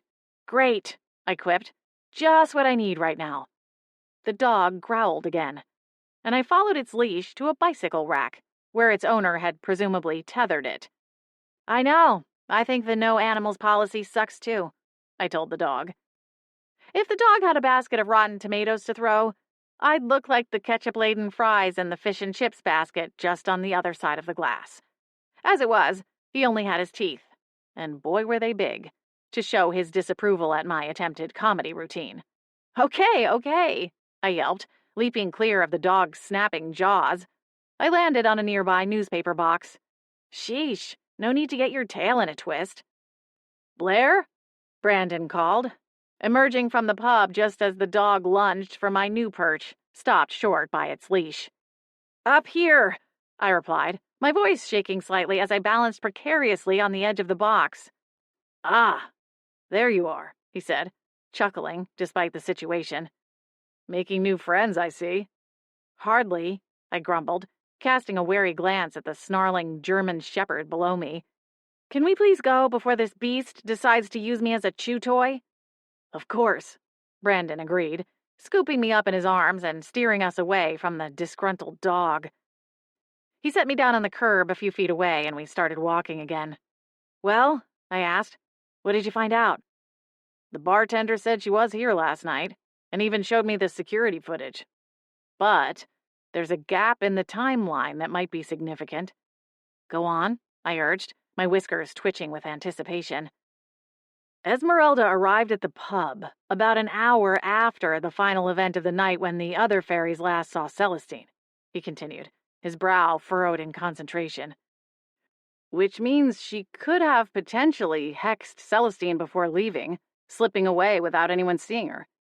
It would be a smart play to go to a local establishment and make a point of being noticed. He slid a sidelong glance my way. Apparently, she got a little sloppy and handsy with another patron. Interesting, I mused, my ears flicking thoughtfully. Too bad Poppy didn't catch her leaving to confirm the timeline. Speaking of, what did Rosalind say? The same thing she said last night, Brandon replied, his gaze distant and thoughtful. She claims she was in bed at the same time as her roommate, Clara, and she doesn't know what Poppy is talking about. For now, it seems Esmeralda is the more obvious suspect, as she had motive. Why would Rosalind have wanted to hurt Celestine? Is there a chance Celestine wasn't the target? Like what Rita was saying before. She kind of has a point about the earrings and then the weird thing with the shower. Although, it wouldn't explain the rats and couch cushions. And it definitely wouldn't explain why Boots is the size of a Volkswagen Beetle. Brandon sighed heavily. We've got a ways to go, he agreed. Someone has to know something. It's just a matter of finding the right leverage. Yeah, well, good luck with that. These fairy godmothers are tough old birds. That drew a snorted laugh. That they are. Chapter 12. So, what happens next? The question hung suspended in the frosty air as Brandon led the way up the handful of steps to the Beechwood Inn's front door. I hesitated on the paver stones, not quite sure I wanted to go inside. Brandon paused, his hand hovering over the door handle, and looked back at me. At this point, Naira and I have enough cause to take Esmeralda to headquarters to continuing our questioning there. We need to know where she was during the gap between when Celestine went to bed and Esmeralda arrived at McNally's. It doesn't take more than 10 minutes to walk the distance. Do you think Esmeralda is responsible for all of the other transformations going on around the inn, too? How do you know that what happened to Celestine was even intentional, given all the weirdness going on around here? For all we know, we might go inside and find Miriam turned into a teapot. Brandon looked surprised by my questions, and I shrank back a step. I wasn't sure if it was possible to blush while in cat form, but my face felt warm all the same. I know I'm not an investigator like you, I said quickly. It just seems like there are so many unknowns right now. For a moment, I wondered if my familiarity with Brandon was blurring the lines between what was my business and what was strictly the SPA's. But then I glanced down at my paws, halfway stuck to the ice-cold paver stones, and decided I had enough skin, or rather fur, in the game that I was entitled to nose around in the investigation. Brandon cleared his throat. You're right, he began, a tentative lilt to his voice. I can't say for sure what happened to Celestine at this point, but considering the Everbright wand is missing, it seems someone is hiding something, and I need to get to the bottom of it. In my experience, suspects tell us more once they are in custody. It becomes more real. I didn't want to ask what types of interrogation tactics a supernatural police force might employ to get the truth out of their suspects. For some reason, my brain imagined detectives with dark magic spells and slimy tentacle handcuffs.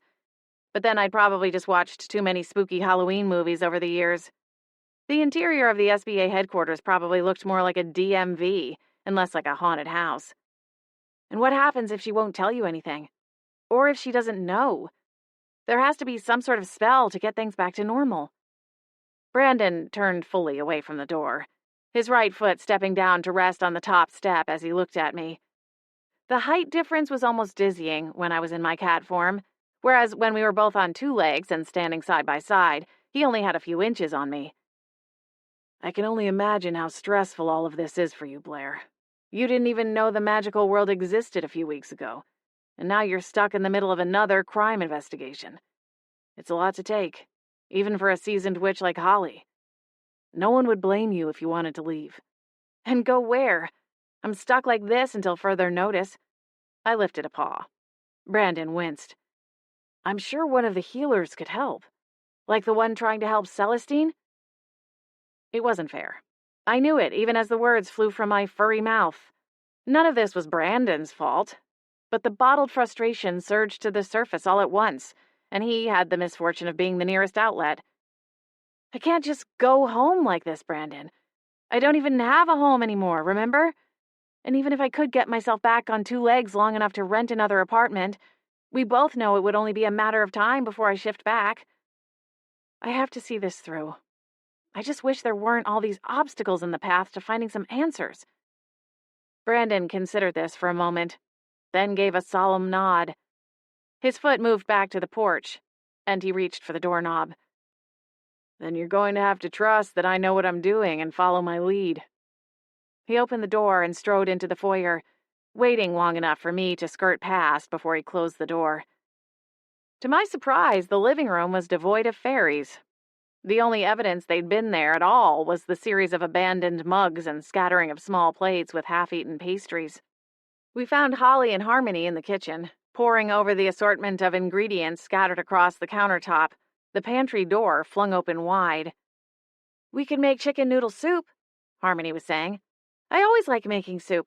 It's like potion making, just with different ingredients. And besides, it's colder than a witch's... She looked up from the back of the box of pasta and stopped short. Oh, Brandon, Blair, you're back. Any word? Esmeralda was at McNally's, but there is an hour unaccounted for, I replied, striding across the kitchen to peek inside the large walk-in pantry. My stomach rumbled again, and I scanned the shelves to see if anything jumped out at me.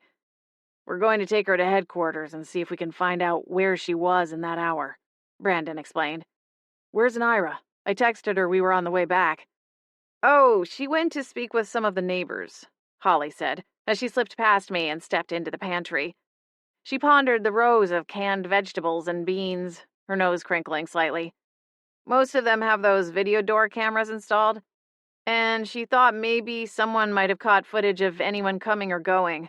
Although, as I told her, those can't always be reliable when security and masking wards are in place. They probably picked up Esmeralda as she stepped off the property line, but if she's hoping to catch a glimpse of things that happened on the inn's grounds, I have a feeling she's going to be disappointed. Brandon gave a nod. It's not a bad idea. And the neighbors will be more amicable to help now versus if we had gone around late last night. How is it that you're able to even get information from witnesses who aren't part of the magical world? I asked as I craned around, not enticed by the cans of peas and creamed corn. You don't have authority in the human world, do you? Brandon smiled. We have our ways. Supernatural beings have strategically infiltrated most, if not all, branches of government and law enforcement, Holly explained, when it became clear Brandon wasn't planning to elaborate. SPA agents can, and often do, carry identification for other branches of law enforcement. The SPA on their jackets, for instance, is warded to shift to FBI in high-stakes investigations or busts. Now, in a town the size of Beechwood Harbor, FBI agents constantly running around checking into things would raise more than a few red flags, so it has to be done discreetly. But the principle is the same. Where are the Godmothers? Brandon asked. I was half expecting a melee in the front room when we came back. We sent everyone to their quarters, Holly explained. I wouldn't be surprised if the majority of them are up there packing their bags. She paused and planted a hand on her hip, turning so she was looking at Brandon more directly. Which, speaking of, we need to have a conversation about. I can't just leave the apothecary for days on end without notice. My employees can hold down the day-to-day operations, of course, but none of them are potion masters. Harmony and I were planning to do our big restock tomorrow afternoon, as the Godmothers were supposed to be gone by then. Supplies will start running low. I can only hold off for another day, 2 at the most, before I have to insist on opening the portal again. Brandon considered her request, not outright dismissing it, though the slight furrow in his brow made it clear he wasn't ready to cave in just yet. Naira came in through the back door, pausing to wipe her boots on the mat before slipping fully into the kitchen. Yeesh! She shivered, her teeth chattering together. Move to the Pacific Northwest, they said. It will be fun and so beautiful, they said. Brandon cracked a smile. Toughen up, California girl. Naira narrowed her eyes at him as she rubbed her hands together. Any leads? Brandon asked. Naira shook her head. I don't know yet. A few of them agreed to email me links to their footage, so I'll have to wait and go through it when we get back to headquarters," she replied. "But no one saw anything out of the ordinary." "What's our cover story?" Brandon asked. Naira smiled. "You'll like this one," she said. "I told them my dog broke out of my yard and I wanted to check their footage to see if she might have run by sometime in the night. Everyone loves a good dog story." Brandon gave an approving nod. "Good thinking. Before we go, we should do a room search and see if there's anything we can use," Brandon said. My ear perked as a subtle gasp sounded from somewhere around the corner. Stalking from the pantry on silent pause, I poked my head around the wall, concealing the back staircase, just in time to catch a fluttering of iridescent purple wings. Without waiting for permission, I bounded up the stairs, chasing the trail of lilac sparkles. "Blair?" Brandon called after me. I kept going, and within seconds his heavy footsteps sounded on the stairs behind me. I caught up to the fairy on the second floor, before she could slip up the staircase to the third level. "Lila!" I called. "I know you were downstairs snooping." The fairy went still, her small hands balling into tight fists as she whirled around to face me, her wings fluttering wildly. "You can't search our rooms," she said, stamping her foot in midair, her chin set with defiance. "You don't have a warrant." "I don't have anything," I replied, then glanced over my shoulder to where Brandon stood at the top of the stairs. "But he definitely does. Why were you spying? Doesn't really seem like the actions of an innocent person." "So, because I don't want this brute going through my personal belongings, it means I'm somehow guilty?" Lila scoffed, her already high voice becoming shrill. "Who are you, anyway?" Her eyes narrowed at me. "I don't suppose you have a badge somewhere in that pelt." Brandon stepped between us, both hands outstretched, one placating Lila, while the other gestured for me to stand down. "We aren't searching all the rooms, just the ones relevant to the ongoing investigation," he explained. His tone of voice was calm, yet still managed to convey there wasn't room for debate. I wondered if there was an entire course dedicated to perfecting such a skill in the SPA training program. Brandon continued, "And we do have a warrant for Esmeralda's room, and when we are done with our search, we will be taking her to headquarters for further questioning." Lila's eyes grew wider, as though more horrified by this possibility than her own belongings being searched. "Esmeralda didn't do this," she insisted, her wings beating frantically. "You have to know it wasn't her. Why would she risk attacking Celestine in such a public place?" "She didn't seem to have any qualms about it on the firing range," I interjected. "Celestine and Esmeralda meet quarterly for their own private retreat," Lila continued, ignoring my point completely. "If Esmeralda were simply trying to get Celestine out of the way, she would have had far better chances when they were alone for their leadership meetings." "No one is under arrest," Brandon told the borderline hysterical fairy as he lowered his hands back to his sides. "We simply need to speak with Esmeralda about her alibi and get more information, which at this point, given the state of things here, will be easier at headquarters." Lila's jaw, delicate as it was, set in disgust as she stared down the agent. After a moment, she whirled away and flew up the stairs, undoubtedly to warn Esmeralda. Naira climbed the stairs to join us at the top of the second-floor landing and followed the fairy up to the attic. Sound traveled easily enough in the walled-in staircase. "We can handle this one," Brandon said to me. I blinked up at him. "Is that your polite way of telling me to get lost?" He exhaled, his expression caught somewhere between a smile and a sigh. "It would be best if you stayed downstairs with Holly.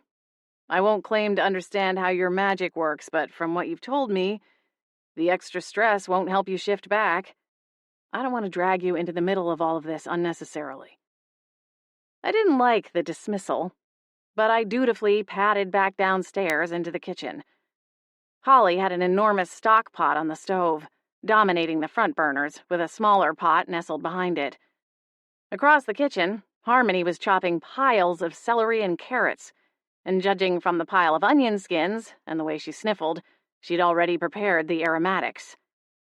I would offer to help, but I doubt anyone wants their soup with a cat fur garnish, I groused, as I strode across the kitchen toward Boots's large stainless steel water bowl beside the back doors.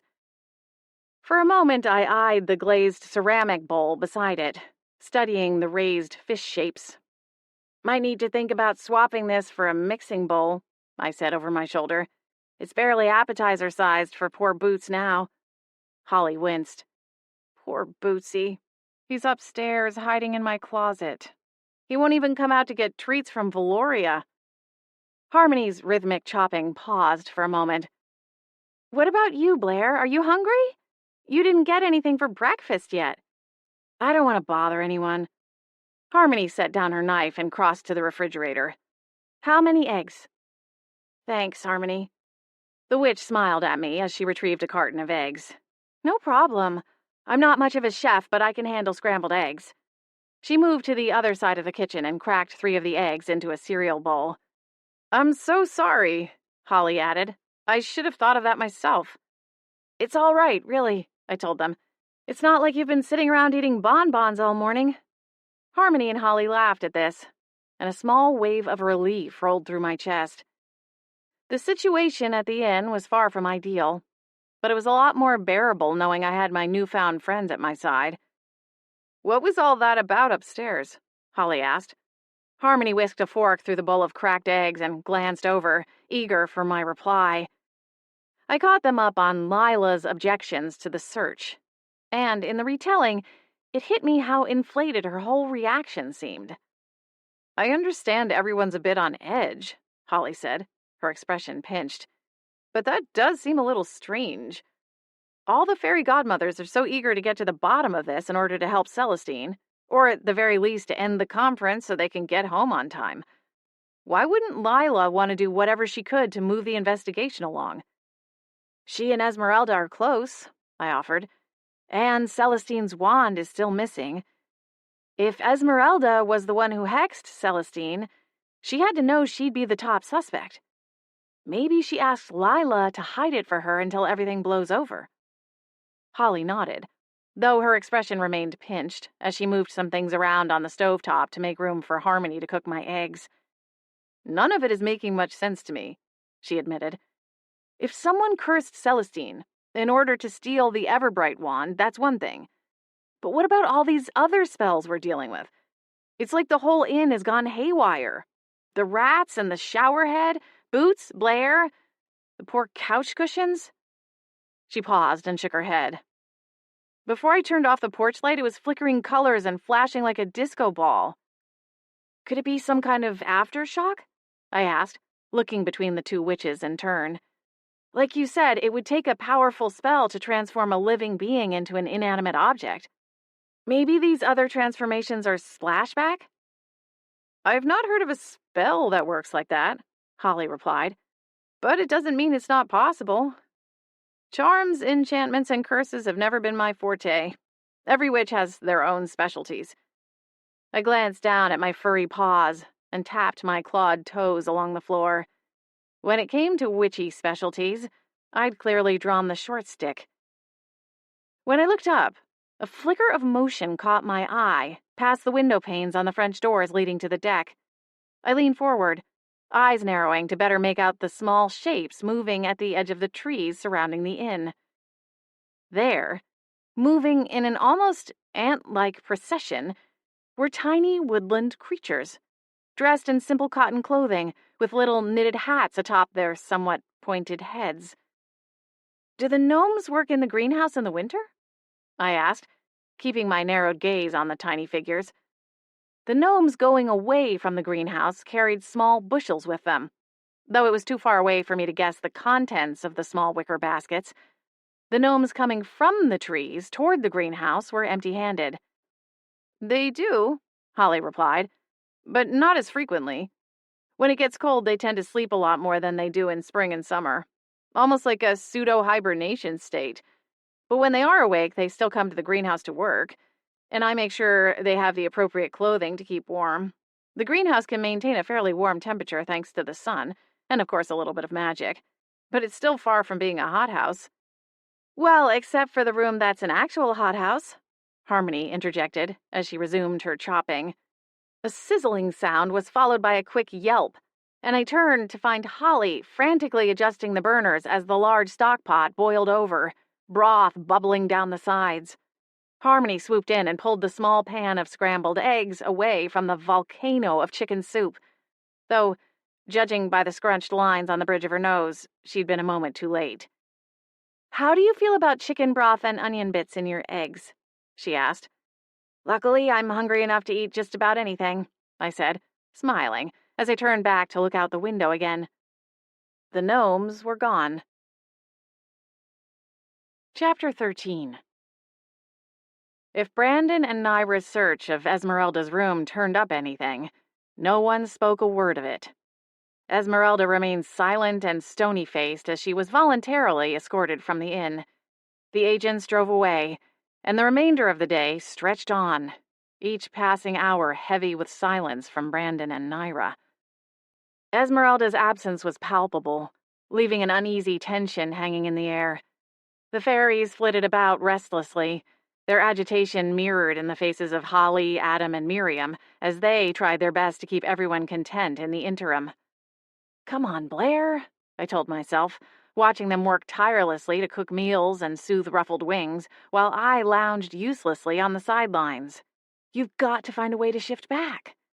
But no matter how hard I focused, or how many times I closed my eyes and wished, my human form remained elusive. Not wanting to be a burden any longer, I decided to skip dinner and retire early, hoping that perhaps a good night's sleep might miraculously bring about my transformation.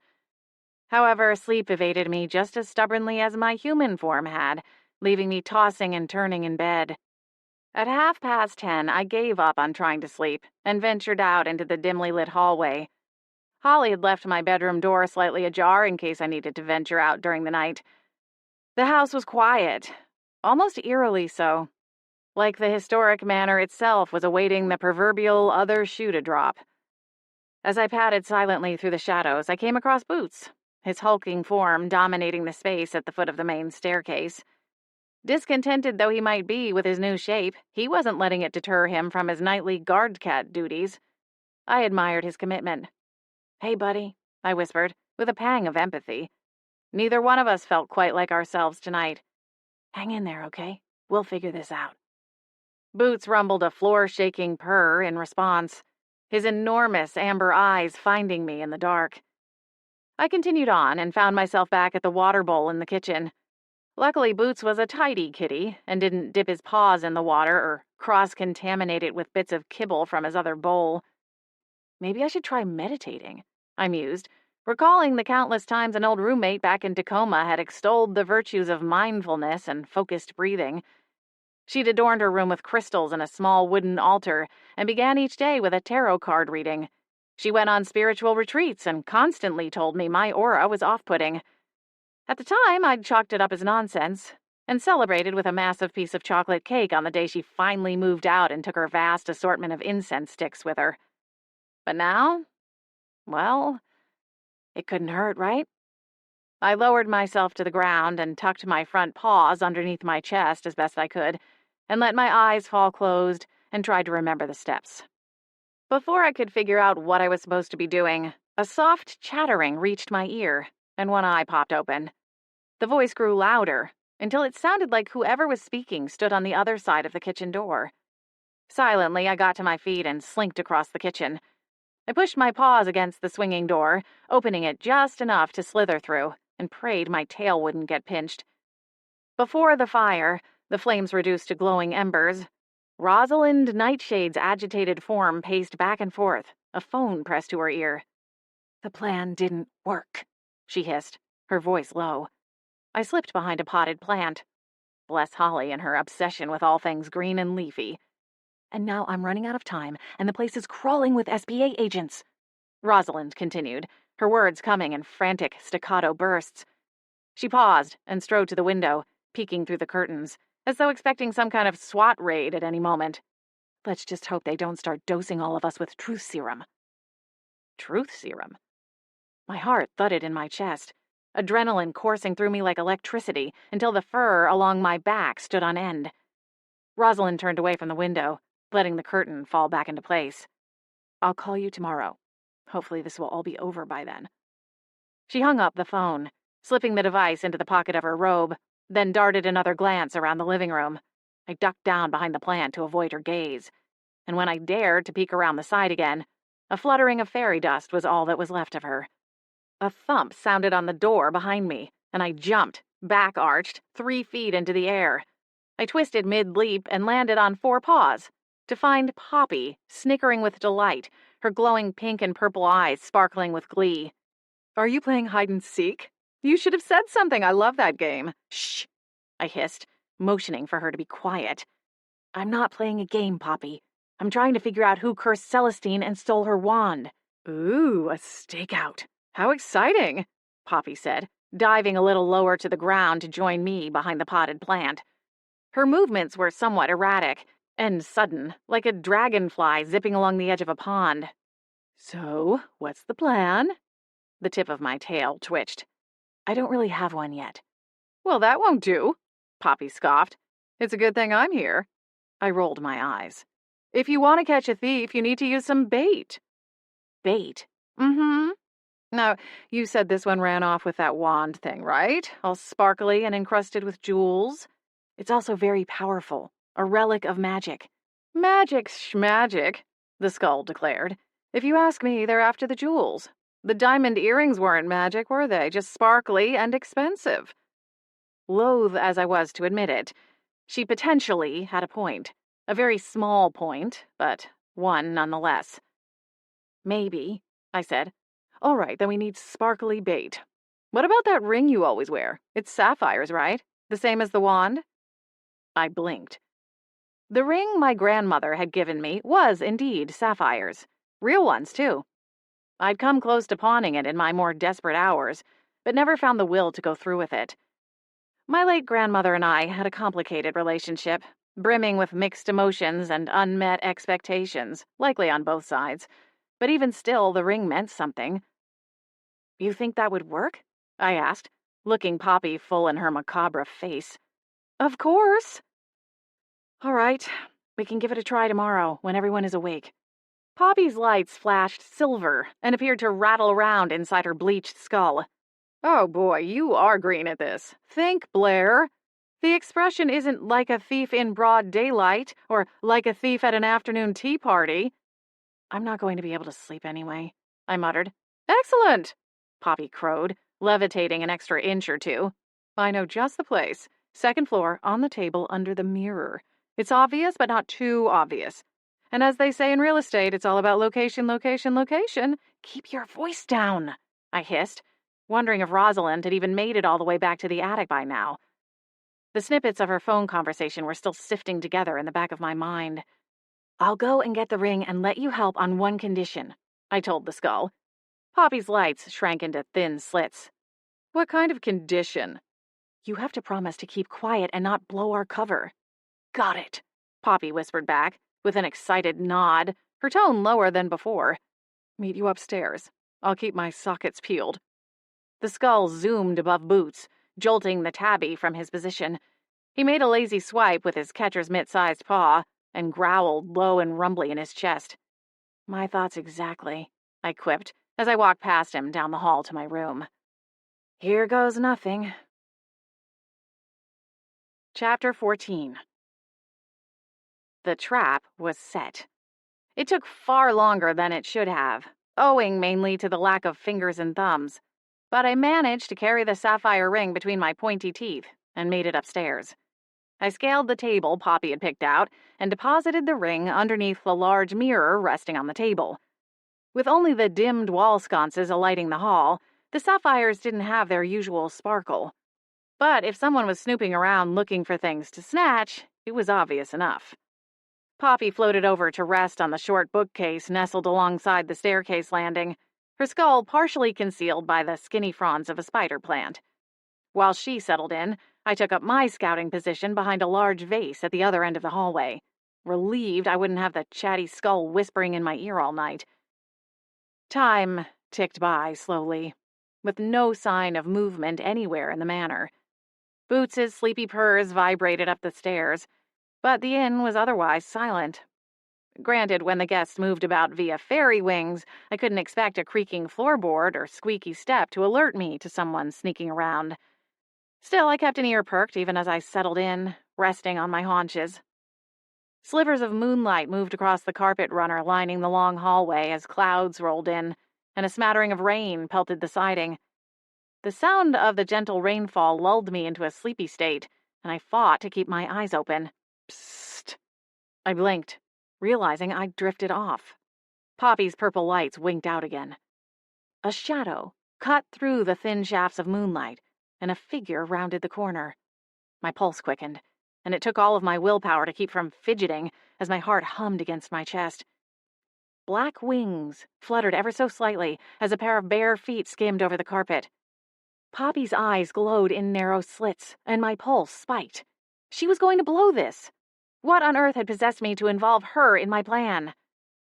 Rosalind didn't seem to notice the skull, however, as she continued drifting along the hallway, moving like a half-deflated helium balloon still bobbing along a week after the birthday party.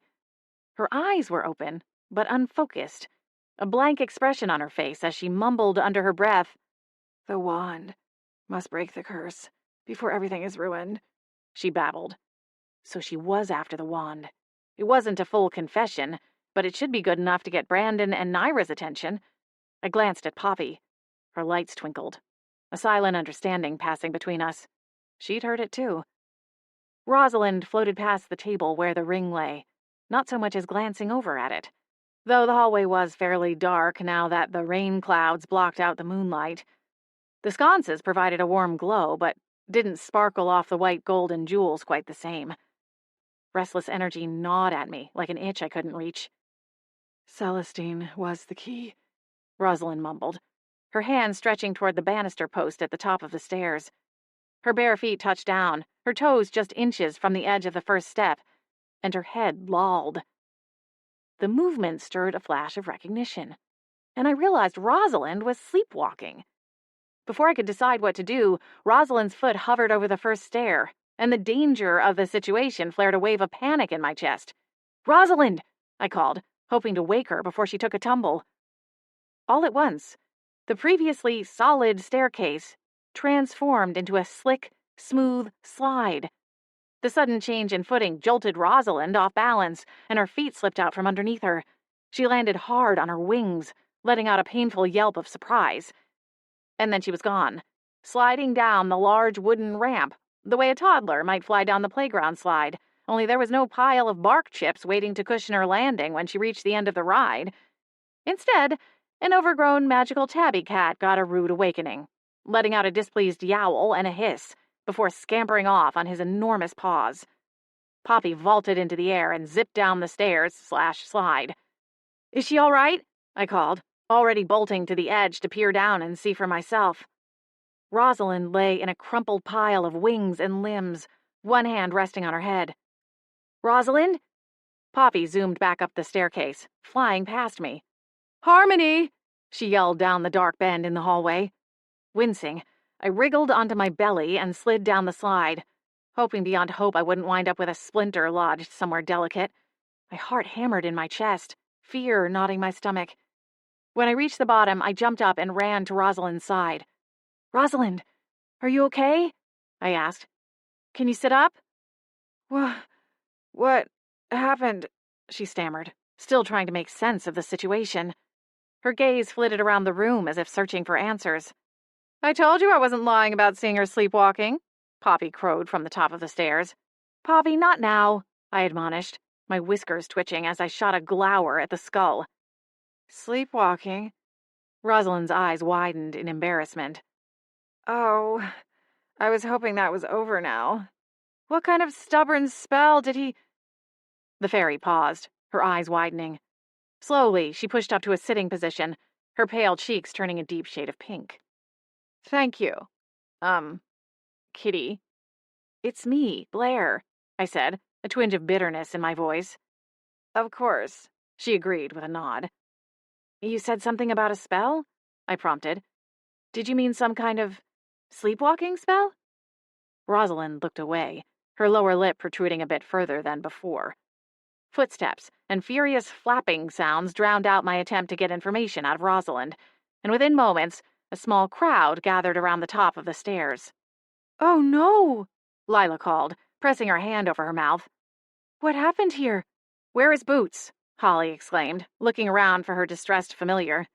"Did I hear him yowling?" Adam and Harmony looked down upon the scene with bleary eyes. "He ran off," I told Holly, unsure exactly where the cat had gone. "Stars above!" Miriam cried, flapping down to Rosalind's side. Rita, Persia, and Clara huddled beside Lila, equally distressed. "I'm coming around the back," Holly announced, as she turned away, her footsteps quick and efficient. "Blair, what happened?" Harmony called down. "Are you all right, dear?" Miriam asked, glancing at me as she continued to check Rosalind over and help the other fairy sort out her battered wings. "I'm all right," I replied. I was having trouble sleeping, so I was walking around." I lied, at least partway. "I saw Rosalind. I think she was sleepwalking." I caught a tentative glance toward the fairy. She tucked her chin and worked to iron out a crease in the lower corner of her right wing. The stairs just, well, shifted, for lack of a better word, I continued. Holly hustled onto the scene, and while she looked Rosalind over, it was clear her mind was elsewhere. "Did you see which way he went?" "Maybe toward my room or the study?" I offered. Holly hesitated, her fingers resting on the beautiful pendant she wore around her neck. In all the time I'd spent with her, I'd never once seen her without it. "There," Miriam said, leaning away from Rosalind to consider her handiwork. Rosalind's wings unfurled, and she gave them a slow twitch, her expression pinched. "How's that?" Holly twisted her hands together. "Should we call for a healer? Surely Brandon would make an exception and reopen the portal in this instance." Rosalind flapped her wings a few more times and shook her head. "No, I think that was the worst of it." Holly dropped her hands to her side and swept past the two fairies to go inspect the halls for signs of Boots. "Did you take some kind of sleeping draft?" Miriam asked Rosalind, her brow lined with concern. "I don't care if it says fairy safe on the label. I hold firm that we fairies should never take sleeping aids of any kind. It never blends right with our kind of magic." "No," Rosalind replied, almost too quickly. "I didn't take anything to help me sleep. I'm sure this was some sort of one-time thing. I'm sorry to wake everyone." She cast a glance at the fairies clustered around the landing above. "But it wasn't a one-time thing," I interjected. "Poppy saw you sleepwalking on the night of the gala, too. In your interview, you claimed you weren't sleepwalking and that you were in bed, but certainly there is a chance you were." "I don't know anything about that," Rosalind insisted. I narrowed my eyes. "Before you fell, you were talking to yourself, and you mentioned something about needing Celestine's wand." I didn't want to overwhelm her with questions or come across like a jerk, but something was going on, and we all deserved answers. "You said Celestine is the key." "The key to what?" Rosalind's nostrils flared, her gaze moving past me to the dark living room. "I also overheard you on the phone," I added, my voice low enough the fairies above likely couldn't hear. Miriam frowned, her eyes pinging from me to Rosalind and back again. "What is this, Blair? What's going on?" "That's what I'm hoping to find out. I think Rosalind knows more than she's letting on." Rosalind's eyes flashed. "Fine, I'll tell you," she snapped. "I was sleepwalking tonight, and likely the night of the gala as well. I was hoping to sort this out with Celestine, but she's not here to help me anymore." My head tilted to the side. "Help you with what?" Miriam asked gently. "My charge, Jez, had something of a magical growth spurt some months back. His tutor doesn't seem capable of teaching him how to handle his newfound powers and abilities. He's grown bored and restless and has started acting out and pulling terrible pranks lately. He put a sleeping potion into my night cream a week ago, and although I discarded it upon finding out, it seems the effects of it haven't worn off completely." "Oh, you poor dear," Miriam said, swooping close enough to place an arm around the fallen fairy's shoulders. "But you don't need Celestine to help with something like that. You could have come to any of us.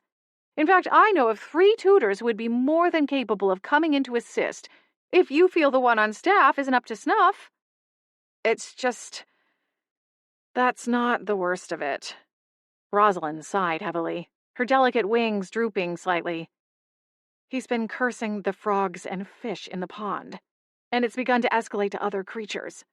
I was planning to ask Celestine to intercede and use the Everbright wand to reverse the damage done and potentially put a block on his magic. My ears perked. A block?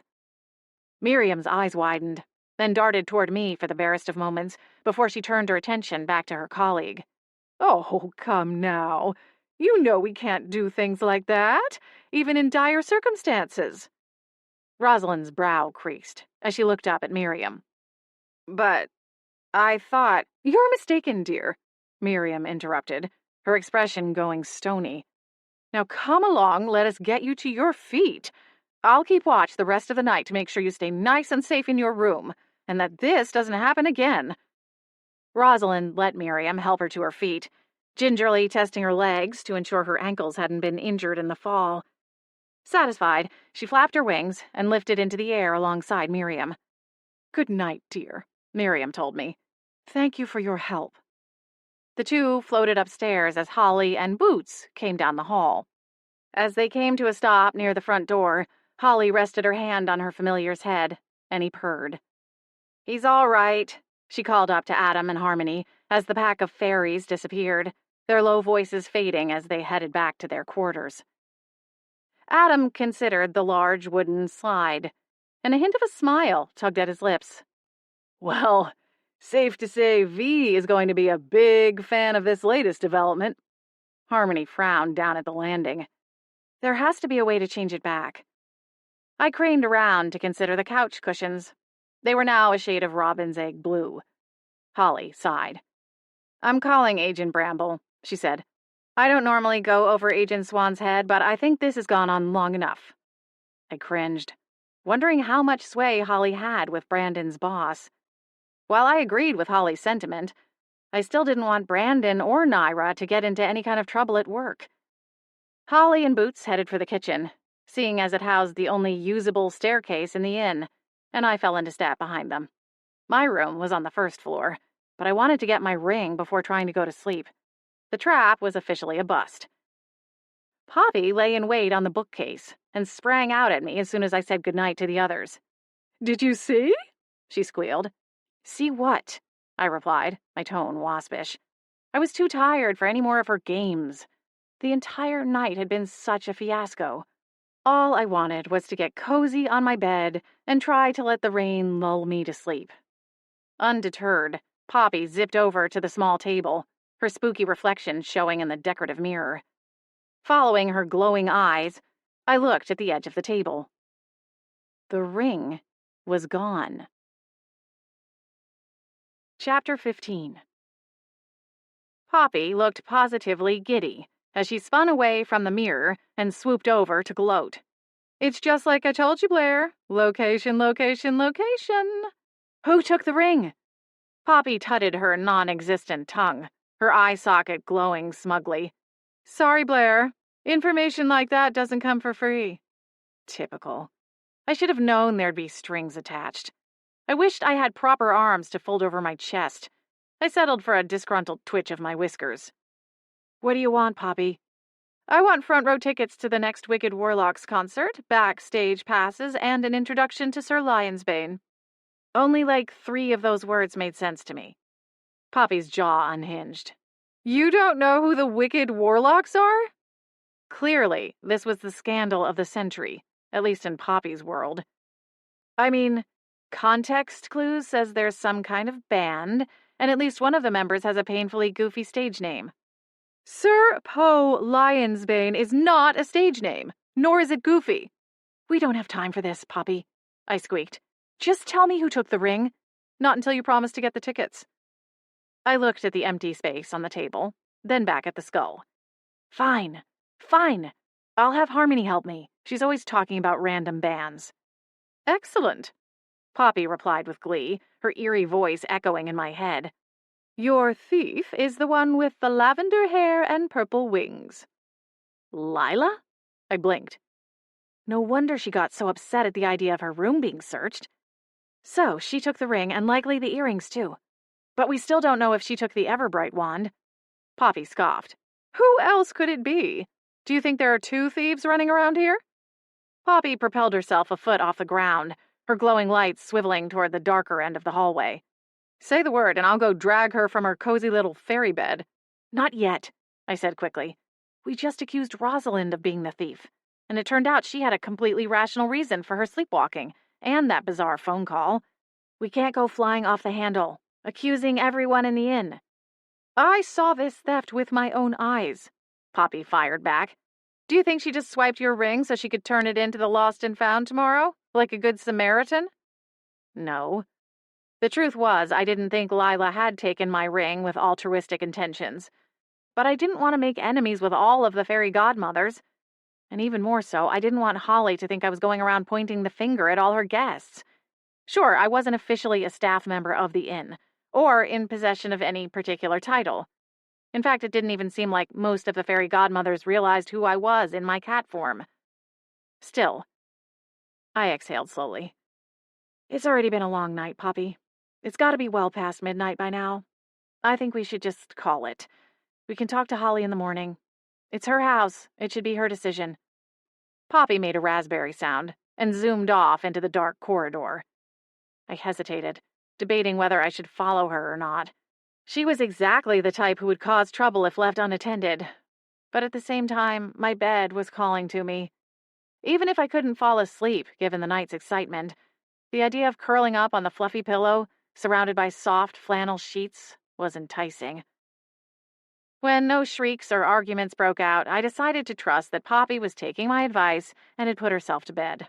That is, if she even slept, which I wasn't entirely sure she did. I eyed the staircase-turned slide and considered taking the shortcut back to the first floor, then quickly decided against it. I'd gotten lucky the first time. The second time might not be so kind. A firm knocking sounded at the other end of the house when I reached the kitchen. For the love of cheese and crackers, what could it possibly be this time? I picked up my pace and scampered to the front door, realizing a moment too late that I couldn't answer it. In my state, I couldn't even dream of getting close enough to look out the peephole. Who is it? I called out. SPA, Brandon's voice replied. Can you let yourself in? The doorknob clicked, and the deadbolt unlocked. Blair? Brandon's voice called as the door swung open. It's the middle of the night. Why bother knocking and waking everybody up if you can just let yourself in anyway? I muttered, more annoyed than angry. I didn't want to barge in uninvited, Brandon replied, stepping aside quickly as Esmeralda stalked into the house, looking slightly more bedraggled and irritated than when she left the inn. Esmeralda? Naira joined us in the foyer, and Brandon moved to close the door. Ms. Mosswood's alibi has been confirmed, and she is no longer under suspicion for the hex or the theft of the Everbright wand. Esmeralda let out a tired sigh and pushed past the agents.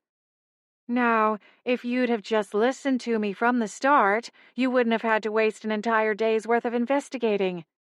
She stopped short at the base of the staircase, blinking at the smooth wooden slide carved into the place the stairs used to be. What's this? I exhaled. We've had quite a bit of a night. Brandon arched an eyebrow. I quickly caught them up on what happened, glancing down when I explained the part about Rosalind's out-of-control charge. I didn't intend to throw her under the bus or get her into any kind of trouble, but at the same time, the whole fiasco seemed like it should be on the SPA's radar. Esmeralda clucked her tongue, empathy softening her stern demeanor for a moment. What a mess. This is exactly the kind of thing I'm trying to fight against. Fairy godmothers have historically been trained to suck it up, smile and carry on, regardless of the impossible circumstance or personal toll. It's created an environment where godmothers don't feel safe to come forward when they need help, often leading to disasters like this one. She peered at the slide and followed it back to the second-floor landing. Everyone is back in their beds? I believe so, yes. I was headed that way myself, actually. Brandon cleared his throat. Thank you for the update, Blair. We'll leave you to it. But Naira and I will be back in the morning for a final debriefing. I frowned and spun to face him. Is the investigation over then? Who cursed Celestine? Naira shook her head. We're continuing the investigation, but we cannot justify keeping everyone here. The portal to the Havens will be reopened sometime tomorrow. My gaze moved between Brandon and Esmeralda, wondering what had led to this sudden change of heart. Then I remembered Holly's intention to call Agent Bramble. Apparently, her phone call had worked.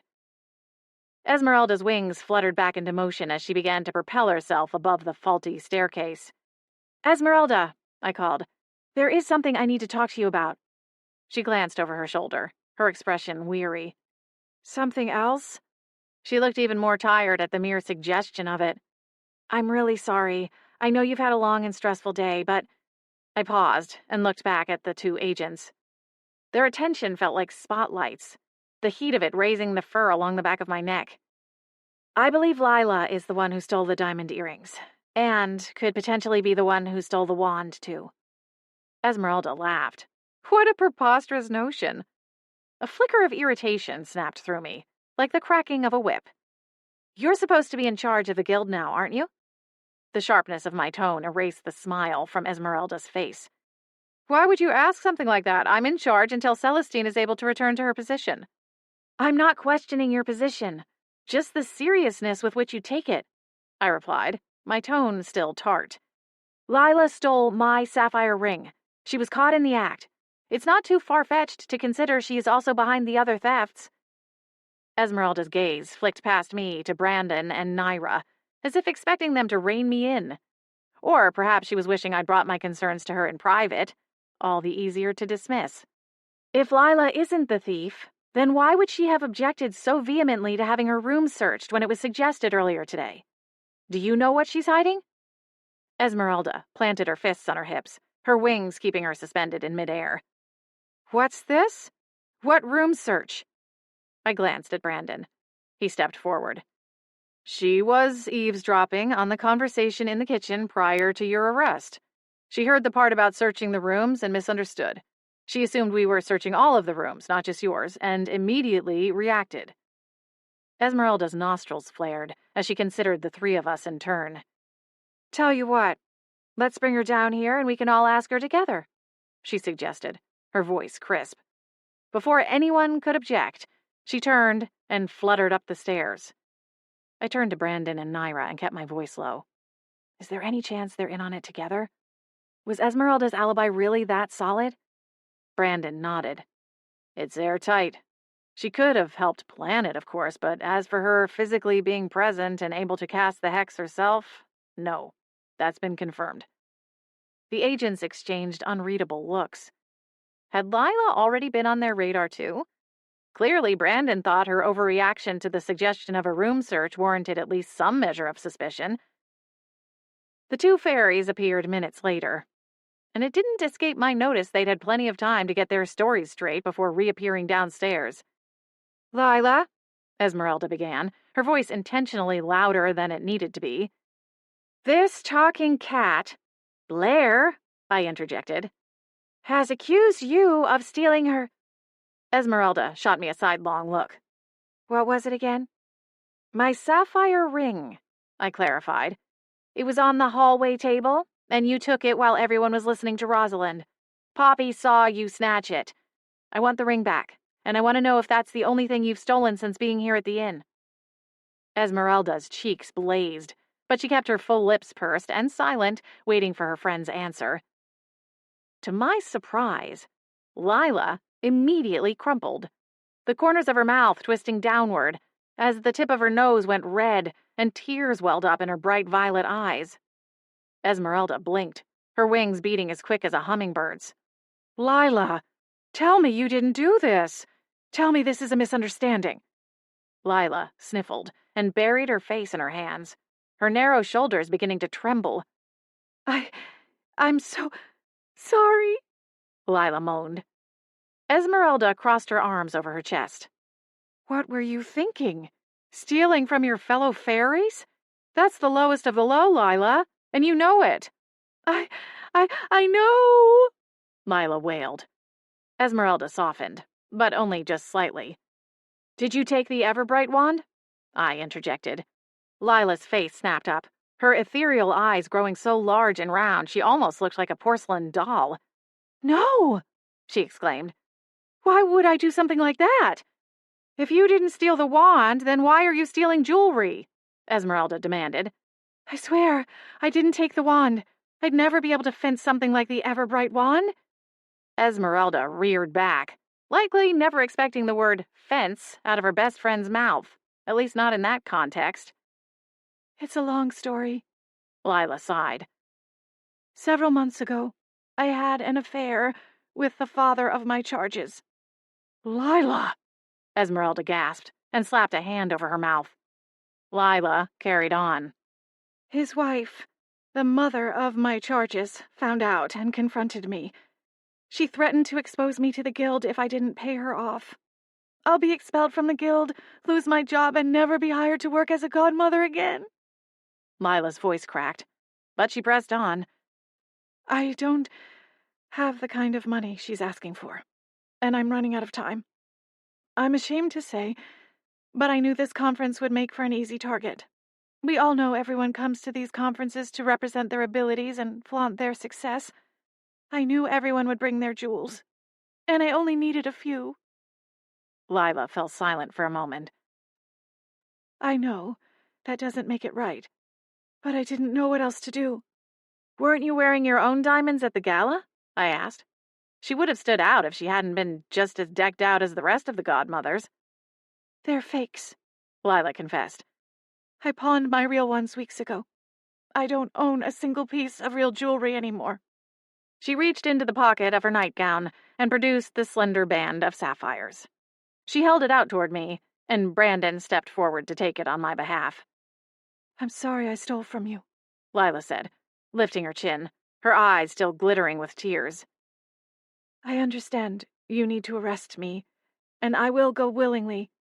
I have nothing to do with what happened to Celestine, and I don't know who has the ever-bright wand. You have to believe me." "We can talk about it at headquarters," Brandon said, giving Naira a meaningful look. "Want to do a quick search?" Naira stepped forward and performed a series of hand gestures, sending a wave of magic to encircle Lila's thin wrists. Brandon and Naira accompanied her upstairs, while I trailed behind, waiting on the second floor for them to come back down. "No sign of the wand," Brandon confirmed when they reappeared, Lila still cuffed and looking more miserable than before, her eyes rimmed with red, her face splotchy and tear-stained. "We'll be back in the morning," Brandon said, hesitating at the door as Naira escorted Lila from the inn. "Try and get some sleep, Blair." Chapter 16. Brandon used his magic to lock up after himself, and when the sound of the SPA's vehicle faded, I padded down the hall to my bedroom, my tiny legs feeling as though they each had a 3-pound dumbbell taped around it, which was a lot for a house cat. A narrow stream of golden yellow light poured across the hallway, emanating from the study door, which appeared cracked open just an inch. Curious, I wandered past my own doorway and slipped inside the study. The cozy warmth of the crackling fire enveloped me, along with the smell of old books and their oiled leather bindings. Harmony sat at one of the mahogany desks, a pair of large headphones covering her ears. "Man, those things must have some kind of turbo noise-canceling built in," I quipped as I approached the desk. I leaped onto the low windowsill, then vaulted atop the desk, promptly giving Harmony a mild heart attack. "Wah!" she yelped, surging back against her upholstered chair, one hand clutching her chest. "Blair!" "Sorry," I winced. She yanked her headphones off and dropped them beside the open book she'd been studying. Beside it sat a pile of 4 other volumes, all of various size and shape and thickness. "Has Poppy been giving you pranking lessons or something?" Harmony asked, a hint of amusement coming into her face after her initial terror faded. "I just about blasted you with a stunning spell." "I'm really sorry. It's these dang cat paws." I frowned down at the offensive little feet. "I can't stomp around even if I want to." Harmony smiled and tapped her phone, pausing her playlist. The unfamiliar digital album cover sparked a memory. "Speaking of Poppy, though, I owe her tickets to the Wiccan Warlocks," I said. "You heard of them?" Harmony snorted. "I think you mean the Wicked Warlocks," she replied. And yes, Poppy plays them on repeat whenever I let her pick what we listen to up in our room. Gotcha. Well, she wants backstage tickets too, but I think we can probably skip that and still appease her, I continued. I mean, even in the magic world, I think a flying, talking skull would set off a few security alarms, right? Probably, Harmony replied with a laugh. The Warlocks are pretty cult classic-y, though. Underground. It shouldn't be too hard to get tickets. Oh, good. I was hoping you'd say that. I didn't relish the idea of having to sell one of my kidneys on the black market to pay her back. Harmony eyed me, her blue eyes twinkling. Do I even want to know the details? Last time I checked, you and Poppy weren't exactly on friendly terms.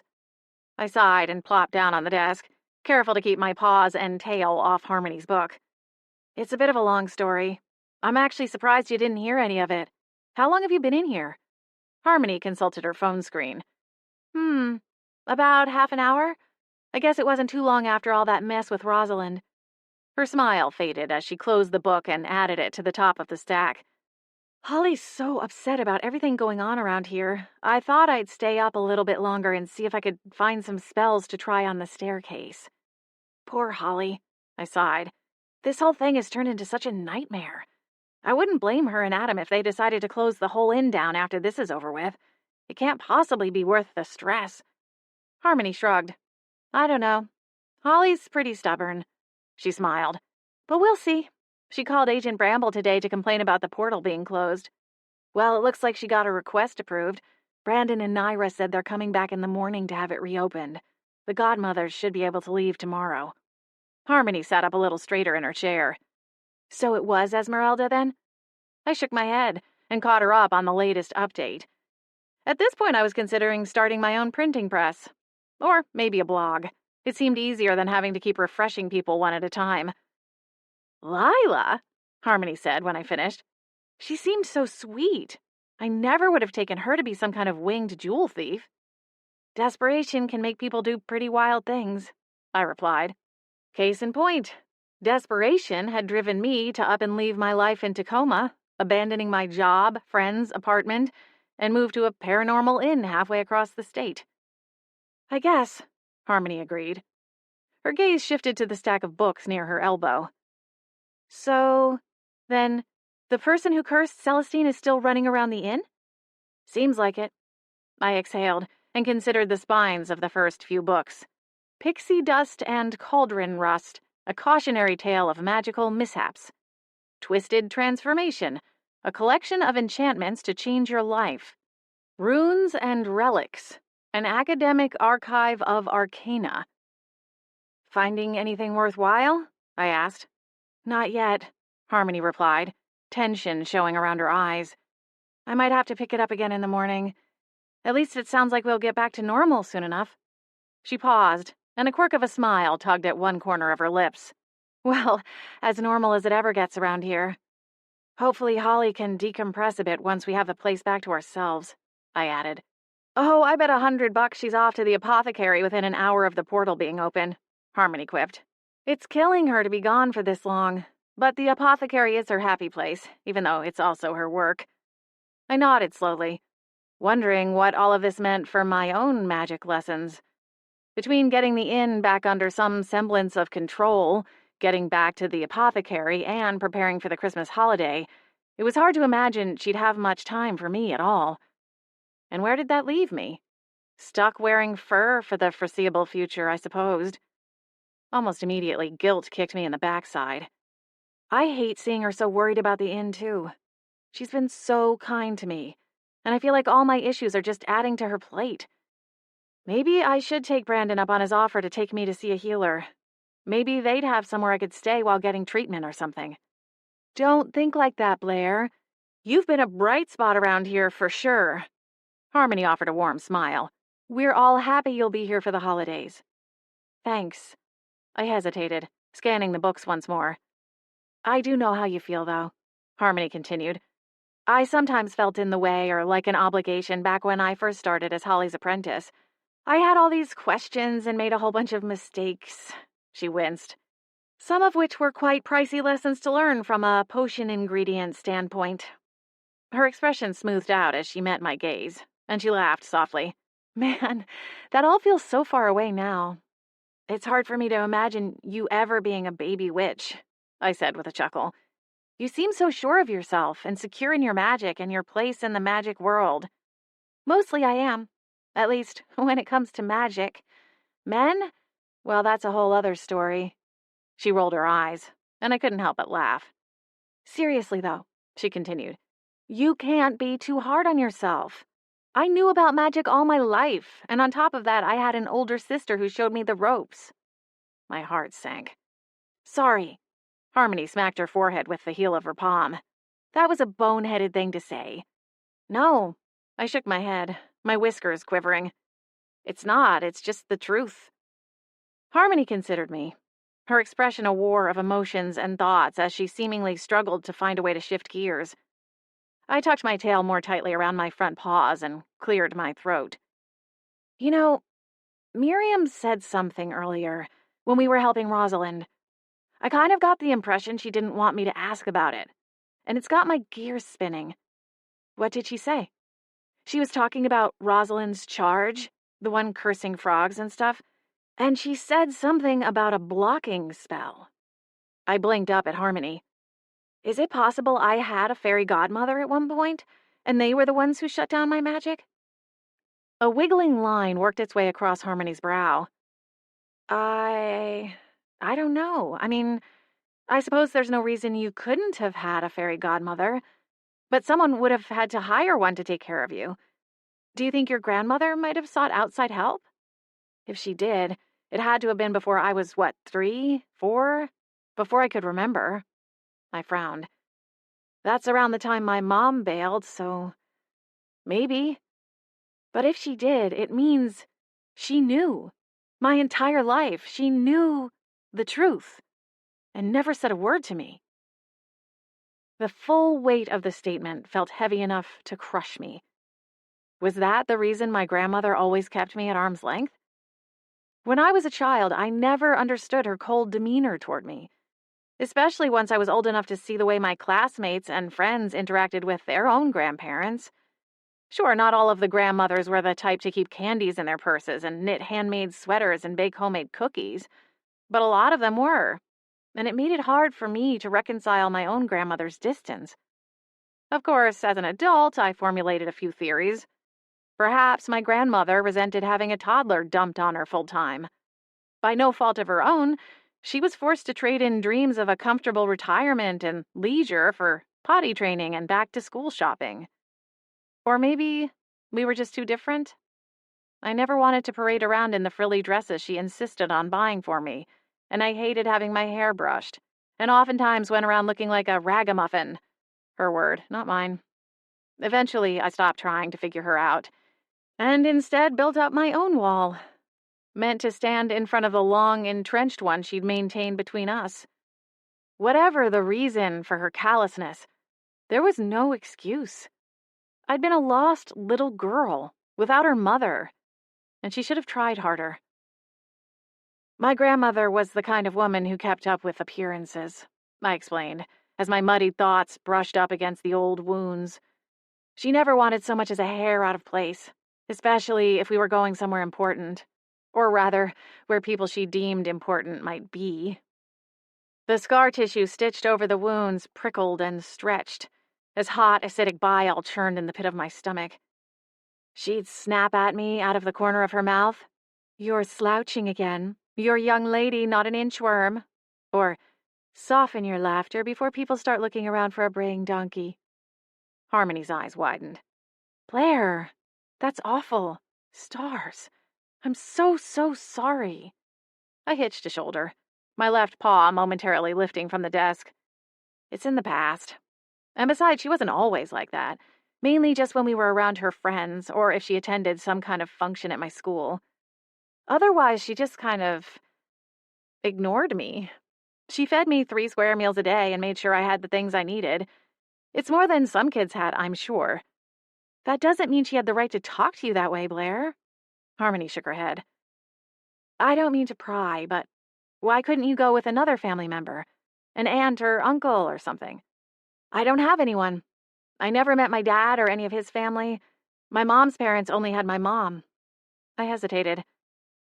I'm sure if there was someone else who could take me, my grandmother would have seen it done. Harmony nodded, her teeth worrying at the lower corner of her lip.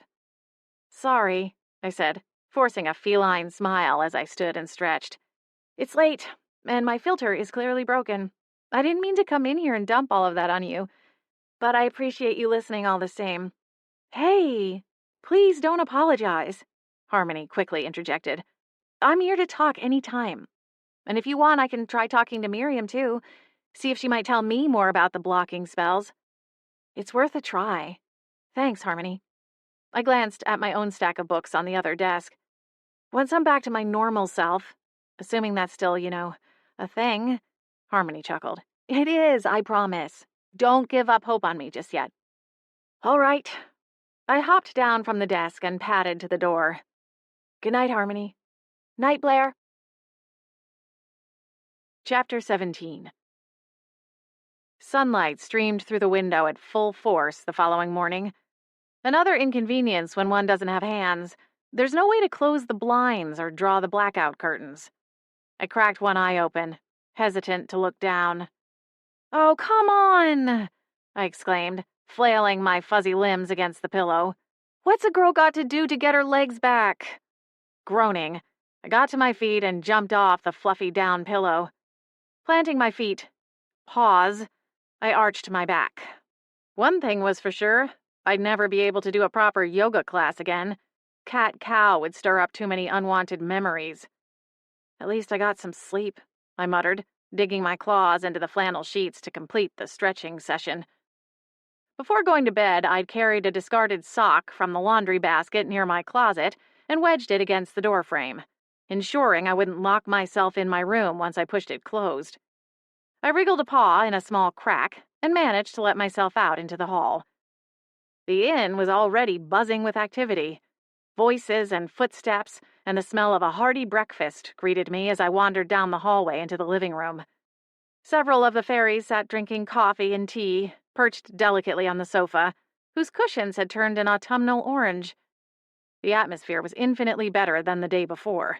The fairies were smiling at one another pleasantly, instead of scowling and whispering conspiratorially among themselves, like a disgruntled pirate crew on the verge of scurvy and mutiny. In the kitchen, Holly appeared more relaxed, too.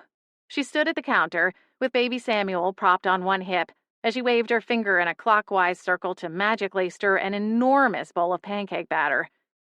Even in my short residence at the Beechwood Inn, I already understood that a pancake breakfast was a sacred ritual for the Bolt St. James family, and this morning appeared no different, with the full crew gathered. Valoria and Harmony sat together, bent over a couple of coloring books, each working on their own sheet while sharing an enormous box of crayons. I'm thinking aqua for her hair, Valoria said, with a serious expression, as she lifted a freshly sharpened crayon, holding it up to the light for a full appraisal. Harmony gave an approving nod. Nice. I bet you can even go over it with your magic sparkle crayon when you're done. Valoria's eyes widened as sheer delight danced across her little face. Hastily, she snagged another crayon and set about completing her masterpiece, while Harmony smiled like the proud honorary auntie she was. Harmony spotted me first. Her smile faltered, and she set her crayon down, temporarily abandoning her own artwork. No luck for you either, huh? She asked, offering a sympathetic frown. Boots is still enormous, she added by way of explanation. He wolfed down half a bag of kibble and tore off into the yard. Holly paused her stirring and glanced over her shoulder at me. I'm so sorry, Blair. I was really hoping this would be over by now. Footsteps sounded on the back staircase, and Adam appeared, still in pajamas, his dark brown hair sticking out in all directions. Samuel immediately burst into excited cheers, straining as far from Holly as he could manage, reaching impatiently for his father. Adam grinned, lighting up like a Christmas tree at the sight of his little boy, and eagerly took the wriggling toddler from Holly's arms. I thought I smelled something delicious, Adam said, casually tossing the boy a foot in the air. No one told me to expect pancake breakfast. I would have woken up sooner. What's the occasion? Holly eyed the overhead lighting fixture as Adam casually tossed their small son even higher. On the second toss, Samuel squealed with laughter and flung his arms out wide, blue and silver feathers protruding from underneath the cuff of his long-sleeve footy pajamas. Adam paused and held the boy, unzipping the front just enough to see the baby shifter in training had indeed sprouted full wings for his flight. "Holly, do you see this?" Adam said excitedly, twisting the grinning boy to face her. Holly smiled and squished the boy's cheeks. "Excellent work, Munchkin." "Squawk!" Samuel chirped, flapping his arms until Adam got the hint and sent him into the air for another toss. Holly resumed her stirring. "Turns out my little chat with Bramble got the ball moving," she told her husband. Satisfied with the batter's consistency, she carried the bowl to the stove, sending a pulse of magic to twist all 4 knobs along the front, lighting enough burners to heat the large cast-iron skillet set atop it. "Brandon and Naira are supposed to come by later today to reopen the portal, and our guests will be heading out as soon as it's done." There was no mistaking the relief and joy in Holly's face as she shared the news with her husband. "You guys were snoring like a couple of hibernating bears, otherwise I would have told you last night," Harmony interjected. Adam plopped Samuel down on the edge of the counter and placed one hand near the boy's hip, ensuring he couldn't take a tumble, while Adam began rummaging through the cabinets for his favorite pancake toppings, of which there were many. "Well, in that case, do we have any champagne?" he asked.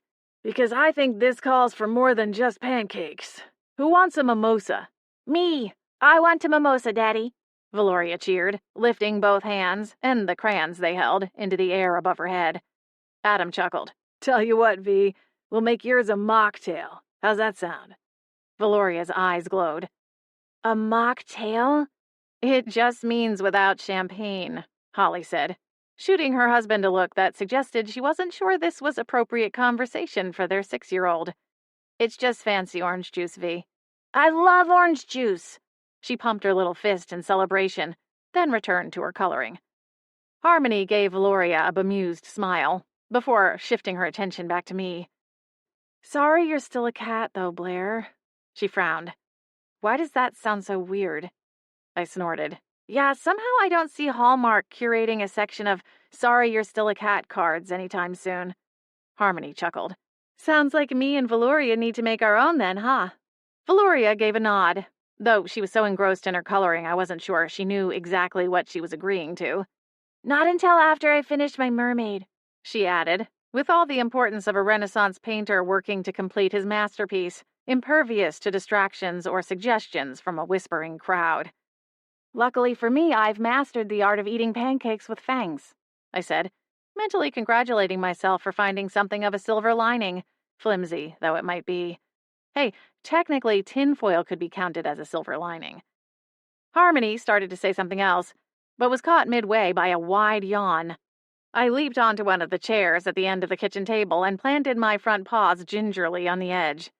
"How late did you stay up last night? I didn't hear you go back upstairs before I fell asleep." Harmony finished her yawn, then shook her head slightly. Beside her, Valoria gave in to the power of suggestion and yawned as well. "I'm not sure. A couple of hours?" "Only another hour," Harmony replied. "I was having a hard time focusing on the words toward the end." "Did you find anything?" "Not really," she replied, tucking a strand of hot pink hair behind her ear. "There are a handful of reversal spells, but they are meant for smaller mistakes or enchantments." Holly nodded in agreement as she worked the griddle. "In our potion work, for example, we use transformation spells to enhance the potion ingredients. Change brown hair to blonde, add or remove freckles or scars, that kind of thing. If this was simple, only appearance, that would be one thing." "These spells are weird," Harmony added. "The fact that some of them keep changing indicates a very powerful spell, almost like the spell has a mind of its own, which is chilling." I slumped forward on my paws. Even the delicious smell of buttermilk pancakes wasn't enough to lift my tiny little spirits. Harmony sagged back against her chair, abandoning her coloring. "One passage mentioned that most transformation spells are temporary in nature, so, in all likelihood, these enchantments will eventually fade on their own. But if we want to reverse them ourselves, we might be stuck waiting for the SPA to find the culprit behind it all and somehow convince them to reverse it." That's something you should note, Blair, Holly interjected. Transformation spells are advanced, and not something you're likely to tackle anytime soon, of course, but the rule applies to other kinds of magic as well. Certain spells can only be broken, or at least more cleanly broken, by the one who casts them. Makes sense, I guess. Hopefully Brandon and Naira have good news for us, Holly added. I imagine they'll have spent most of the night trying to get Lila to tell the full truth. Esmeralda has been upstairs storming around on the phone with someone I can only guess is the guild's legal counsel. I shifted a glance over my shoulder, considering the door separating the kitchen from the rest of the living spaces on the first floor. It was maddening to feel so close to the solution and have it just out of reach. If Lila had been telling the truth, and she wasn't the one responsible, then the guilty party was likely sitting on the other side, noshing on breakfast pastries and smiling at the rest of the fairies, marveling at their good fortune. With Lila's theft, she made the perfect patsy for some other fairy to use as a shield. I couldn't shake the way she crumbled and the pleading look in her eyes as she begged us to believe her when she said she had nothing to do with Celestine's curse. Additionally, when Naira searched Lila's room, she found the missing diamond earrings, a ruby brooch she'd taken from Rita, and not much else. Her own earrings and tiara were deemed fakes, just as she'd said, and there had been no sign of the Everbright wand. On the flip side, with Lila in custody and the case presumably coming to a close, maybe the true perpetrator would trip up and let their guard down. The kitchen door swung open, and Miriam buzzed in, dressed in a pair of blue linen pants and a cream sweater, a pair of pearl earrings and a matching pendant at her throat. "Morning, everyone," she greeted cheerily. "Morning," a chorus replied. "We're having pancakes," Valoria exclaimed, pointing at an empty seat, clearly indicating for her fairy godmother turned nanny to sit down. "That sounds wonderful," Miriam replied, her wings fluttering as she turned to Holly. Adam stood on Holly's other side, sneaking extra chocolate chips into the batter bowl, while Samuel giggled into his little chubby hands. "Do you need a hand, dear?" "I think I've got it," Holly said. She glanced down to check the pancakes, and burst out laughing at the smiley face Adam had created out of chocolate chips. "I swear, Miriam, I'm not kidding when I say there are 3 children running around the inn." Adam chuckled and pressed a kiss to his wife's temple. "I'm just here to keep you young at heart, gorgeous." "Well, how about you help me serve up these pancakes before they get cold?" she said, gesturing at the platter beside the stove, piled high with the golden brown discs. Miriam got Samuel settled into his high chair, while Adam turned his attention to serving up breakfast and dishing out the toppings. Harmony managed to coax Valoria into setting her coloring project aside, reminding her that she didn't want to get syrup on it like the last time. When everyone was seated, I posed another question to the group. Would it be easier to reverse the transformations if we could find the Everbright wand? I mean, whoever did this isn't likely to be all that interested in helping. But if we could at least use the wand responsibly, it seems that might give us some kind of advantage, right? "Possibly," Holly replied with a thoughtful nod, her fork pausing halfway to her mouth. "Or maybe someone from the same family as the Everbright wand," I added. This time I found myself met with blank stares. Hesitating, I pressed forward, my words uncertain. "It's just something I read in one of the books about fairy lore. But, maybe I misunderstood. It was talking about how the different fairy families have their own specialties, their own magic abilities, I guess." "That part is correct," Miriam confirmed. "Okay," I nodded, my confidence ticking upward. "Well, it said sometimes fairy families will craft special wands that get passed from generation to generation, and they work like a tangible record of the family's magic. As the wand is passed from generation to generation, the previous wielder will embed their own knowledge into the wand, allowing the next generation access to their history of magic, and so on and so forth. Given that the Everbright wand is so highly regarded, it must work the same? So, it got me thinking. If we could find the wand, we could find the knowledge that caused the curse and sort of reverse engineer it?" Holly chewed thoughtfully. then reached for her coffee to wash it down. "That's interesting," she said. "That sounds a lot like how my necklace works." Her free hand found the familiar lump under the scooped neckline of her long-sleeve shirt. She fished out the pendant and twisted it to face me. "It's called the larkspur," she explained. "It's been passed down through many generations of bolt witches, and each witch takes her most powerful spell or ability and adds it to the necklace. The soul of my great... She paused, her eyes squinting as she tried to remember how many greats she'd already said. Well, you get the picture. My great-grandmother Honeysuckle is the soul, or the record keeper, of the larkspur, and of my family's magic. Someday I will pass the necklace down to Valoria." Valoria looked at me, her expression solemn. "I'm not old enough yet. Mom says I have to know how to do all the kinds of magic before I can take care of the larkspur." Holly's mouth kicked up into a quick smile as she tucked the magic pendant back underneath the neckline of her shirt. "Well, maybe not all the magic, but you've got some growing yet to do." "So, if someone who wasn't Valoria was able to get a hold of the larkspur, would they be able to control its magic? Or would it only work for you or someone in your family line?" Holly frowned and got up to check the latest batch of pancakes. She chewed on the question as she pressed the corner of her silicone spatula under a small bubble around the edge of one of the pancakes. "I'm not sure anyone else would know how to access the larkspur's power. A lot of it is instinctual. I also think perhaps Honeysuckle would have a way of sort of locking them out. I'll have to ask her." I blinked. "Ask her?" Adam chuckled as he considered the array of treats placed in small bowls across the table. Mini marshmallows, semi-sweet and butterscotch chips, freeze-dried strawberry bits, shredded coconut, and last, but likely not least, a canister of Harmony's specialty sprinkles. "Let's just say Honeysuckle's memory is less of a steel trap and more a scrap of cheesecloth," he teased. Holly flashed her husband a knowing smile. "You have to give her some leeway. She is very old after all. Stars, I'm only in my late 30s and can be counted on to lose track of the car keys on a weekly basis." "I guess that's one perk of being a cat," I interjected. "No need to carry anything around." "It's a good theory, Blair," Holly said encouragingly. "All of that studying you're doing is showing." I chewed my last bite slowly. Another perk of being a cat was my stomach filled up relatively quickly, at least when compared to being human. My stomach was full, and my mind even fuller.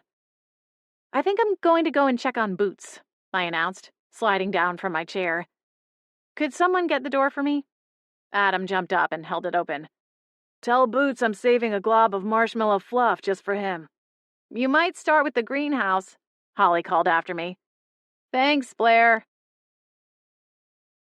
Chapter 18. Holly's greenhouse was a magical marvel.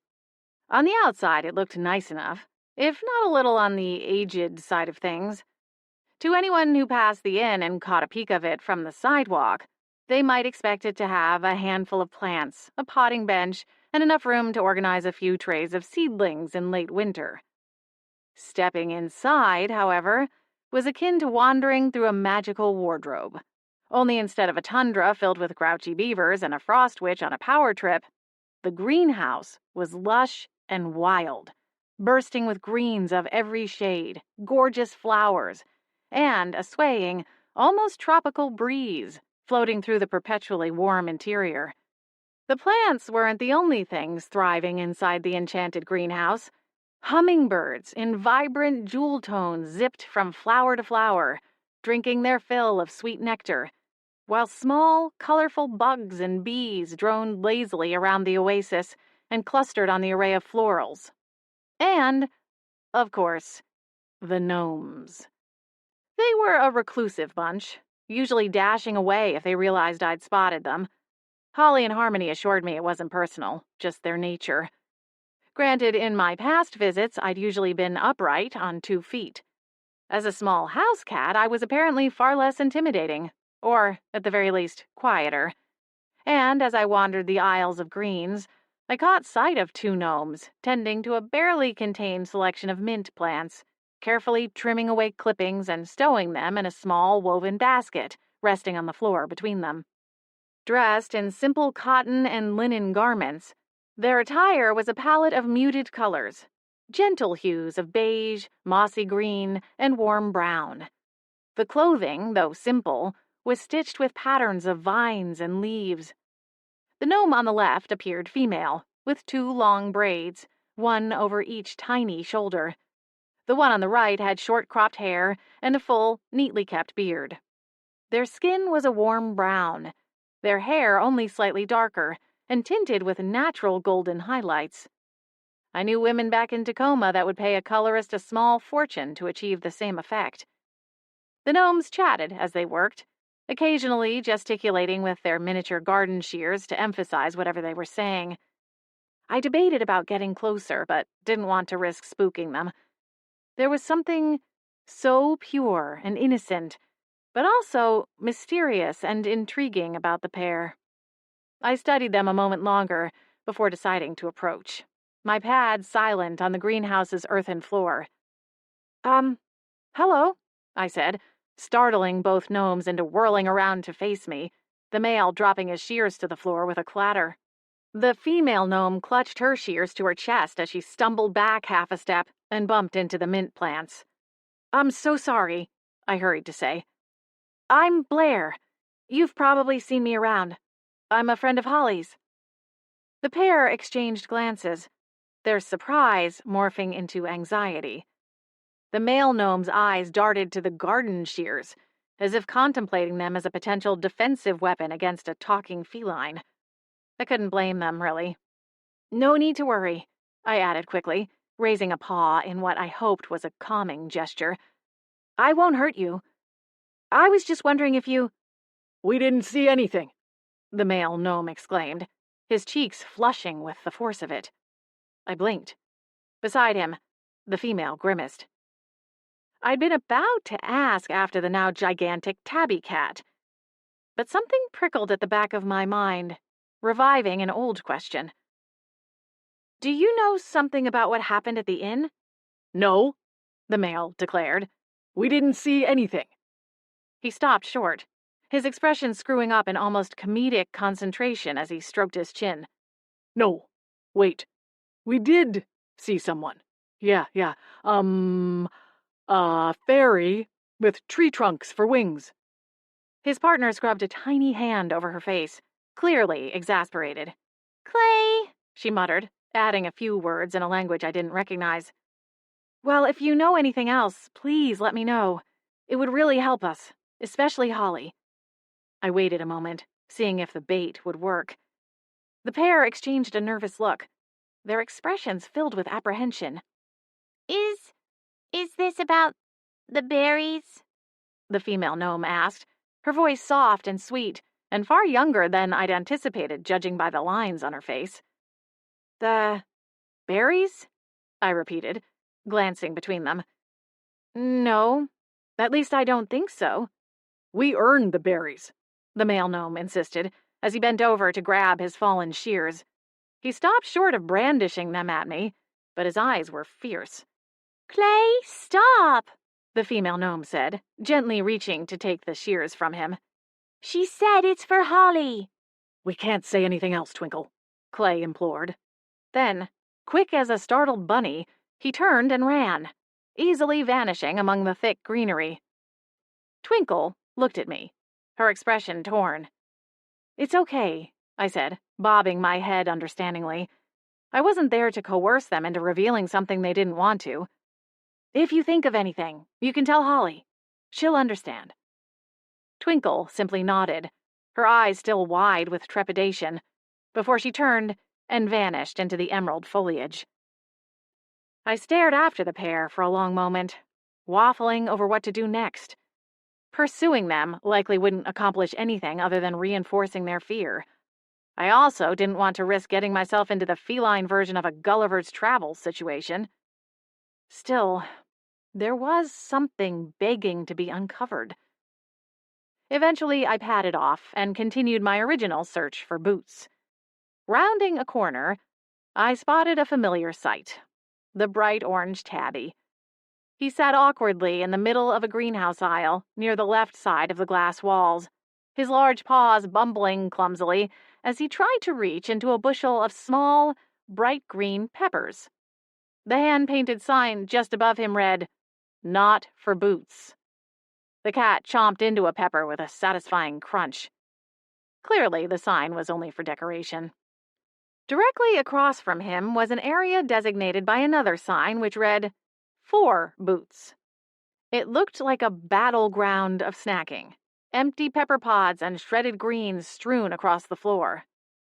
Right. I nodded and approached slowly. "I guess we have more in common than 4 paws, whiskers, and a tail," I told the giant cat. "I, too, enjoy comfort eating when the world simply becomes too much to deal with." As I approached, I had to crane my neck to fully look Holly's familiar in the face. His amber eyes, round and startled, swiveled down to meet mine. His ears perked up, but the pepper in his mouth muffled his yowled greeting. "You seem to be in a bit of a pickle," I observed, glancing at the "Not for Boots" sign and then back at him. He hung his head, even his whiskers drooping. "You need a hand, or paw, hiding the evidence?" I asked. "You'd think she'd put these 2 sections a little further apart, huh?" Boots miserably crunched another pixie pepper from the bushel.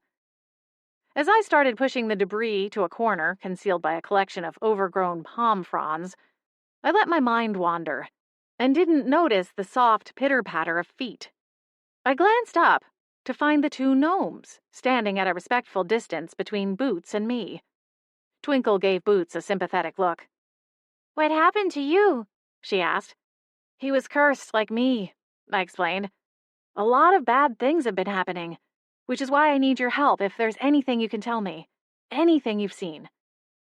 Clay and Twinkle wrung their hands nervously, their faces a portrait of worry and guilt as they studied Boots.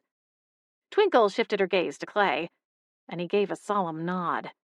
Twinkle took a tiny step forward and ran a hand over one of her braids. "We did a bad thing," she said, almost in a whisper.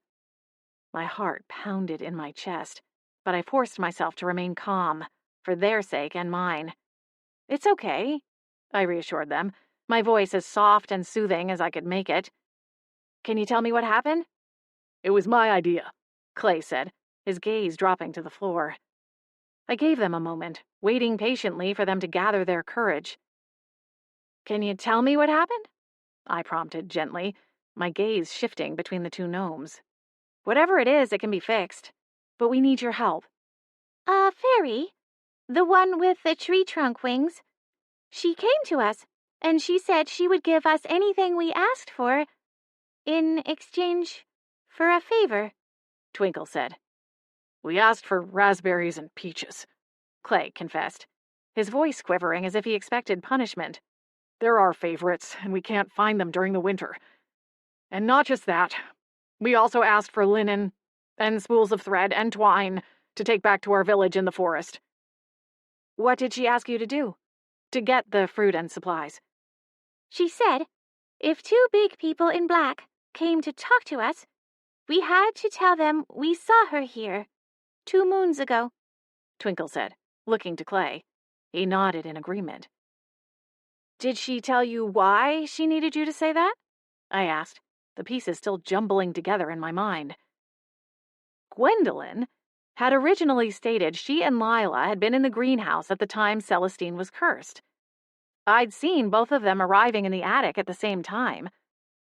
But now, if Lila was really off swiping Rita's brooch and looking for other trinkets to steal to pay off her blackmailer, that should have brought Gwendolyn's story into question, too. Why hadn't I thought of it sooner? I had to talk to Brandon. He still had Lila in custody. He could ask her whose idea it was to team up and say they were in the greenhouse. Hers or Gwendolyn's. Although, did it really matter? "So you're saying she wasn't here in the greenhouse that night?" I asked the gnomes. "You know this for sure." "We were all here," Twinkle replied. "Morty and Tilda, too. We were harvesting the twilight roses. They only bloom under a crescent moon, and Harmony told us she and Holly needed some of the petals to dry and use in their potions. It's a big job, so we were here most of the night working. We would have known if someone came in." I strained my neck and looked around the vast greenhouse. Seeming to read my thoughts, Twinkle added, "We know when someone comes in. There is a magic." She looked at Boots and then at me. "Although it does not work on animals. We did not know you were here." "It works on fairies, though?" I asked, not sure I wanted to know why I was currently registering as an animal on the gnome's magic radar. That was a question for another day. "Yes." Twinkle and Clay both nodded. "Please," Twinkle pleaded. "you have to forgive us. We did not mean any harm." In the harsh reality of the gnome's confession, I found myself unraveling the fateful series of events with shocking clarity. Gwendolyn's actions were no longer just mischief or an unfortunate misunderstanding. This was a calculated, ruthless betrayal. I blinked at the gnomes, feeling an overwhelming surge of sympathy for these tiny creatures. They had been unwitting pawns in Gwendolyn's game, tricked into complicity by the promise of simple pleasures, raspberries, peaches, linen, and thread. "You won't get into trouble, I promise you," I said, my voice more breathless than I would have liked, as I tried to swallow the lump of trepidation growing in my throat. "We'll figure this out." Leaving the gnomes, I sprang into action, adrenaline propelling me as I sprinted through the labyrinthine maze of plants, the scent of damp earth and fresh compost whipping past me. As I neared the outer edges of the greenhouse, the scuffle of footsteps echoed from the other side of a wall of lush plants. My heart pounded, filled with hope. It had to be Holly or Harmony. "I know who cursed Celestine!" I cried out, my voice echoing around the lush enclosure, urgency vibrating in every syllable. "We have to call Brandon and Naira and let them know before they get here and open the portal. They can talk to Lila and confirm the alibi is a lie." Rounding the corner, my heart skidded to a halt. The scene that greeted me was not what I expected. There, standing in front of me, with a skein of linen in her hands, was Gwendolyn.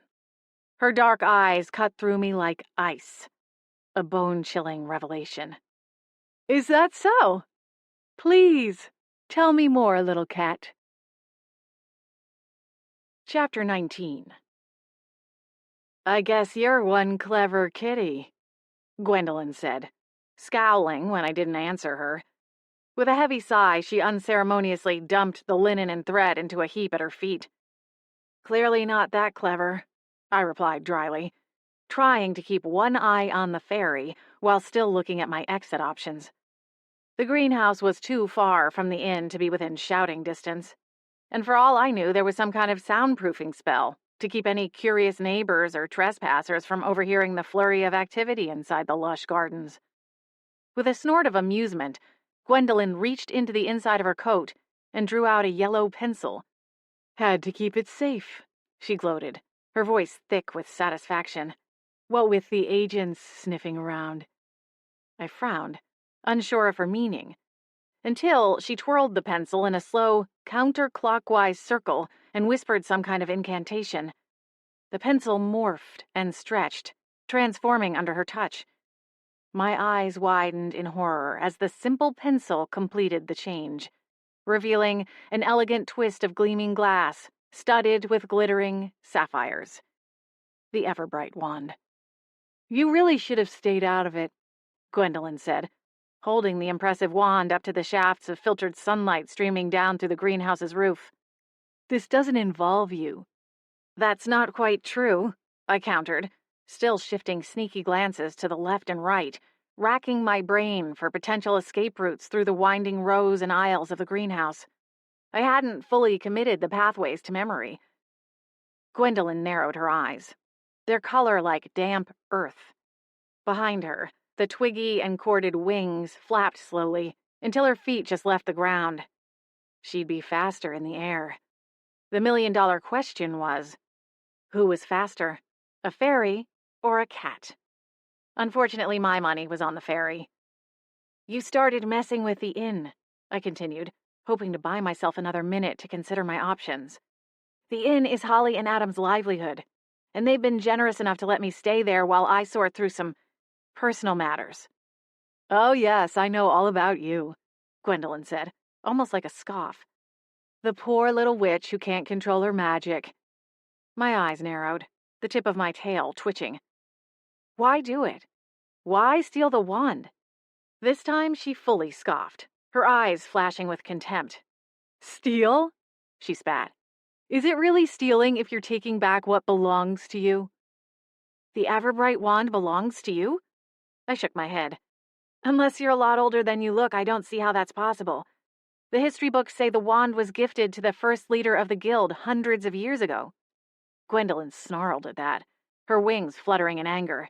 I'm well aware what the history books say on the matter, she hissed, her gaze never wavering from mine. Did you happen to note who is credited as gifting the wand to the first leader? Or did that escape your notice? I considered the question, trying to jog my memory. When the realization hit, my eyes widened. The Blackthorn family. And you are... Gwendolyn did a dainty little twirl, though the sour and twisted expression on her face highlighted her mockery. Gwendolyn Willow Harp Blackthorn. She gripped the stolen wand tightly in her hand. The ever-bright wand was created by the toiling of my family. It took decades to perfect it, but only minutes for it to be stolen away by use of a powerful sleeping spell that subdued my entire grove. She paused and licked her lips, a haunted look in her eyes. Some of whom never woke up again. That's awful. Gwendolyn's eyes flicked back to me. They dressed it up as some grand gift, a beacon of unity and generosity. But it was stolen from us, and they spun their literal fairy tale to keep us quiet. Fairies are known for their generosity. How would it have looked for us to rise up against the newly formed guild? Even with the truth on our side, such a move would have drawn the ire of all the other fairy families. Her eyes were like icy daggers in the warm, humid air. So, why wait all this time to claim it back for your family? Are you just the only one brave enough to try it? Hundreds of years is a long time to wait for revenge. Gwendolyn laughed, a bitter, mirthless sound. I have my reasons.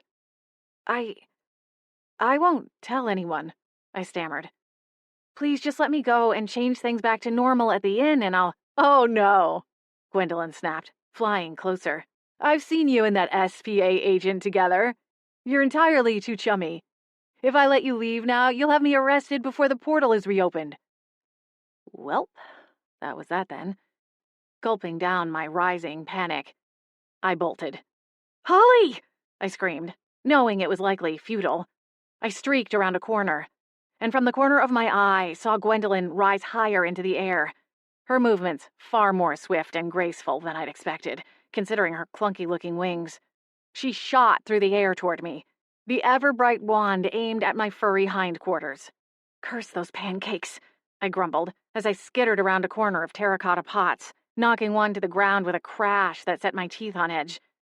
Magic pulsed through the air, and a wall of vines knit together before me, creating a web of tough greens. I zipped to the right, only for another web to form. Almost instantly, another one formed behind me. I was caught, cornered. Sure, I sputtered, nearly breathless, as I turned, my back to the netting of vines surrounding me on 3 sides. Gwendolyn landed gracefully before me, not so much as a hair or twig out of place. You've got the power. I'm clearly outgunned here. But if you're so big and bad, then why not make a new wand? Seems silly to risk everything, your career, your reputation, and potentially your freedom just to get this wand, when you have your own magic. Unless... I drew in a silent breath, carefully studying the fairy's reaction for any sign of a fissure in her calm facade. Unless what? She snapped. Uh-huh. Unless you need a crutch. The fairy's nostrils flared. You don't know what you're talking about. No, I think I do. Your desperation gives away the game. This isn't a matter of family pride or righting old wrongs. At least not entirely. This is personal. Her dark eyes flashed with indignation. What are you implying? She asked, her voice cold. Oh, nothing, I said with a shrug, feigning nonchalance. You need the wand and its power. I have more power in my pinky finger than you. Then prove it, I taunted, flicking my tail on a wide arc. I'll bet without that wand you couldn't even change the color of those orchids over there, on that table. The air in the greenhouse became heavy, charged with the building tension. For a moment, Gwendolyn said nothing, her face a hard, unreadable mask. Then, she took the bait. She tossed the ever-bright wand into the air, letting it hang suspended beside her, as she made a show of retrieving her original wand from the same inside pocket. With a casual flick, the orchids went from palest pink to blood red. Then the red drained, leaving them spotless white. Satisfied? She asked, snapping her attention back to me.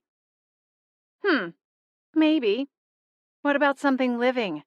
I've been told that's the true mark of power, I replied, dragging out the words, lacing them with feigned suspicion.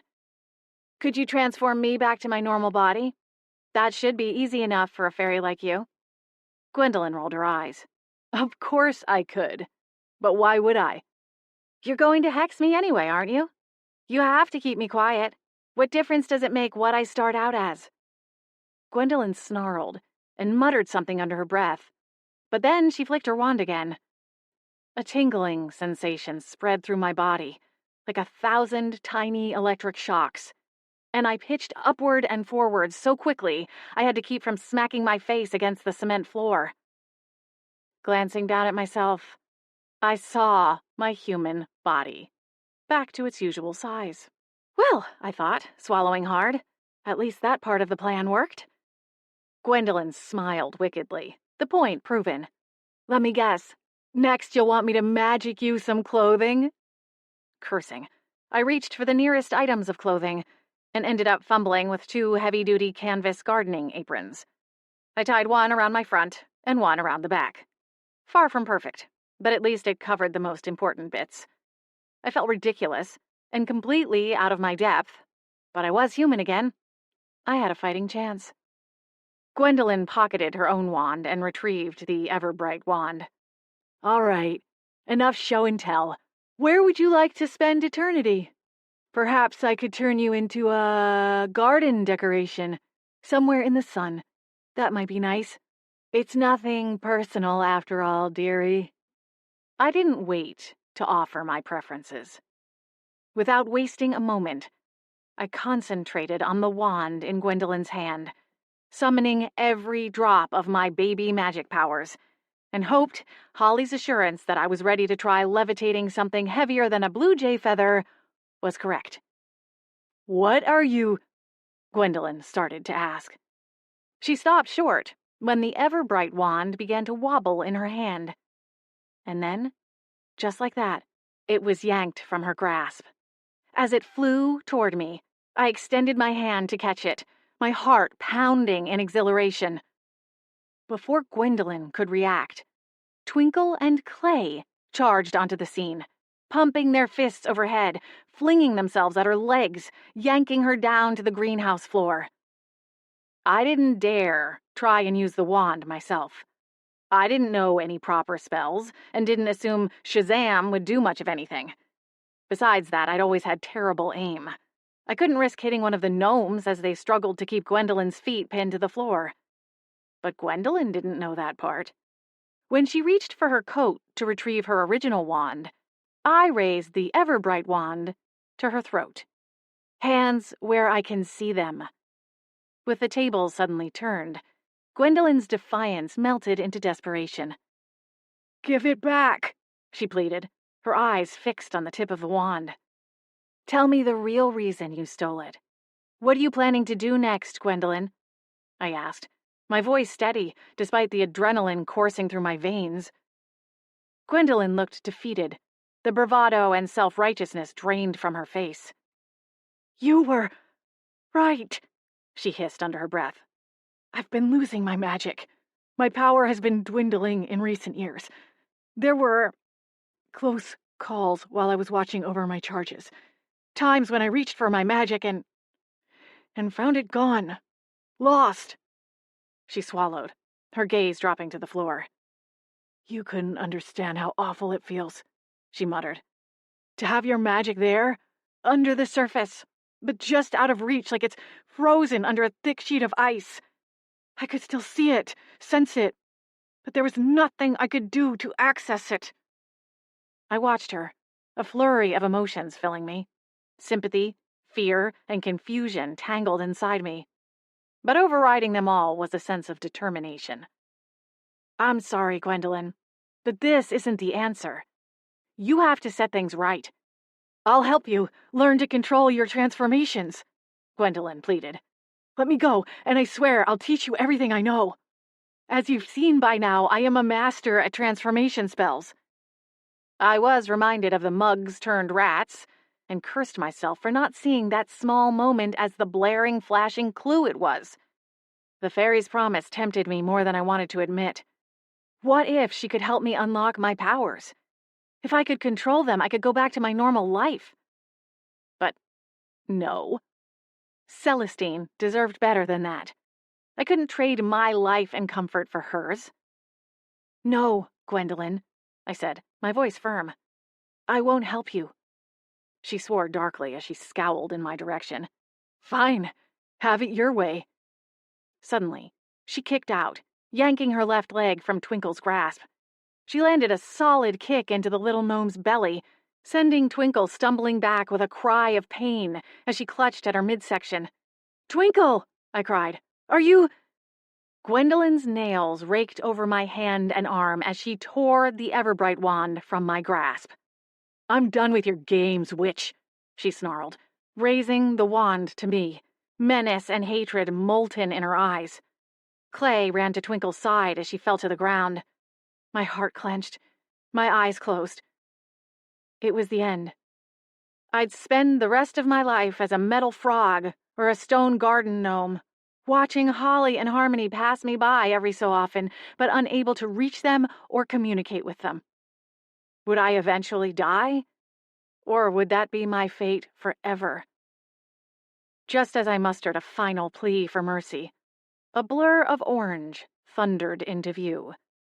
Boots, with all the power of an 80-pound wrecking ball, bowled into Gwendolyn, knocking her over with a yowl that resonated around the greenhouse. His bulk pinned the struggling fairy to the floor, his claws effectively trapping her twisted wings. Seizing the opportunity, I scrambled for the Everbright wand, its sapphire gleam standing out starkly against the green foliage. My fingers barely closed around its cool handle when Boots gave me a triumphant look, his paw still pressing down on Gwendolyn. The look in her eyes was one of pure shock, disbelief etched on her face. Hastily, I stood up and sprinted for the greenhouse exit, the crisp morning air hitting my face, and every other inch of bearskin not concealed by the awkwardly wrapped aprons, as I burst outside. My momentum carried me directly into a solid chest. The wand was jolted out of my hand, and it clattered to the half-frozen ground. "Brandon!" I gasped, looking up at the surprised face of the SPA agent. His eyes moved from my face to the wand on the ground, and then quickly diverted away from my bare skin. I scrambled to my feet, checking my pathetic coverings, my toes already feeling like popsicles. "Blair?" he asked, his tone filled with confusion as he shrugged out of his coat and wrapped it around my shoulders. "What in the other world is going on here?" Naira jogged over, her eyes wide as they took in the sight of me and the wand at our feet. Without missing a beat, she too shrugged off her jacket and handed it to me, letting me wrap it around my hips, attempting to maintain some level of modesty. "Gwendolyn," I panted. "She's in the greenhouse. She's the one who stole the wand and cursed Celestine and the rest of the inn. She confessed the whole thing. She would have cursed me, too, but the gnomes and Boots saved me." Brandon blinked. For a moment, I assumed I'd melted his brain with my wild tale. He rallied quickly. "Get her inside, Naira," he ordered. his eyes never leaving mine. His hands glowed with a sudden surge of magical energy, and he kicked open the greenhouse door and strode inside without another word. As Naira guided me towards the inn's back door, fewer prying eyes than going in through the front, I exhaled and tried to sort through the jumbled, panicked thoughts bouncing around my mind. Holly, Harmony, Adam, and the 2 kids were all in the kitchen when we burst in, their attention immediately fixating on my apron-clad figure. "Blair?" Holly said, jumping up to assist me. Naira pointed a stern finger at Adam. "You, get out there and help Brandon," she commanded. Adam jumped to his feet and bolted for the door without question. Holly passed me into Harmony's aid and rushed after her husband. With a decisive nod, Naira, too, made her exit, leaving us in a sudden silence that was immediately filled by Harmony's voice. "Miriam, can you keep an eye on the children? I'll take Blair upstairs," she instructed the house elf.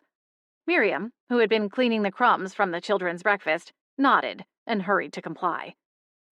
"What the heck happened out there? You look like you saw a ghost, and I've never seen Naira boss Adam around like that," Harmony said, as she helped me up the back stairs. I was unharmed, but my legs felt like they were made of jello that hadn't fully set up overnight. "You can borrow some of my clothes," Harmony added, steering me to her room when we reached the top of the stairs. "The fairies are still in the living room." "Thank you," I stammered. Was I going into shock? Or was I just really, really cold? Maybe the fursuit wasn't such a bad thing after all. Harmony's room was a comforting sanctuary, bathed in the soft morning light, with the scent of dried herbs, hair products, and old books. Harmony rummaged through her dresser drawers, and despite our different sizes, managed to find me a pair of loose sweats and a long-sleeved shirt. I removed Naira's jacket from around my waist, and Harmony tossed it onto her unmade bed. Above the bookcase, Poppy's eyes lit up, the purple flames seeming to sparkle with amusement. "Well, well," she cackled, "and here I am without any single-dollar bills." "Poppy, that's enough," Harmony scolded, not even glancing in her direction. I slipped into the adjoining bathroom and dressed quickly, doing my best to recap the encounter in the greenhouse. By the time I emerged from the bathroom, now decently clothed and feeling significantly more human, I found both Harmony and Poppy pressing their faces, or bones in Poppy's case, against the window. They were straining to see the small visible strip of the side yard where the greenhouse sat. "Life sure has been interesting since you got here, Blair," Poppy exclaimed, her voice filled with glee, her skull bobbing in excitement. Harmony, however, was less amused. "Knock it off, Poppy. This isn't her fault." "I never said it was," the skull retorted defensively. She turned her skull to look up at me. "Did you hear me say that, Blair?" I moved to join them at the window, my heart pounding a staccato rhythm against my ribs. Despite the soft cotton fabric separating my skin from the chill, I shivered, a cool sense of dread washing over me. I craned to see, too, my gaze focused on the patch of garden just visible between the thick, frost-kissed shrubs. Harmony reached over, her hand coming to rest on my arm in a gesture of comfort. "I'm so glad you're okay." "Thanks. Me too." Chapter 20. The plans for the day were instantly derailed, and it wasn't until the late afternoon before Brandon and Naira returned to the Beechwood Inn to open the portal and finally release the fairy godmothers from the inn's property. The atmosphere around the inn was a strange mix of relief and sadness. The lingering effects of the curse still showed, but no new transformations had occurred since Gwendolyn was taken into custody. I still wasn't sure whether they were some kind of magical splashback from when she cursed Celestine, or if she were merely messing with the inn as a way to test and stretch her newfound powers, with the ever-bright wand in hand. The conference was meant to be a time of reunification, a time to mend fences and strengthen bonds among the fairy godmothers. And instead, at its end, the connections between the fairies were more strained than ever before. Rosalind's experience served as a sharp reminder of the rigid rules and shame cast upon those who couldn't live up to the guild's high standards. Lila's theft and her rationale behind it was a cautionary tale of blurring the lines between work and pleasure, and underscored the harsh realities a fairy godmother faced when trying to balance their personal life with their life's mission. And then there was Gwendolyn's ultimate betrayal, which on its face was bad enough, but the whispers and questions over the truth of the Everbright Wand's origins resonated off the inn's walls as the fairies waited for the SPA agents to return. Holly, Adam, and Harmony put on brave faces, but the merriment we'd all shared that morning over pancakes and coffee had vanished. They kept their heads down and tried to make the best of a bad situation and keep their guests calm as they waited for further word. "Are you all right?" Brandon asked, upon finding me in the kitchen, staring out the window over the sink, a mug clasped in my hand, though the tea had long since gone cold. I'd been waiting for the meeting to end. I didn't want to be in the room, feeling the fairy godmothers all staring at me as Brandon and Naira recounted the events of the morning. I turned and looked him fully in the face. "Oh, yeah, I'm all right. You?" Brandon chuckled lightly. "I hardly think you need to be worrying about me right now." I set the mug down on the counter. "I'll be okay. At least I'm back on 2 legs. That's worth celebrating." He smiled and took a half step closer, his hand resting on my shoulder. "You make for a pretty cute cat, but you're right. I much prefer this version of you." A laugh slipped through my lips. "Noted. I'll do my best to keep it this way, then." "Good. Because I was planning on asking you out to dinner, and I don't think the restaurant I had in mind allows animals, even the talking kind." "Dinner?" I blinked. "But I thought we couldn't?" Brandon's smile faded, his expression twisting with indecision. "Well, with everything going on here and your move, I didn't want to overwhelm you, but I did want to talk to you now that everything with your case has been resolved and the final bits of paperwork are off my desk." He paused, his dark eyes searching mine. "I guess what I'm trying to say is that, well, it means I'm free to pursue you. That is," he swallowed, his eyes searching mine, "if you want me to pursue you." My stomach swooped and turned inside out, in the best possible way. "I'd like that." A tapping sound pinged off the glass doors, and I swung around, following Brandon's gaze to find Naira standing on the other side. "Hey, Swan, you done making goo-goo eyes in there?" she asked, cracking the door an inch. Brandon swore under his breath and waved a hand at her. She trooped off and disappeared from view. "Anyway," Brandon said, turning back to face me, "I guess I'd better get going. She hasn't had lunch today, and I don't want to mess with her once her blood sugars get too low." I snorted a giggle, and he laughed. "I'm serious. I'd rather take my chances with a werebear." I followed him to the back door and out onto the deck, my slipper-clad feet padding softly against the cold wood planks. "Oh!" He stopped before reaching the edge of the deck and turned back, one hand moving to the front pocket on his black jacket. He unzipped it and reached inside, then presented me with my sapphire ring. "I forgot to give this back to you last night before I left."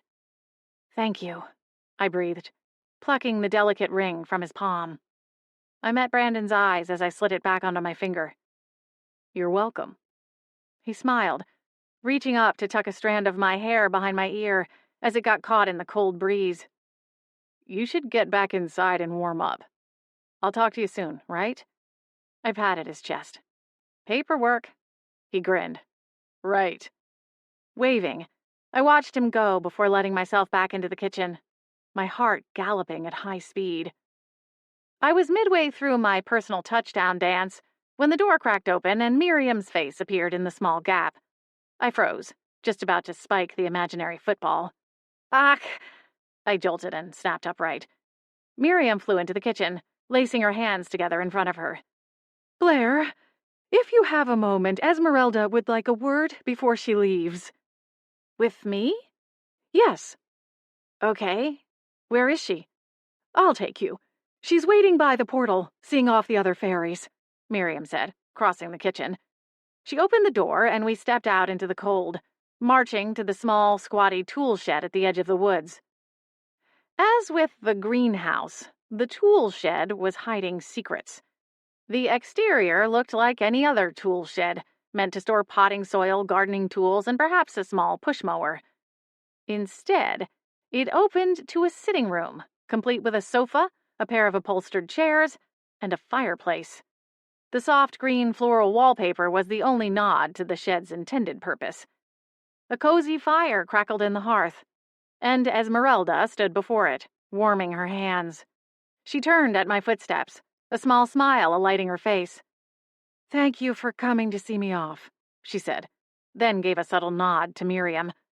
The older fairy looked reluctant, but turned and fluttered away, leaving me alone with Esmeralda. Of course," I said, taking a small step closer. "I already told everyone the full story. I didn't keep anything back, if that's what you were hoping for." "No," Esmeralda said kindly. "I actually have something to tell you."